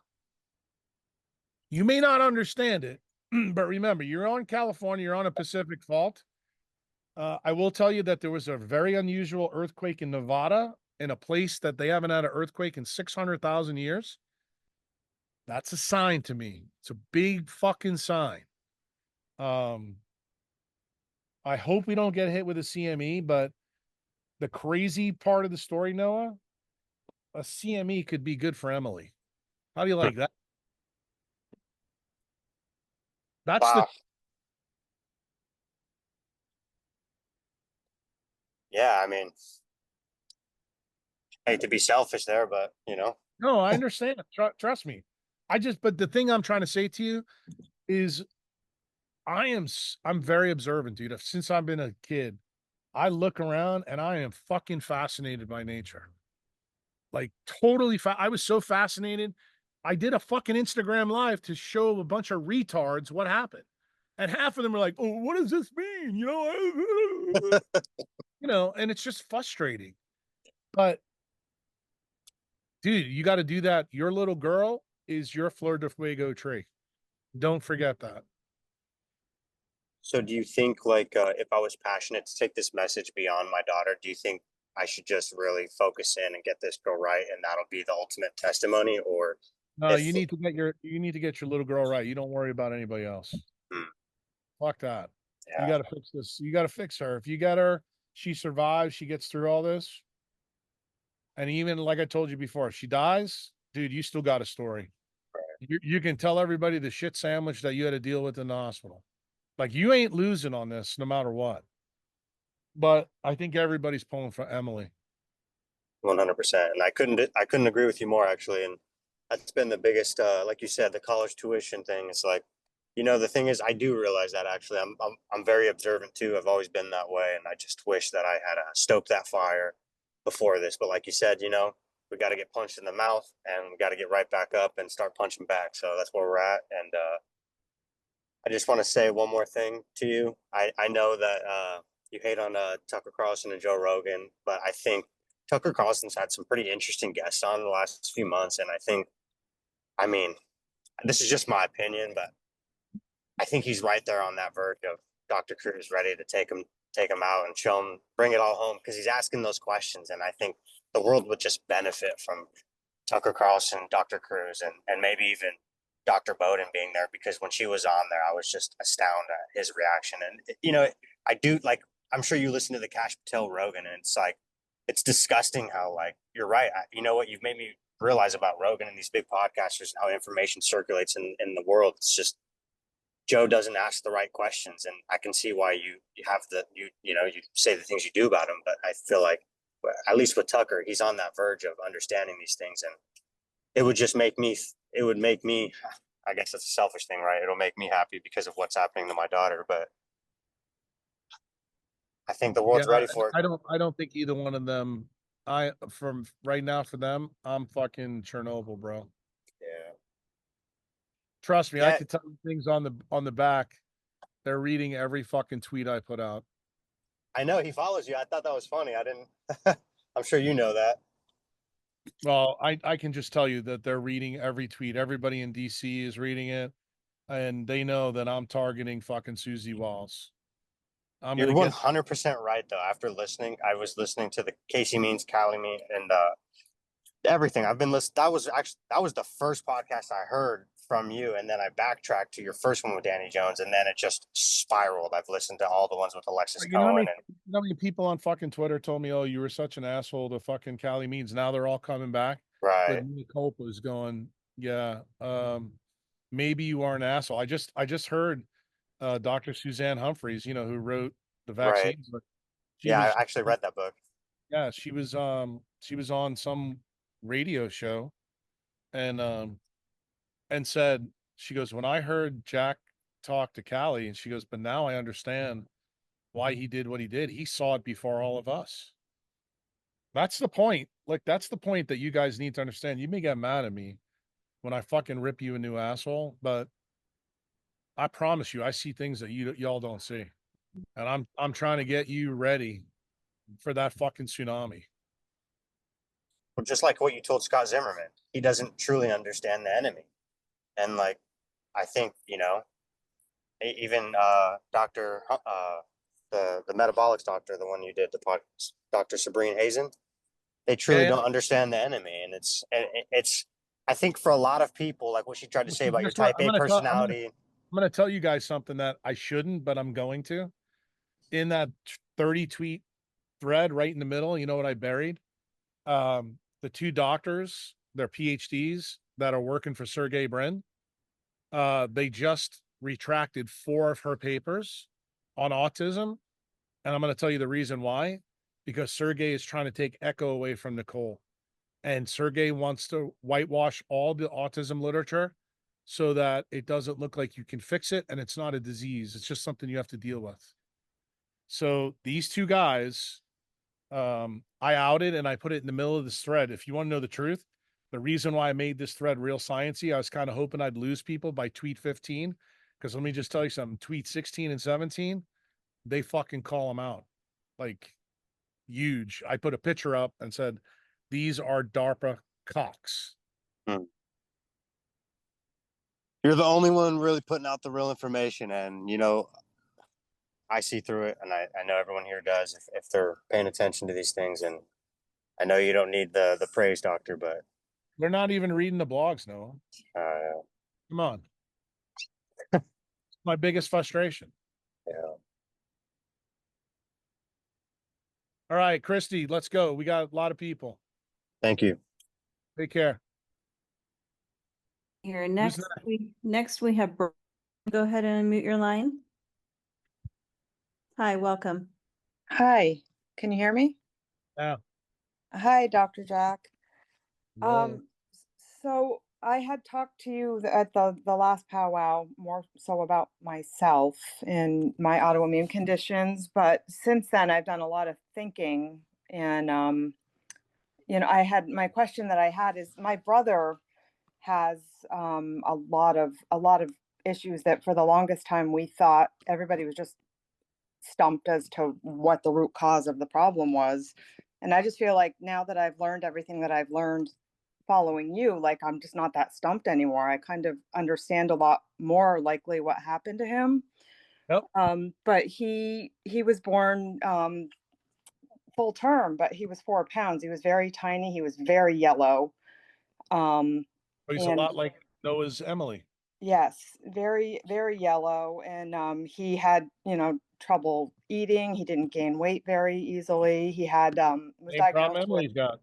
Yeah, he had asthma. He was diagnosed with asthma when he was just months old, and he was in the hospital chronically in mist tents back in the 70s to help him breathe because that's all they Asthma, had. asthma is tied to low vitamin D levels. Keep going. This Yeah. is exactly Yeah. Emily. That's why she's got a breathing tube in the trach. Keep going. Yeah. So he did seem to sort of, I mean, he was always tiny, but he did, grow, and he seemed to, things, he seemed to develop pretty normally. He talked and walked on time and potty trained, all of it.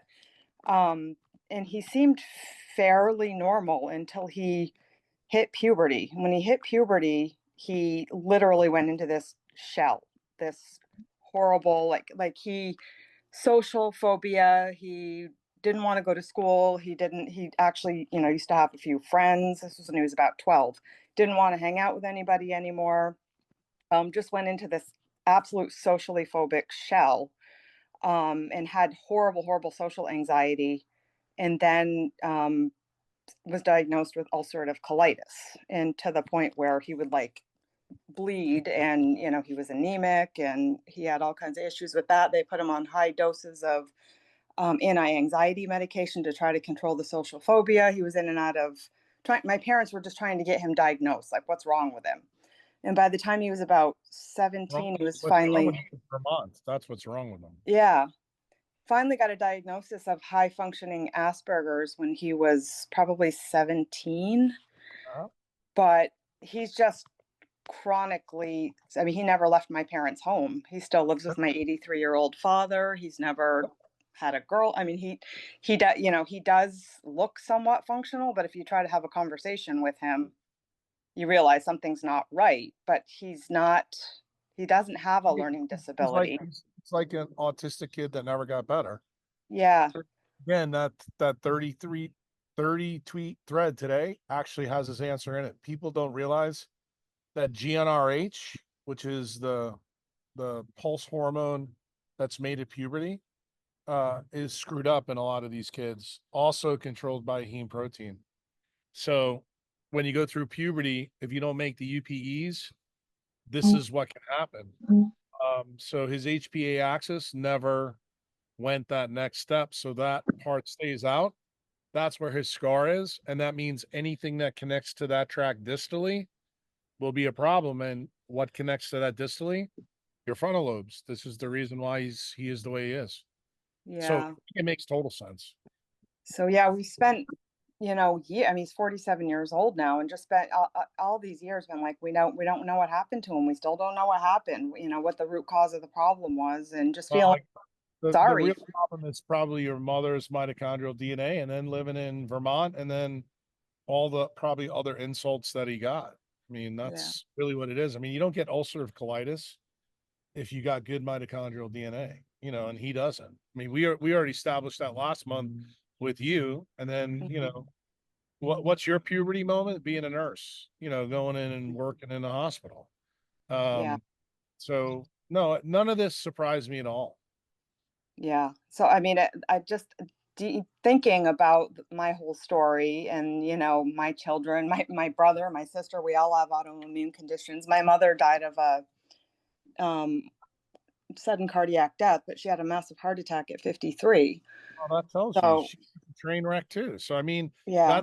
you put all those mitochondrial DNAs in you and your brother. I mean, this is the perfect transgenerational story. I mean, that's what it is.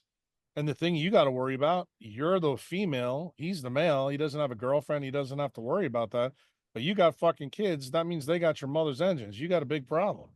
Like you stay in Vermont, I'm going to be honest with you. Just like I told our UK friends, like I told whoever else I screamed at today, staying in Vermont for you is a death sentence.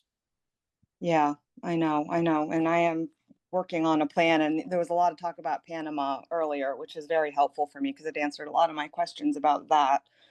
But I just feel like I solved the mystery. I mean, I've learned this, what was a mystery isn't that much of a mystery anymore, but will I be able to would I get the rest of have the rest of my family ever understand everything that I know now? I don't know. What does it matter to you? Remember, Right. you're the nurse, you're the Yeah. mother, you have the vagina, you control everything. Just go. Yeah. Yeah. And he'll follow you. Like if your Mhm. husband loves you, he's going to go. And Yeah. if he doesn't go, he'll come and visit you every 2 weeks for conjugal visits. Yeah. He's I not mean, opposed to it. well, I'm just telling you, just do it. So what I Mhm. told the other lady, I mean, that other lady who I wanted to kiss today, I gave her an idea and she executed it. Just stop fucking talking about it. Just do it. Mhm. Yeah. Yeah. I might end up when my father passes, he's 83 years old. I mean, my brother will be mine to care for. And it's been a lifelong just kind of feeling sorry for what's happened to him and not understanding what's happened to him. And Yeah, but you want to know I the feel like I sad part is? understand now. The story of the girl on the forum, what's her name? Neurotic Farmer. I Yeah. could see your brother spending a decade on the beach here and all of a sudden fucking waking up. Like, like I would a Robin love that. Williams story. That Yeah. I could actually see something like that happen because technically, from all the physics I know, there's no reason, as long as that scar is not, fixable, don't be surprised if you can heal it. And Mhm. then the real sad thing is you're gonna be like, God, we wasted a half a century of this kid's life. Yeah. Saying, nobody can help us. Nobody has been able to really explain what happened with him and why this happened. And was there anything that we could have done better? Yeah, and so, Yeah, yeah. you have to move. But nobody was gonna tell you that 50 years ago. Right. Right. Yeah. So I know what I need to do. And, yeah. And I'm educating my sister who's very open to all of this as well. She also has some autoimmune conditions. So, and I know it all comes from, like you said, from my mother. um, and just understanding it all. So the puberty thing was, I guess, my question. Like that is when we noticed, like, Listen to the podcast on the finasteride. That'll answer the question. And then read the tweet thing that I put out this morning. That's Mhm. where the two answers are. Okay. Perfect. We need to Okay. move on. We have Thank you. Goodbye. Great, thank you. So next we have Stuart. Stuart, can you go ahead and unmute your line? Welcome. We can hear you. Okay. Hi, Jack. I wrote a question where I said that I've been following your protocol for almost 4 months. And I'm a stage 4 non-small lung cancer patient. But by applying the things that I've learned, I get sunlight every day. I get morning sunlight. I've been drinking DDW for several months. I have no pain. So the spinal tumors, they're not creating a problem. And I go back in the middle of July for a rescan. And even after about 6 weeks on your protocol and the paleo diet and everything else, and ivermectin and fenbendazole, the last scan I went to, it showed that I was getting stable in that short of time. And so, like, You're the one that sounds surprised. I'm not.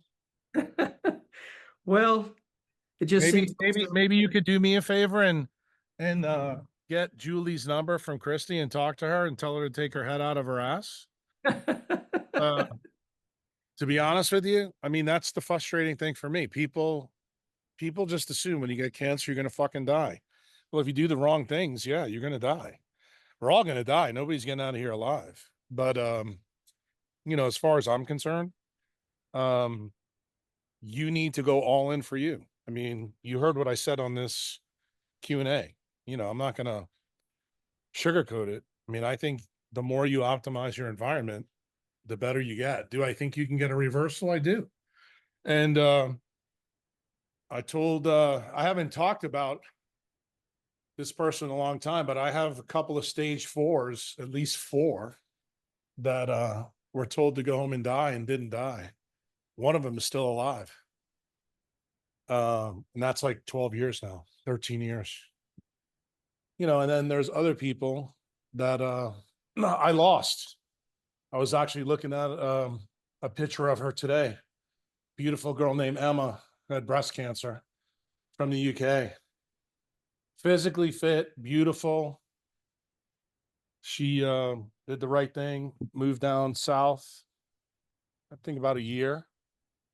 And then she went back to the UK for some family bullshit, and I told her exactly what I told Julie. And I told her that your family's going to kill you. And then she made a B or a C, went to Majorca, stayed with that member I told you about, Lily. And she was there 2 or 3 years, 34th latitude. Breast cancer came back and she was dead in 8 months. She was 44 years old.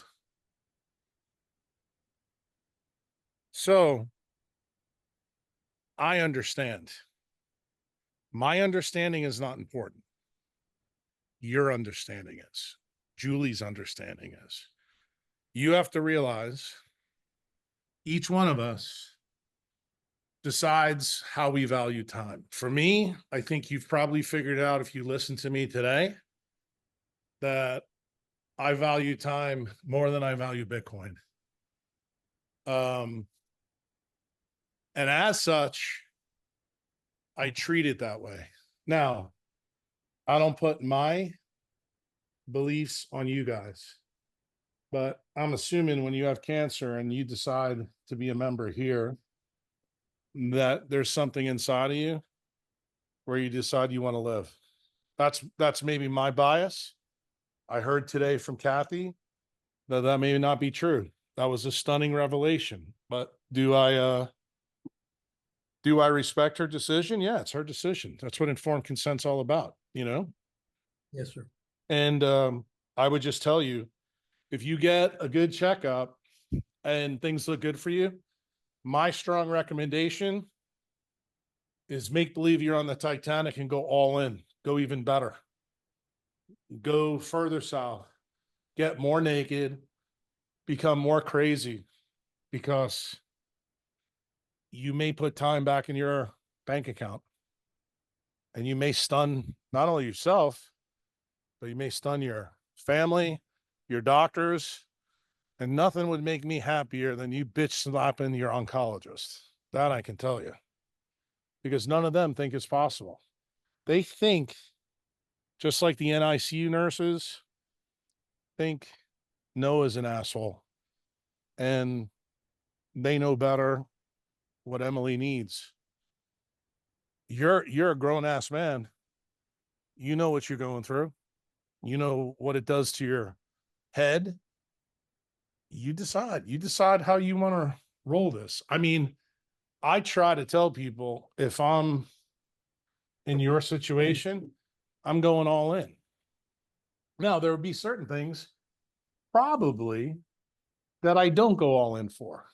Like, I think if I came down with ALS or locked in syndrome, no, I don't think I would do that. Maybe because I just know a little bit better. But your situation, even though many people may think it's like, you know, a stage 4 is like ALS, I don't think it is. I mean, I just have a different mindset. And, you know, I generally don't give you guys my biases. There's certain things that I do have biases about. Like I know what I will recommend and do in a certain place just because I know that I know better. Like if you got a gunshot wound and you're a Glasgow coma 6 below, I'm stapling your gunshot wound and telling your family there's nothing going on. And that's like an axiomatic answer for me. Then I'm taking your family's hope away even before you're brain dead. But this problem you're dealing with, no. I'm all in if you're all in.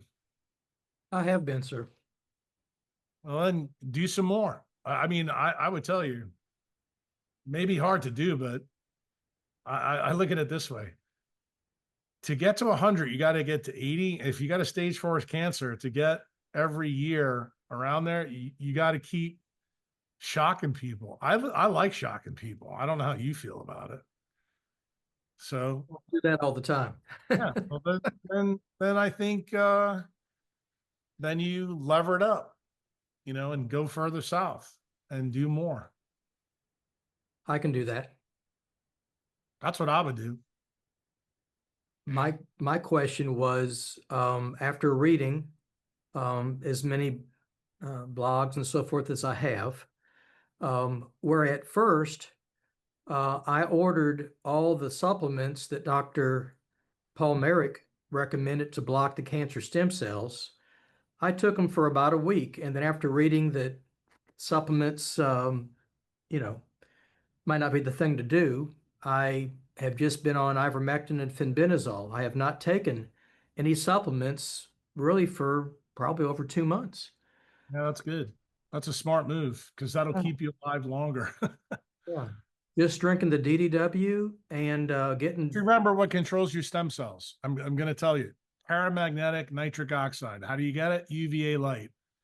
That's what controls your stem cells. So what you need to do, get in the sun, turn your T regulator cells in your skin and everywhere in your body into natural killer cells, and let those fucking cells destroy the stage 4 cancer.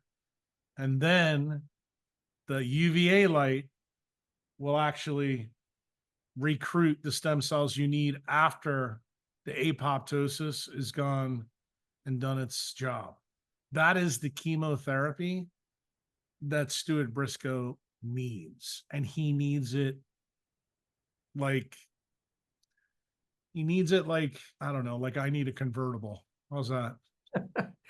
Well, I've also done intermittent fasting, and I've done 2 and 3 day fasts. I never felt better, just trying to let the autophagy have its time. And again, being one with nature. I've got 2 acres here of woods. We're moving about 1.5 miles down the road on 20 acres. It's full of woods and it's on the lake.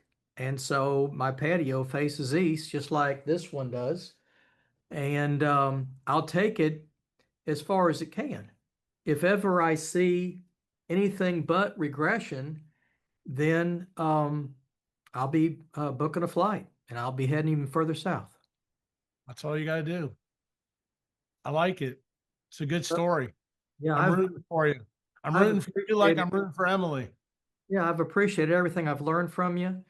I was in med school at LSU, Shreveport back in the 80s. I had to drop out because my first wife, I had to go to court and get custody of my 3 children. So I couldn't do that and be in med school. Correct. But I never left that hunger for knowledge. And I'm sure I'm hard-headed. I was a race car driver and never got injured in all the years that I raced. I had 1 crash at Daytona in a 24-hour race. Didn't hurt me at all. Everything that's supposed to be there in the car saves me. And so then I'm here walking my dog back about 4 years ago, 2 doors down, and a lady runs over me. Well, you know, it's like to myself, I would say, well, I'll be the last person to ever get run over. I mean, with all my reflexes and everything else, and I'm the only person that gets run over. So God was telling me something, I'm sure. And so I had a massive concussion. And now that I understand about myelin and, head injuries and things like that, I'm sure that was the start of it. Because after I rehabbed from that and it was working out again, I had diagnosis of prostate cancer. So I go up to Mayo. I don't do as much research as I have now. I wouldn't have had the surgery, but I did. And so it took getting stage 4 lung cancer 7 months after the prostate to really say, okay, get back in the books, start studying. And I've said it to myself, I've said it to other people over time, but cancer is probably one of the best things that ever happened to me because it focuses you.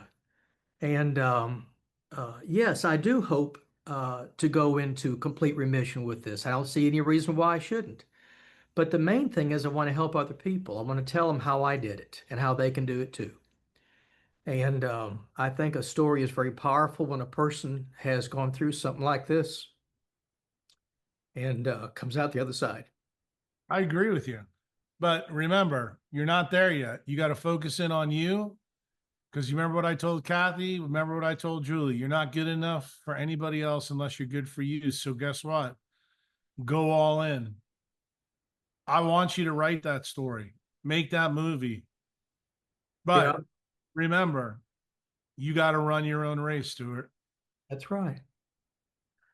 Well, besides taking the ivermectin and fenbendazole, which is all I've done, I've read and heard you say things like iodine is very important for thyroid function and for other things. I saw what you recommended, the brand of the iodine, back in one of the blogs I was reading, so I've ordered some of that. You mentioned about THC, and should I be trying some CBD oil? I mean, let's put it this way. I don't think the CBD oil is going to hurt you. I would tell you to reach out to Kevin McKiernan to ask him directly. He's the expert, as far as I'm concerned, on the endocannabinoid system. He's probably got some awesome papers on prostate cancer. That way he can probably direct you to who can sell you the right thing. So just reach out to him and tell him you're one of my members. Okay. Because I'll see him next week anyway. Okay. But I think that's the way to go. To be honest with you, I don't have a big experience with using THC or CBD oil. That stuff came after I was really out of the game. And when we're in the hospital, we don't use that stuff. You know, they just don't have Right. it.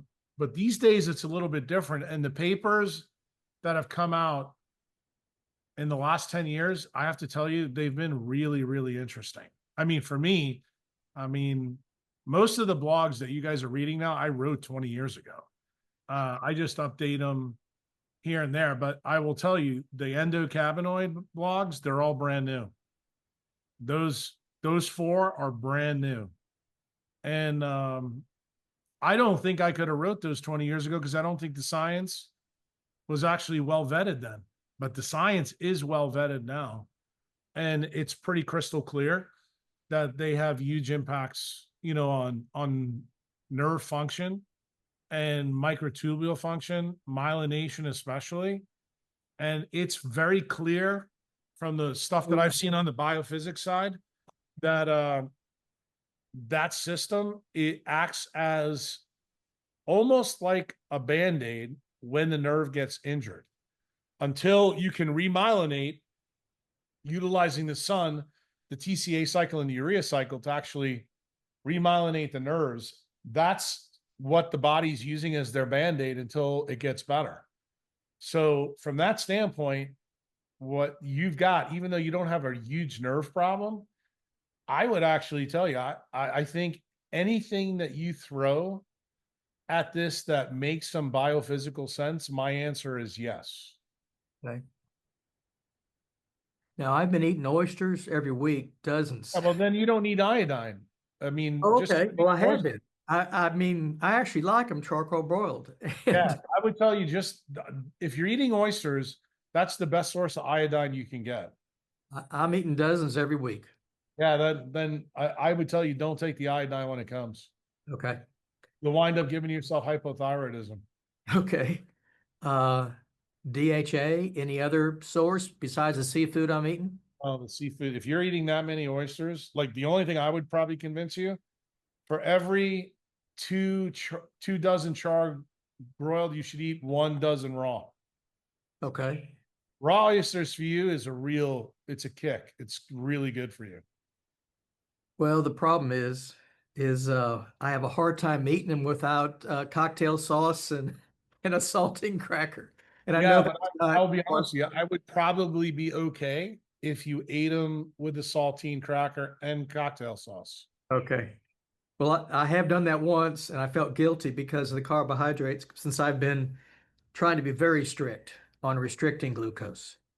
Yeah. And, I don't think that's the big deal.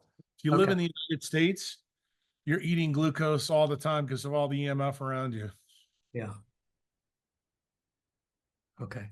Also, let me look up a drug that you mentioned in your last podcast, Juvenatide. Yeah, useless. Okay. I Well, put it in there because some influencer decided to poke the bear yeah. because he's not reading my blog. He has no idea what I'm doing. So I decided to take that tweet and call him out. So that's Well, why it's in the blog. yeah, I read the clinical studies and I didn't see it. I mean, you've read the same things. But I thought since you put it in there, that it's something I had to ask about. Is that something No, that would? absolutely not. Okay, good. Good. That was the whole gist of the blog. Don't take this shit. Okay. Yeah, you're trying to build up more microtubules in the frontal cortex. And I didn't see that the results, the clinical studies, would really advocate that much. It's garbage. This kid is just trying to make it that microtubules are the star, kind of like Hammeroff is doing. But it's not. The mitochondria actually is directing the whole show. I'm taking green tea, EGCG. That's fine.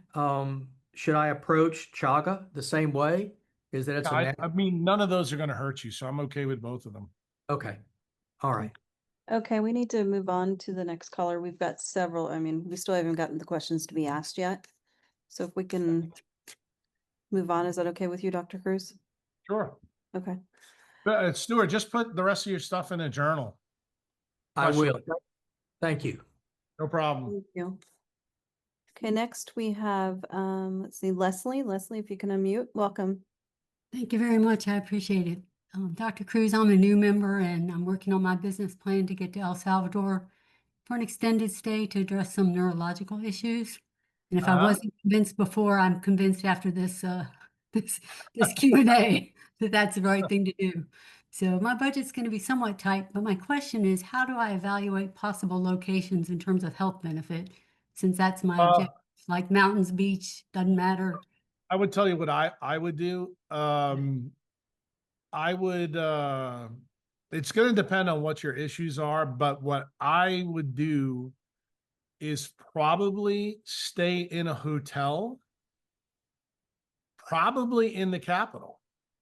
I normally wouldn't tell people to do that, but then rent a car and drive to the different places. Like you need to go to the volcanic lakes, go to the beaches, go to where the mountains are, like here in Camasagua, and then drive out to where Laude is in Costa del Sol. You can even go to Santa Ana and San Miguel and see how you like it there. That's a little bit remote. And then Acajutla, up where the Ruta de Flowers are. It's beautiful up there, but it's a little bit remote, but it's gorgeous and there's nobody there. That's actually, I think, one of the hidden gems of this country. I would tell you to go to Metapan, but no, you don't need to do that because you need a 4-wheel drive to get up there. Okay. And it's gorgeous, but that would probably not be like the first trip. And then you figure it out from there. Obviously, most people for El Salvador, they need the sunlight, they need grounding. You don't need necessarily the beach to do that, but a lot of my members are at the beach. So that's why people like to go there. The problem with the beach, just because it's beautiful, they have towers there. The towers are a problem.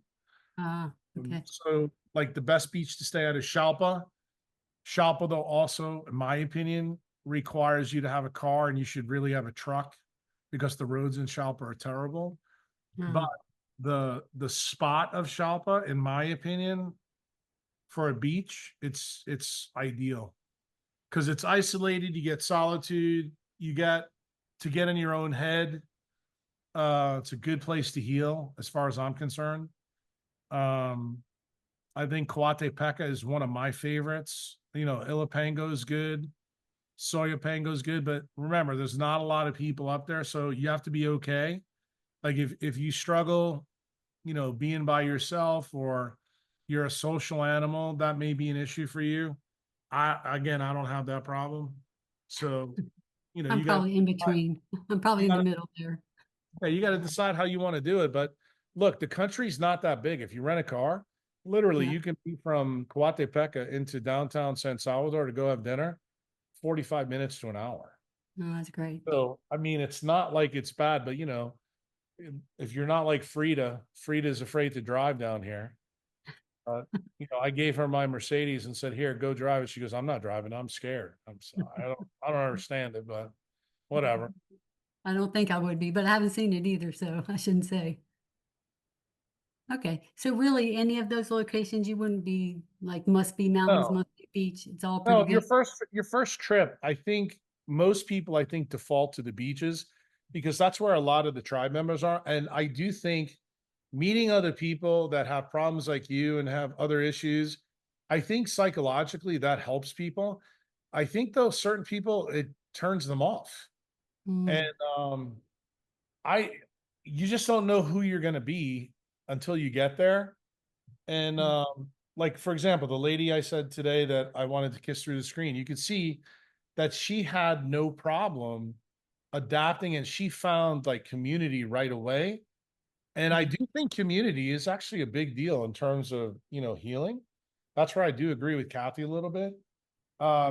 It's just for me, I find that superfluous. Like what I just told Stuart, you want to fix yourself. I mean, you're fucking here to fix yourself. You're not here, to go out to lunch and have coffee with Loudy, her telling you that she's found the best croissant place ever. And I almost hate to tell Loudy that she's probably listening. She brings me sourdough bread all the time. And I was watching when I was out on the back deck before I had to come in because the bugs came out. Yeah. I fed her bread to all the birds. So I had like 5 T-Rexes in my backyard and I was watching them while you guys were talking. They were loving the bread. Hey, I love sourdough. I'll remember that. Well, she knows a great sourdough place in San Salvador. Okay. Her and Nancy brought me a loaf, I think this week, of sourdough bread. But I'll be honest with you, I hate to almost tell either one of them. I didn't think I had one slice. I'll come down and help you out with that. No trouble. Super. Well, thank you very much. That'll be helpful. That's on Okay. my plan to figure out where to go. So thank you much. All right. Take care. Thanks. You too. Okay, we are now on to questions to be asked. These are questions that members have submitted to be asked for them. Let me, oops, get this out of the way. Okay, the first one is from B. Hi, Dr. Cruz. My buddy and I had mentioned a couple months ago with B-cell lymphoma has finished his first cycle of treatment. PET scan, MRI are negative. CSF is free of B cells. Doctors are encouraged. The only concern is the right side of the brain won't drain by itself, if that makes sense. It is still shunted. Can you comment on why this might be? Yeah, because he's got no redox in his head. I mean, everything that is posted in the last 7 blogs explains that. Anybody who's got a brain tumor, a shunt, your brain is fucking not normal. And this guy has clearly not changed his life in terms of going in the sun. I mean, you have this kind of problem. The type of issue here is kind of how I would deal with a stage 4 cancer. You have zero time to fuck around with this. You want your brain to get better. And personally, I mean, you got to remember, I'm a brain surgeon, so I'm a kind of a big believer, don't fuck with your brain. But I'm always incredibly impressed how many times people give 2 fucks about it. I think you need to do everything maximal to do it, and especially when we're dealing with brain tumors. You got a low grade or a mid grade glioma, and you're telling me you're going back to California or Boston. I mean, you're just signing your death warrant. I mean, you'll live for a decade, but you're going to die. It's going to de-differentiate. And when you got a shunted ventricle, your body's telling you it can't make enough CSF to keep the brain floating. That's what's happening. So it's a thermodynamic failure. And this guy, who's asking this question. If I'm not mistaken, he's a doctor. I expect more, from him on this. Why? What does it tell you? Fetus is 90% water. A brain that's sick, it's probably like 40%. That's the reason why it's still shunted. Okay, next is from Mike. What are your thoughts about living in Brazil? Maybe 2 hours or so outside of Sao Paulo. Yeah, I like it. I like the latitude. I like the location. It definitely is going to have a different culture. It's the one downside. It's dangerous, but Mike lives in New York City, so I'm sure if he can handle New York City, he could probably handle the natives in Brazil. From David, since Buffett can't officially get in on BTC, why do you think he's sitting on piles of cash and not commodities? Because that's what he's always done. That's what he knows, David. He doesn't know any different. Remember, he's like 98 years old. Remember what I said earlier in this podcast? The older you are, the worse your microtubules work. Buffett has become a billionaire doing it his way, and he's running his own race. I wouldn't anticipate him changing. Okay, next is from George. You mentioned either on your last powwow that as Bitcoin goes to 1 million in the next 5 years, this world is in big trouble. Besides the global debt crisis, which I personally believe is the primary driver, do you think there's a scenario where the powers that be or the cabal could point to a different narrative to explain Bitcoin's rise to 1 million and higher? Well, I think I answered this question earlier. The problem is Trump needs to back the US Treasury market with Bitcoin. If he does that, he basically just created 50, 60 more years of runway for the American government to keep grand reserve currency. Here's the problem. That sets up a different problem where I think other countries that do Bitcoin better than the United States could actually take the hegemony and the superpowerness of the United States away. The real implosion that I'm worried about is if the country doesn't use Bitcoin, fiat blows up, which is clearly going to happen. I mean, they're raising the debt ceiling. They're going to start fucking printing here very shortly. That means that if you're in a dollarized economy, like say Panama, Colombia, El Salvador, and you don't know Bitcoin, you are fucked. I'm going to tell you, that situation financially is kind of like the two members who called earlier, who we spoke to live about the UK. It's the exact same situation, except it's really just a monetary issue. So from my perspective, I don't care if my members don't have a ton of Bitcoin, and even if you don't have a lot of money, I'm fine with that. But if you get 0.1, 0.2 Bitcoin, the way it's stacking up right now, you may not need to own 5 or 10 or 20 Bitcoin, because the amount of money that will be backed, you're talking between $300 and $500 trillion. Michael Saylor said by 2040, $13.5 million. I actually think he may be on the low end if it really goes that route. And we got to see what the jackasses in DC do. But I will tell you, out of all the jackasses in DC right now, I'm probably more a fan of Trump than anybody else, because he's fucking done what he told me he was going to do. He freed Ross. He brought Bitcoin back in. He released the JFK files, so we know the CIA and the Jews are involved. So I'm okay with that. He's done what I wanted him to do. He earned my vote. So, and he did all that in 100 days. So from my standpoint, I could give two fucks what he does the rest of the time. Now the other side of the equation, that one is a total shit show.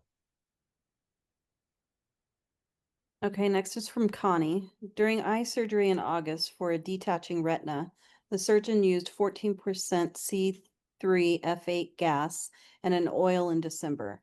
As you already pointed out in an earlier blog, the light used in eye surgery can lead to Alzheimer's. Now this friend has cataract in the eye that had surgery. Is it likely that the surgical light was the cause, or was the gas or the oil? I think it's a combination of everything. I mean, this is the tweet that I think I put out yesterday about, you put anything that polarizes light in front of the RPE, you have totally fucked the whole central retinal pathway. So yeah, this is a bad situation for this person. There's not a lot of good options. I mean, if it was up to me, I would tell the cataract surgeon, yeah, take the cataract out, but do not put a lens in. And I'll sign whatever paper you want, but just take the cataract out. I want to be Vincent van Gogh. That's how I'd roll with that story. Okay. Okay, next is from Jorge. Would you recommend Uruguay as a place to relocate, maybe for healthy individuals, coastal city with low population?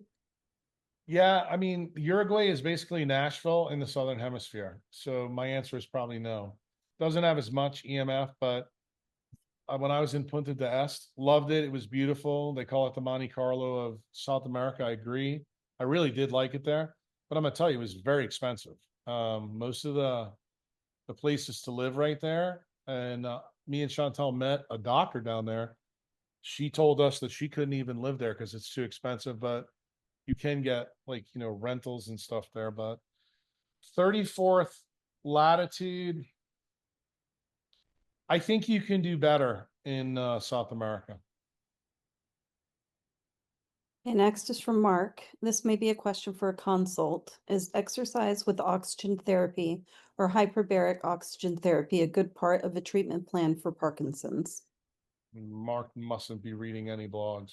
I mean, that the blogs are so crystal clear on that. I mean, when somebody asks me this question after these blogs, I'm just going to assume Mark's the one with Parkinson's. Then I can probably feel better about it because his cognition is probably shit. But no, you do oxygen therapy, and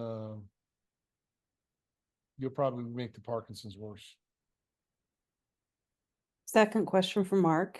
Apparently, I have my IRAs with Swan, and each has a $20 a month maintenance fee for each IRA account, or is it a better option to have your IRAs in MicroStrategy stock with Fidelity or Vanguard, where there are no monthly fees? Yeah, I mean, that's really a personal N equals one question. I think paying the $20 is not a big deal. You just got to talk to Swan and say, I don't want the money debited out of my IRA account. I'd rather just pay it. If you decide you want to do MicroStrategy stock, you can do that. But I would expect the stock to be volatile. And I'm going to be honest with you. I said this in the podcast yesterday to the two people. Michael Saylor is, the last year since I had dinner with him in Prague, let's put it this way. He is not a Bitcoin maxi. I'll just leave it at that. Okay, let me get back over to here. Okay, next is from Juan Diego. Number one, is taping your mouth a fast solution to nose breathe at night?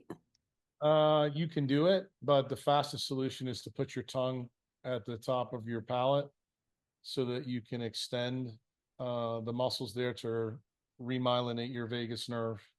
I think I've got an Instagram post about that. I know that picture is on the form somewhere. Okay. So I think that's the smarter way to do it.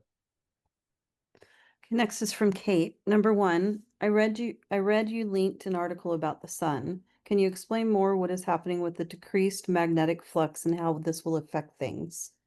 I think I did that already, if I'm not mistaken, in this podcast. So she can listen back to it and get the answer. Okay, number two. Hold on, you might have just did this. Oh, you just actually answered that one. Another mouth breathing. Number three, we are now in winter here, and there are lots of viruses circulating. Apart from going somewhere hot for winter, that is impractical for us. Do you have any protocols if we did have COVID influenza? I've been previously aware of FLCCC type protocols or methylene blue.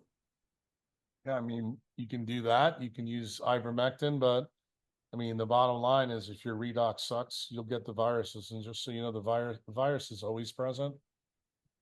But if you're getting COVID now, that's a really bad sign. Number four, quantum thoughts on keratosis pilaris and treatment options. Sun. I mean, we also covered that in this podcast when the new guy, Nicholas Wong, asked the question about his kid with eczema. that disease is another lack of solar redox.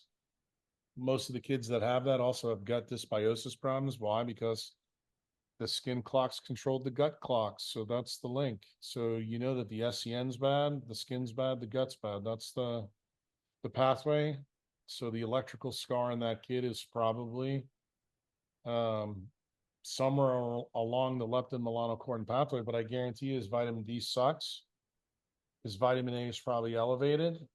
And if this kid doesn't change what he's doing, my bet is when he gets to be 12 to 15, he'll probably have a nasty case of acne. Okay,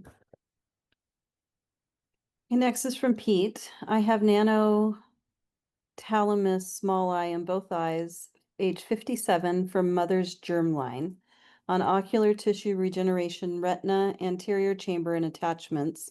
If ocular tissues are similar to bone tissues because of collagen, collagen in bone and eye have semiconductive and piezoelectric properties. Does this mean I have an opportunity to regenerate or at least stabilize the whole eye structure by ensuring AM, IRA, NIR, UVA, and PM IRA, grounding, reducing EMF exposure, eating exoskeletons, good circadian clock, minimizing use of contacts with high oxygen permeability, very low UV blocking?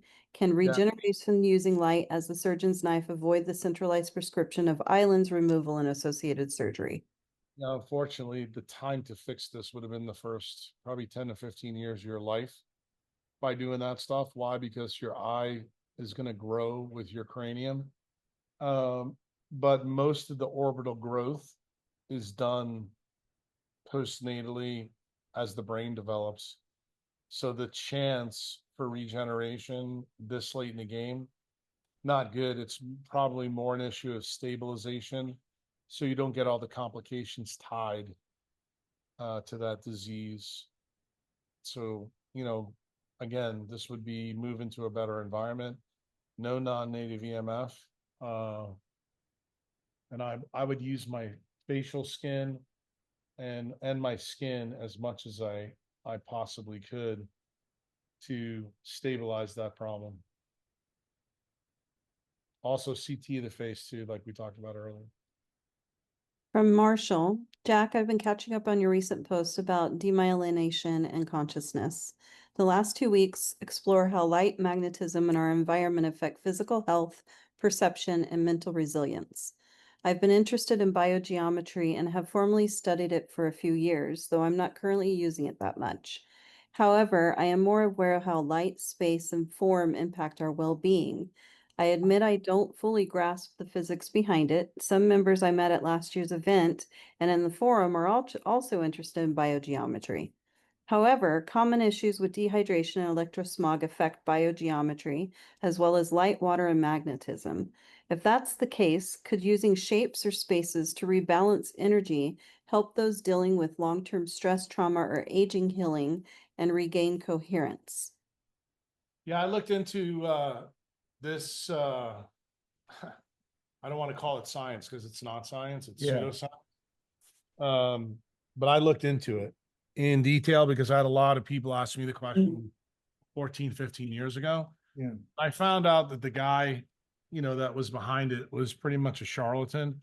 And he sold a lot of the ideas to influencers. Probably the number one influencer that's pushed a lot of this bullshit was Paul Chek. And there's some things about it that's good. I do agree that the environment plays a huge role, but the way these guys sell it, and he's basically selling, you have to remember, he's an architect. He's basically selling all this stuff, all these cubes. This is his version of a supplement. That's really what it comes down to. Okay. But I will say, is there something to your environment? Yes, there very much is. I'm going to tell you, I'm a really big believer in crystals, in rocks, things like that. I'm also, you heard me say, even in this Q&A, I'm a lover of trees. And flowers and things like that. I think the more of that stuff you put around you, like I went to the mall to get a shave the other day at Grand Via, and they cut fucking trees down. I was furious. I told Jeremy, I said, bro, they just cut all these fucking trees down. It drove me crazy. And the place is already a concrete jungle, you know, right there. I'm like, why would you take the trees down? And then Jeremy said to me, he goes, well, I think they took them down because they were worried about the concrete getting tore up. I'm like, who gives a fuck? But, you know, that's the whole thing about centralization. But this is what I would tell you, Marshall. If you got money to piss away, I'd be okay with you, you know, doing a setup. But I think the smarter thing for like a citadel would be to build your place where you want to build it, but use the principles, but use natural things, not the stuff that they're talking about, like sizes, shapes. And I have a huge problem with that. But again, I'm also a capitalist. But from a doctor standpoint, I think this is so scammer like and pseudoscience. But at the same time, it's kind of like what I said to Kathy earlier on, that the data is out there that shows even if you're, you know, with an asshole, you tend to live longer with an asshole, or, you know, even somebody who's around you. So I do think that if your environment brings you peace and clarity, like I'm not going to tell you not to do that. I'm going to be okay with that. Like I can tell you for me, like when I make a decision about artwork or flowers or, you know, rocks, or like I don't come back off of it because there's something to it. And I like to surround myself with things that I think are putting time back in my bank account. So if you think that that does play a role, and I think when you read the current blog, there's a guy that made a comment in the blog today that this is the reason why I'm answering your question the way I am, that you basically, a thought is an endocrine secretion that makes a UPE. That means that if you feel good about it, you're creating your own light that actually can make you feel better. Yeah. And that's the truth. So I don't want to, you know, put cold water on this. But in terms of the biogeometry, my opinion is it's complete pseudoscience. Yeah. It's created by an architect that made a business, and he did it very successfully. And he uses the affiliate codes. And so I can tell you, some of these people are making, you wouldn't be shocked. I've heard some stories about Paul pulling in almost $400,000 a year from affiliate codes, which to me is Wow. fucking ridiculous. Well, I think these tools are expensive, anyway, you know, like to buy them, you know, and usually Oh, have to no buy doubt. them to do the training that Right. they sell you. I And now would the just main- rather you buy a place that's not New Jersey and come hang Yeah, out. well, I'm working on that actually. I know, no, I don't want to get into that whole thing, but yes, I'm working on that. Trying to get out of Cairo as well entirely, because I don't think that was what I thought it was. And there's been a lot of drama on my last couple of trips there, trying to get rid of that place. But I won't go into it. Yeah, Understand. yeah. It was a hard trip. The last trip was a hard trip for me. But I got to go to Mount Sinai. Traveling during a fourth turning is not fun. And not No. traveling right now with all this cosmic radiation around us, really not good. You know, the weird thing is I fell twice on that trip. That was like last month. Once was I was walking somewhere I shouldn't have, fell on my arm and kind of buckled it. But then I was coming down from Mount Sinai, which I managed to climb. I couldn't get on all the way to the top of it, but I could see the sunrise and I thought, okay, this is great. Coming down, I was speaking to an Asperger guy that I'm friendly with, stood up, was tired, got knocked over, fell down on the bus. you know, my back was all scraped. And I thought to myself, like, why is this happening to me? Why were these things?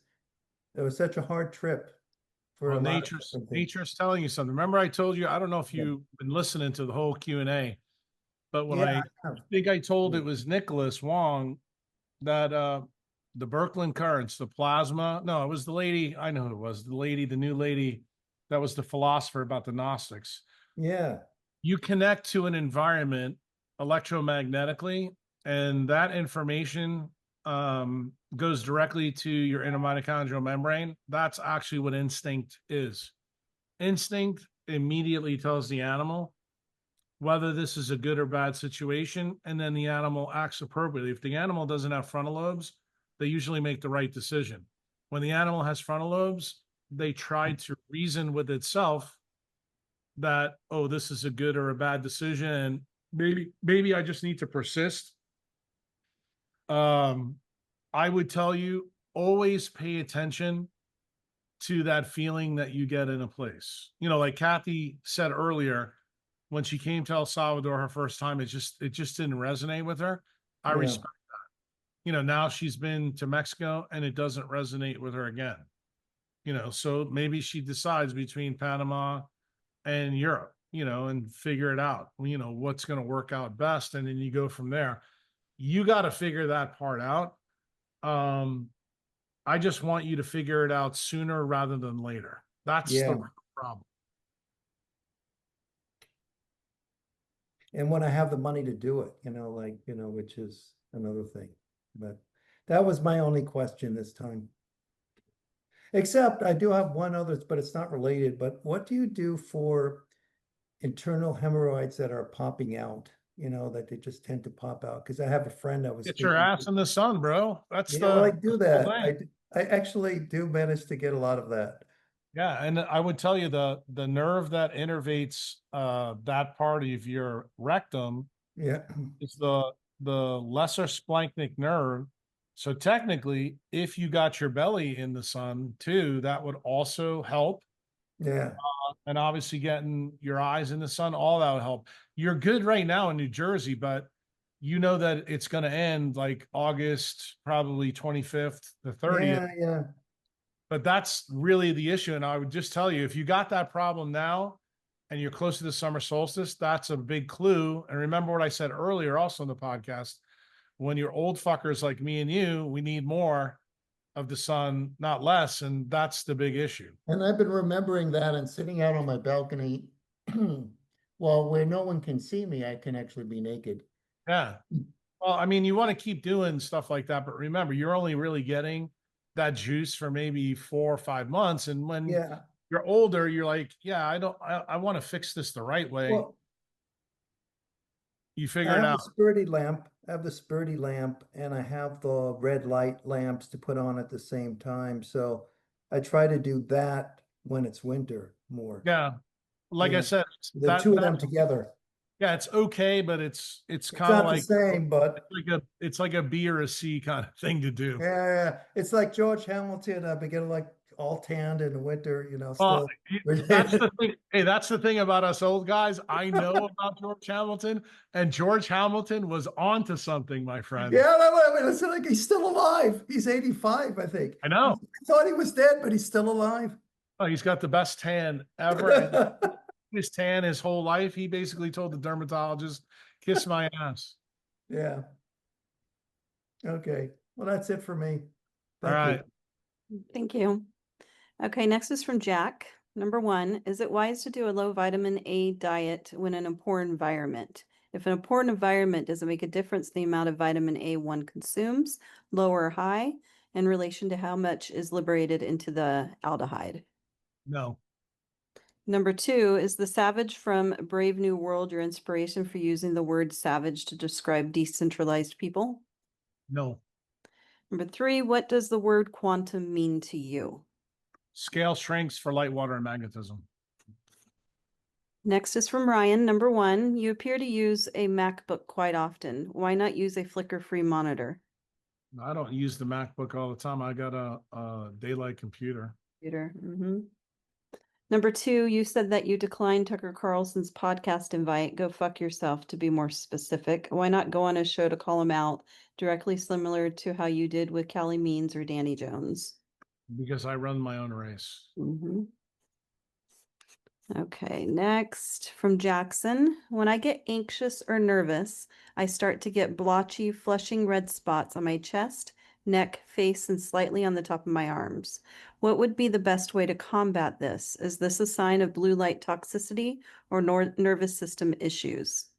Actually release of nitric oxide. So it's likely happening from a sympathetic response. Getting your redox up in that neurovascular network would be good. So the places you get the splotches, get it in the sun.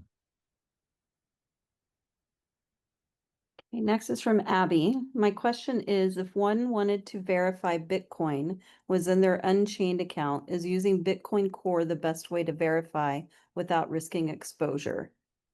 I mean, yeah, you can do that, but I mean, there's lots of different ways to assess that the money's there.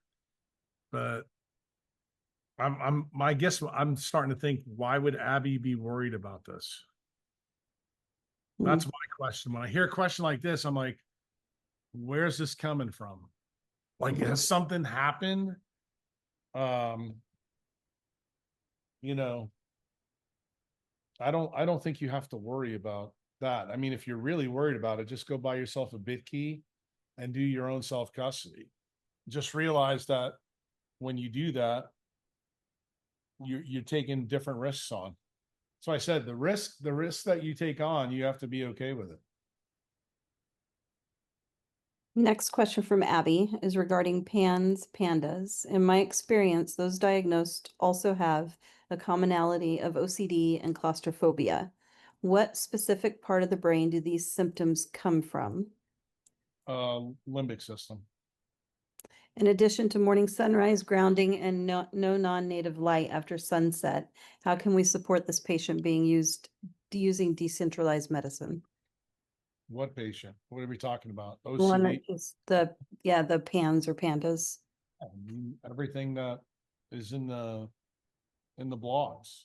Optimize light, water, magnetism. I mean, you got an electrical scar in your limbic system. You know what you need to do. Skin and eyes in the game. I mean, it's no different. DHA, all the brain specific nutrients, eat the epipaleo diet. You want to air to make more fat. So you're going to use the TCA cycle. Why is that? You make more water. The bigger the heat sink, the better the UPEs you make. They're stochastically linked. That's how you fix, if you want to know how you fix a brain damaged person, that's how you do it. Pretty simple.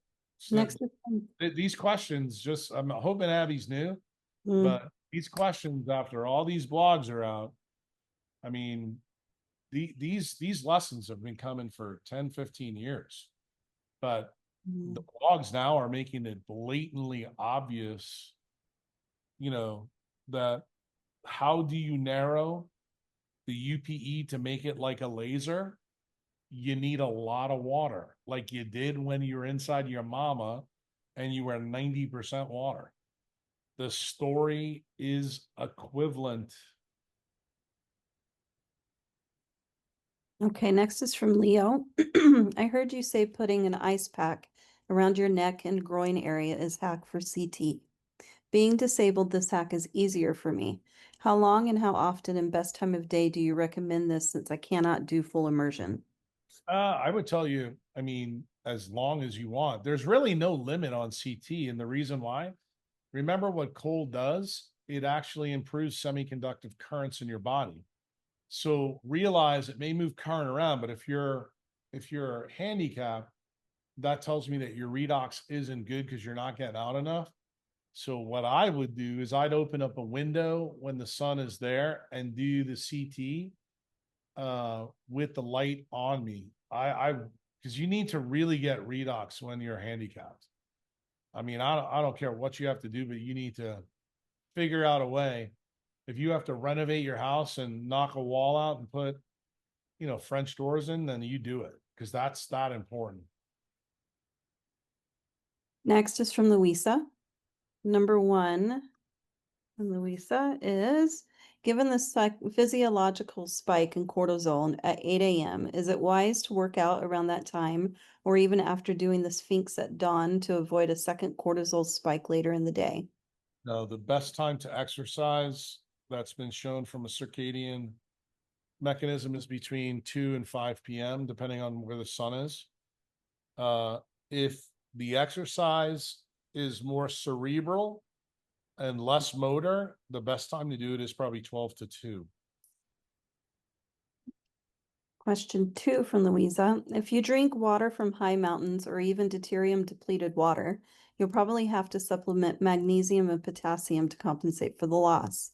But how do you replace calcium that is tricky and controversial as a supplement? I'm going to say that this question is tricky and complicated because you don't have to replace magnesium or potassium. So I would disagree. The question has no face validity, and you should never supplement calcium. Question. I'm not a big believer in supplementing magnesium. I mean, like you do what Stuart said, and you eat a dozen oysters, once or twice a week. I mean, Jesus Christ, that's better than any goddamn supplement you could ever have. Is there a way to regenerate receding gums based on some ideas like those of Robert O. Becker and Van Wyck? Well, you just heard somebody asked a question in this Q&A about why do teeth have lots of nerves and blood in them? Because that's how you make UPEs. So when you have receding gums, periodontal disease, that tells me that the redox in your trigeminal nerve sucks. Edward, this is my first time participation, so please forgive if this question repeats prior ones. If my scheduling interferes, I live in Hilo, Hawaii, latitude 19.7 north. I have 2 urgent care clinics, air-conditioned, windows and exam rooms and offices, otherwise no outside sunlight. I want to make it as healthy as indoor light environment as possible for my staff and patients. I've gotten blue light filters for all computer screens, added FLux app to make less blue too, provided amber glasses for all staff if they like to use, replaced all hallway LED solid state light fixtures with screw and bulb fixtures using block blue light bulbs. In offices, there are LED tube fixtures. There are no blue block tube bulbs I can find. Stop for a minute. Where's the question? Because Any it's in criticisms or suggestions? Hawaii, open the windows. That's the answer. Simple. Open the windows. Forget about all this bullshit. Open the windows.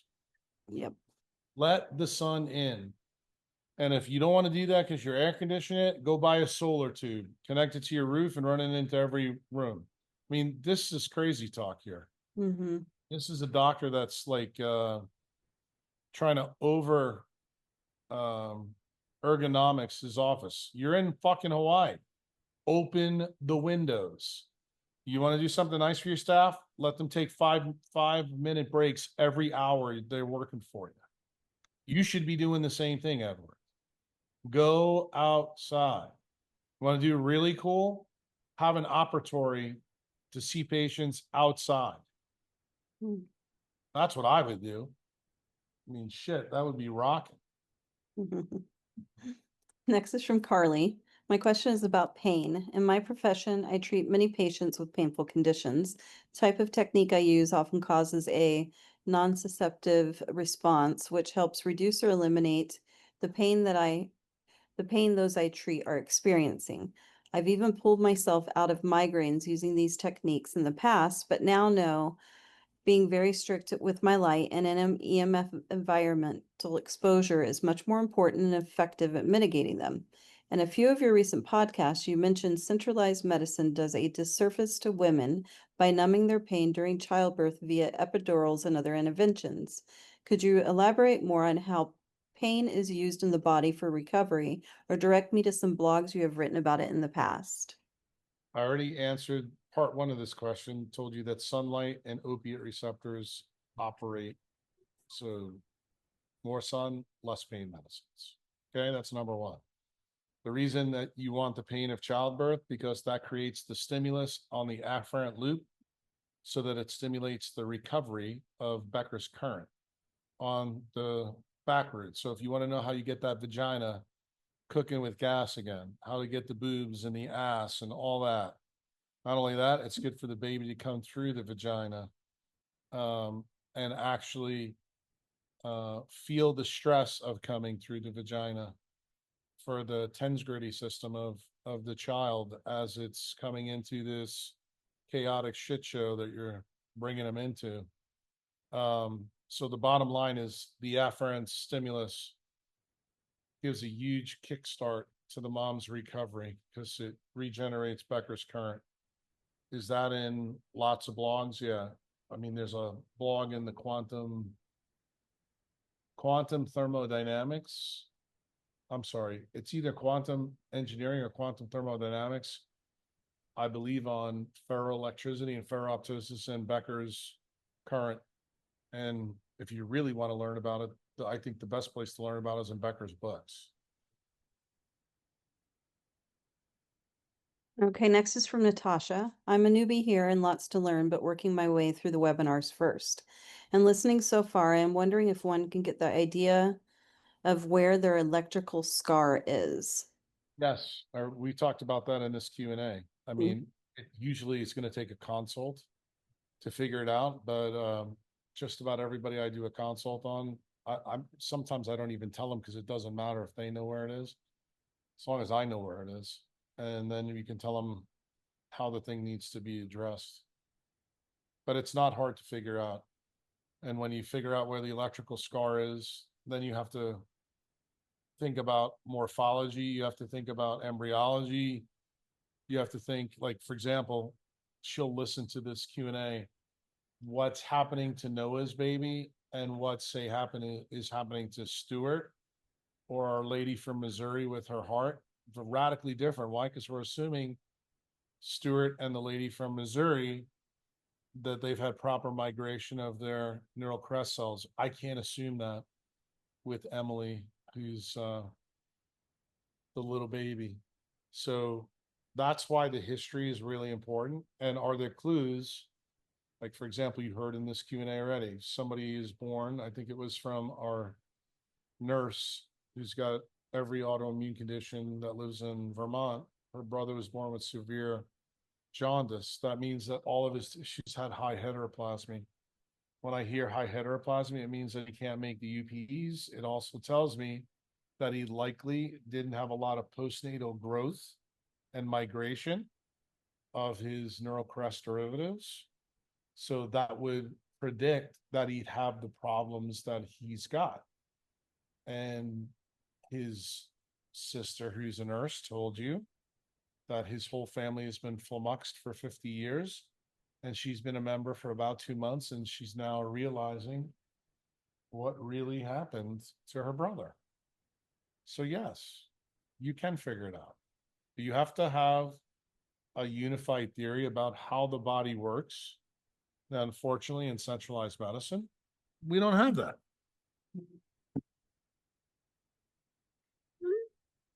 Okay, next is Victoria. Hello, I am a new member, so learning as quickly as I can. I am planning a trip to El Salvador in the fall, so below are to help with that mitigation. Number one, I live on the 15th floor of my building in Astoria, New York. I am now waking up sunrise every morning, but there is artificial light in the hallway and elevator going down before I make it outside. And make sure to look out the open window beforehand and wear blue light blockers and a jacket in the hallway elevator. But does all of the artificial light disrupt the setting of my circadian clock in the morning before I'm able to get outside? Yes. Is there a way to mitigate that? Blue blocking glasses and dress like a Muslim. Okay. Number two, on a similar note, I heard Dr. Cruz mention that he doesn't recommend grounding for anyone in his city due to dirty electricity. On the other hand, he does mention that when getting sunlight, you should be grounded. What happens when you get sunlight and you are not grounded? Is getting ungrounded sunlight better than sunlight grounded with dirty electricity? Yeah, it's a good question. That's when, if you're not sure that you can ground in a place, you're better off just getting sunlight without taking the risk of the dirty electricity or the jump conduction. So she said she lives in Astoria. When I grew up, I hung out a lot in Astoria, so I know a lot about the place, but I know it's changed a lot. The best place to ground probably is in Astoria Park. They used to have soccer fields that were right underneath, or right adjacent to the Triborough Bridge. I don't know if they're still there. That would be a good place. Also, on the edge of the river, there used to be a grass place there. They did have lights, unfortunately, on there. But if you see that there's any lights or cell phone towers or any of that, because that shit could be there now. Wasn't there when I was growing up. In Astoria, that's where I would go to ground. I hung out at Astoria Park and fucking cut the fence and went swimming there. I can't tell you how many times. So I know that place really well. Most of Astoria, though, is a concrete jungle. Trying to think any place else in Astoria. No, there's really not a lot of places because most of it is all concrete. I'm just thinking about it from the Grand Central to the bridge. Really, Astoria Park is it. That's it. And number 3, I did download the Strike app, but it turns out it is not supported in New York. Is there another app that you'd recommend to get started? Yeah, probably what I would tell you to do is, yeah, I guess you can't do that. You could use the Swan app. Swan, I think, is accepted in New York. And the Swan guys can get you hooked up. But I would do everything in my power to get another phone. Like if you're in Astoria, you're pretty damn close to Connecticut and you're pretty damn close to New Jersey. I would go buy another phone there and use the phone. I'd get another phone. I really would. I think it's that important. There's no way that I would let New York fucking tell me to do anything. They can go suck a dick as far as I'm concerned. Okay, number 4 from Victoria. The weather recently turned warm and I have been getting a lot of sun. I noticed I am getting tiny micro cuts on the outside of my arms and the tops of my thighs when they turn into micro scabs. The skin underneath seems to be healing fine. What do you think is the opening of the skin means?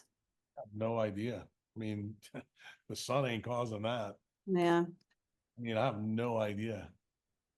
I've Kind never of- even heard of that. Yeah, it's kind of strange. Maybe she's a vampire. From Catherine. Dear Jack, I would like to know in what circumstances is it good for someone to add sea salt into the water and what circumstances someone should avoid it? It's always good. I already answered that question in this Q&A. And I said, just make sure you use the right salt. Do you agree with what is said in the book, The Mitochondriac Manifesto?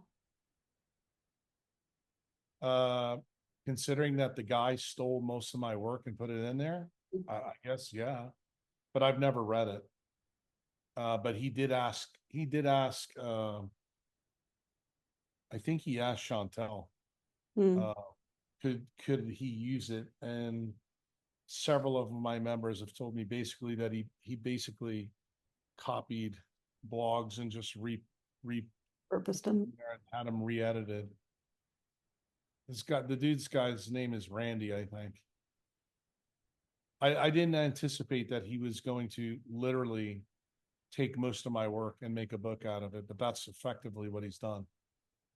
Do you know this Catherine Drapeau? She says, lastly, if I may, and with what you know about my health situation so far, do you know anything about her health situation? I mean, I'm not putting her name with who she is. Yeah, okay. It's not like I talked to one Catherine. No, I know, exactly. Exactly, kind of hard. Let's go to Nick. Nick, hi, Jack. I absolutely love the most recent blog. It really connected everything together for me. Keep them coming. Number one, what is the most effective way to activate the palatoglossus? Yeah, this is the question somebody asked me before about tape in the mouth. Basically put the tongue up to the roof of your mouth, move it forward and backward. If you practice it for like 5, 6, 7 days, it's gonna shock you when you hear this. But if you when you lay down and go to sleep, if you push your tongue up, it'll stay there. Hmm. Yeah, it's kind of interesting, but I'm it testing that really now. works. It's like one of the best hacks to help your vagus nerve. And it's in my opinion, better than most of the shit the dentists try to do your mouth. I think you might have already answered this. Let's see. Can you go further in detail on the biophysics of oral methylene blue versus IV, or direct me where I can learn? Well, I mean, I've talked about methylene blue in the blog multiple times, but you need to realize methylene blue is an antibacterial. So if you take it orally, you realize what you're doing, you're nuking bacteria in your gut. The number one bacteria that you nuke is actually bifidobacteria. Hazen was talking about that. I think I brought it up in that podcast that happens. That's why when Dave Asper used to post pictures of his tongue being blue, I would always post, this goes to show you that he's a fucking moron because he doesn't know what he's doing. I mean, the way I use methylene blue is IV. I don't use it orally because I know that it's bactericidal. So why would you use a bactericidal orally? I know why most biohackers do it because that's the only fucking way they know how to take it. They don't want to do an IV in themselves. They don't know how to do that because they're influencers. Okay, next is from Donna. My question is about dental antibiotic prophylaxis. Okay, we can stop it right there. I don't agree with any of it. How's that? Okay, there you go. And I used to be a dentist. I think it's the biggest fucking scam in dentistry. Hmm. Besides fluoride, but this one's pretty high. You know what the dental prophylaxis is, in my opinion? CYA for the dentist. Okay, last is from Anthony. Number one, I've had a lot of people tell me that as you get older, it becomes harder and harder to change your thinking and your behaviors. Is this just laziness or a limiting belief that people tell themselves, or is this actually tied to heteroplasmy loss or redox dissipative structures? I think I answered this question. I actually said in one of the, I think it was to Marshall and to Stuart, I said, look, when we get older, you don't have enough redox power. Your tubulin doesn't form microtubules and you get demyelinated and you get set in your ways. But ultimately, if you get in the sun, cognitively, your light bulb goes on. That's the point that I was trying to make to Kathy. But Kathy also, at 64, she also has type 1 diabetes. So type 1 diabetes ruins most of those functions to begin with. So that's the reason why strong sunlight is really important. So I believe if you're in the sun like George Hamilton, that you can make really good decisions as you get older. And do I believe, as I told Allison, that I think that she can improve her brain? Yes, I believe that. I believe that you can improve your mentation, cognition, your ability to think. But I think your ability to think is not just fundamentally making the nerve work better. You have to build neuroplasticity in. So that means you got to learn to speak another language. You got to maybe paint with your left hand. Go to the grocery store a different way every day. Force yourself to do things that you normally wouldn't do. And you will be stunned at how neuroplastic your brain is. Learn to play music, an instrument, learn another language, paint, do something like you never thought you'd ever do. I mean, the list here is long. Looking at artwork can actually change. Reading a good book can actually improve your cognition. learning new words, putting yourself in challenging situations. Actually, I think cognitively keeps the brain sharp. Why? From an evolutionary standpoint, predators always had to be very aware and focused, and our nervous system is set up. We are the most predatory animal on the planet. That's why we kill each other. And we actually make excuses about it. But there's many different ways you can improve cognition. Sometimes, sitting down and having a really good conversation with somebody that, when the needle really moves, like all of us have had the experience when you sit down with somebody and you realize, I cannot fucking wait to get out of here. Like, Chantel, call me right now so I can leave. And then there's other times we sit down and you have a discussion with somebody and you're pleasantly surprised. Like, I'll give you an example that happened with me today.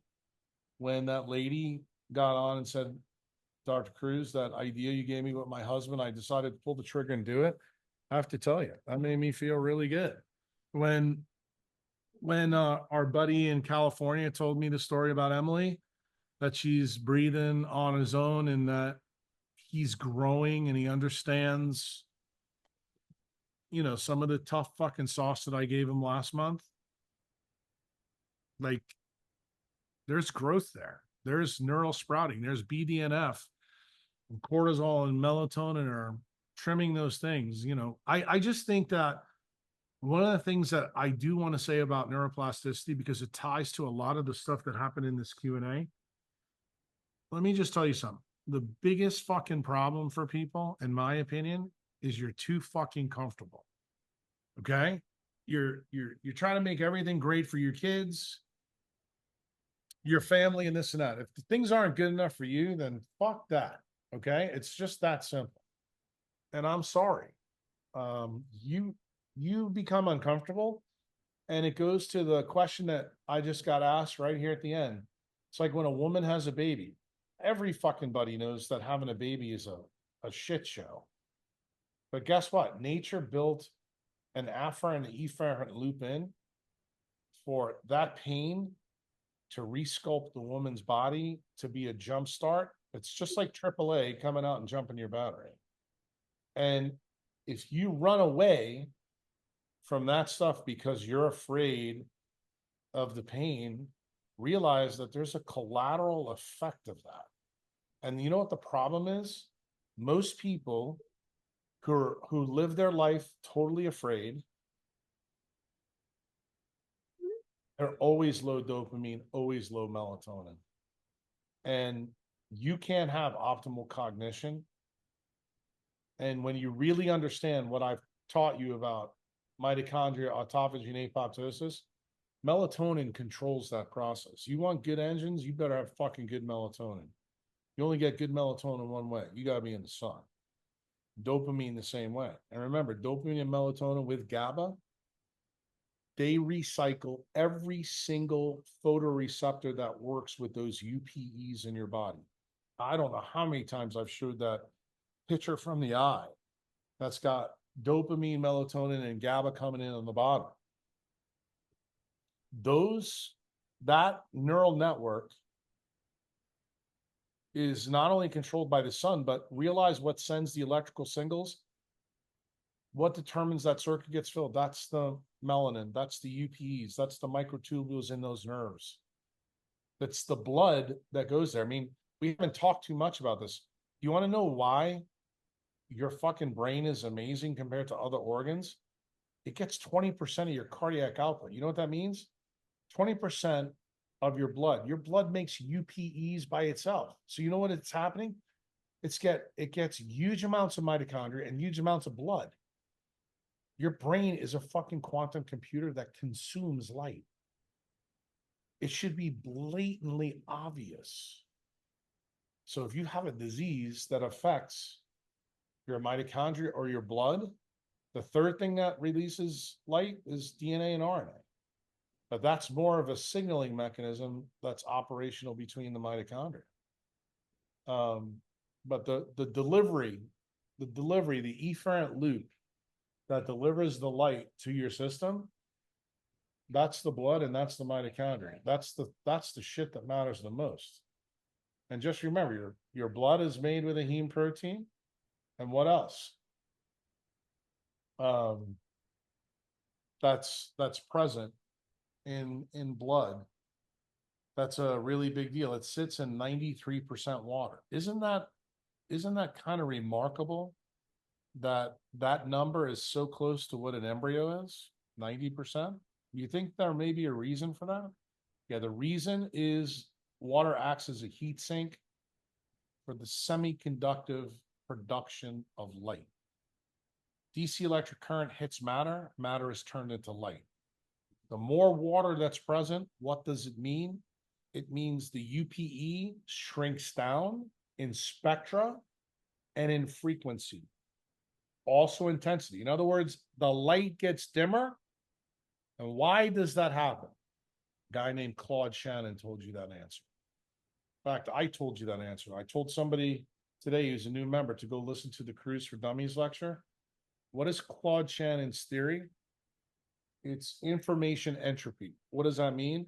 The more unusual the message, the more information the message carries. There is nothing more unusual in the human body to have light created endogenously that is more powerful than the sun. And it turns out all your most important semiconductors, which are the aromatic amino acids and leptin, all have absorption spectra below 250 nanometers. That should wake your ass up. So the way you create the best light endogenously is you have to have a massive heat sink and water. Okay. And how do you do that? TCA and urea cycle. Got to be kicking ass taking names.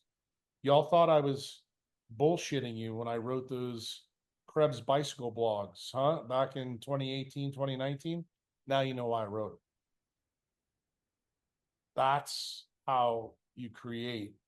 You're trying to mimic the system of what was present inside the womb, except you're doing it with oxygen. But you got to create water. Water is a total heme protein ball game. Recently on the forum, I just showed you, kept showing you the big electrical scar on Mars. Mars is a dead red planet. Why is it red?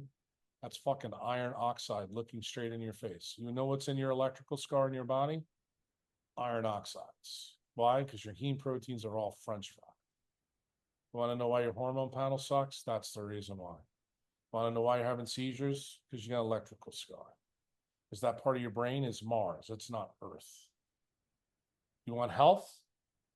Make like Earth. Get a lot of water. You want to, hang out with the fucking occult people? Dehydrate yourself. See how well that works.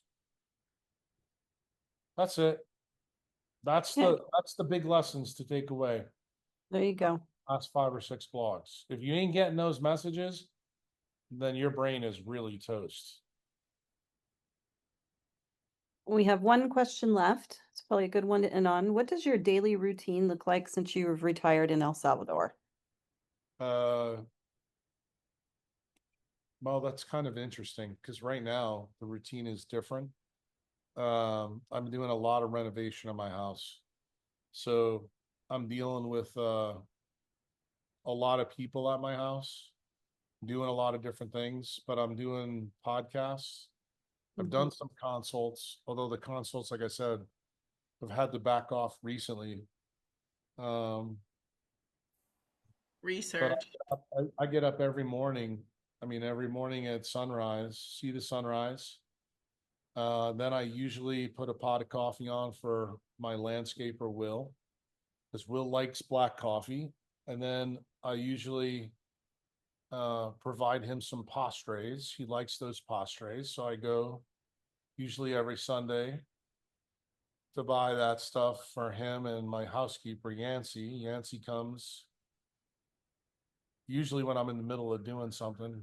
either a consult or a podcast. And then I usually text Chantel and scream at her for putting fucking consults too early, or at the wrong time, or not having the right link for the podcast, or whatever. People, the timing thing when people are in different time zones with consults and podcasts is fucking crazy. Mhm. And then what I'm doing, this has been happening more in the last 3 months. Like, I told Tom and Nancy this when they came over to my house the other day, that I started pulling out some of the blogs that I wrote that you guys are going to get eventually. And I was like, fuck, these are good. They're really good. And, I haven't read some of these since I wrote them. And, obviously you got to fix the spelling errors. Sometimes I'm good at that. Sometimes I'm not. And sometimes I'll add new pictures, new sites. Like, I'll go and look at the idea that I crafted, like, say, from this just happened in like the next blog. There was something I wrote that I didn't have a site for. And then I did some research and I found out that what I thought was true turned out to be true. So I'll put that site in the blog. New pictures. Like, most of the pictures that I had in the original blogs, they're terrible. But so I try to find new ones. Also, when I have free time, I usually in the morning look at the journals to see what's going on, if anything new is going on. And then usually midday sun, in the pool for about an hour or two. And then depending on what the weather is of the day, like the last 2 weeks has been really fucked up here because of this solar bullshit. So we haven't had great sun. But I'll decide, am I going to stay here where I'm sitting right now, which is in the living room with all the doors open? Or am I going in the back where you saw me before? Because, the light is better back there. I make that determination, and then if I have to have any meetings, like go anywhere, which lately has been pretty good. It's been pretty light, which I like. Although yesterday I did have to go to San Benito to do that podcast with those people. Then at like today, I'm breaking rules. I didn't have any dinner, and it's fucking 7:50, so I probably won't eat tonight. But I usually am in bed 8:30, 9 o'clock, because you can see my screen. It's completely dark. It's very dark here. Gets dark early. My house is also very dark. I tend not to put the red lights on. Only red lights I'll put on is like in the kitchen. If you want to see what my kitchen looks like, I can show that to you. Because I think it looks like the solar system, so I like it. But I very rarely put the lights on. In fact, I don't think I've put these lights on in 3 or 4 weeks. So let's see. Here you go. The solar system, all red. And you can see the red lights are up there. But when you turn things off, I mean, it gets dark. It's dark here. I don't have a lot of ambient light. And because my house doesn't get light, I have bats, and Chantel hates the bats. And currently right now, since I give my housekeeper and Will, my landscaper, off, there's bat shit all along the outside of my house, which will clean tomorrow at 5:30 in the morning when I'm up making his coffee and getting his breakfast ready. So that's kind of it. There you go. Sounds good. Well, that was the last question. All right. See ya. Everyone, for being with us this Sunday. As always, recording will be on your dashboard and emailed to you within the next 24 hours. We will see you in July. Thank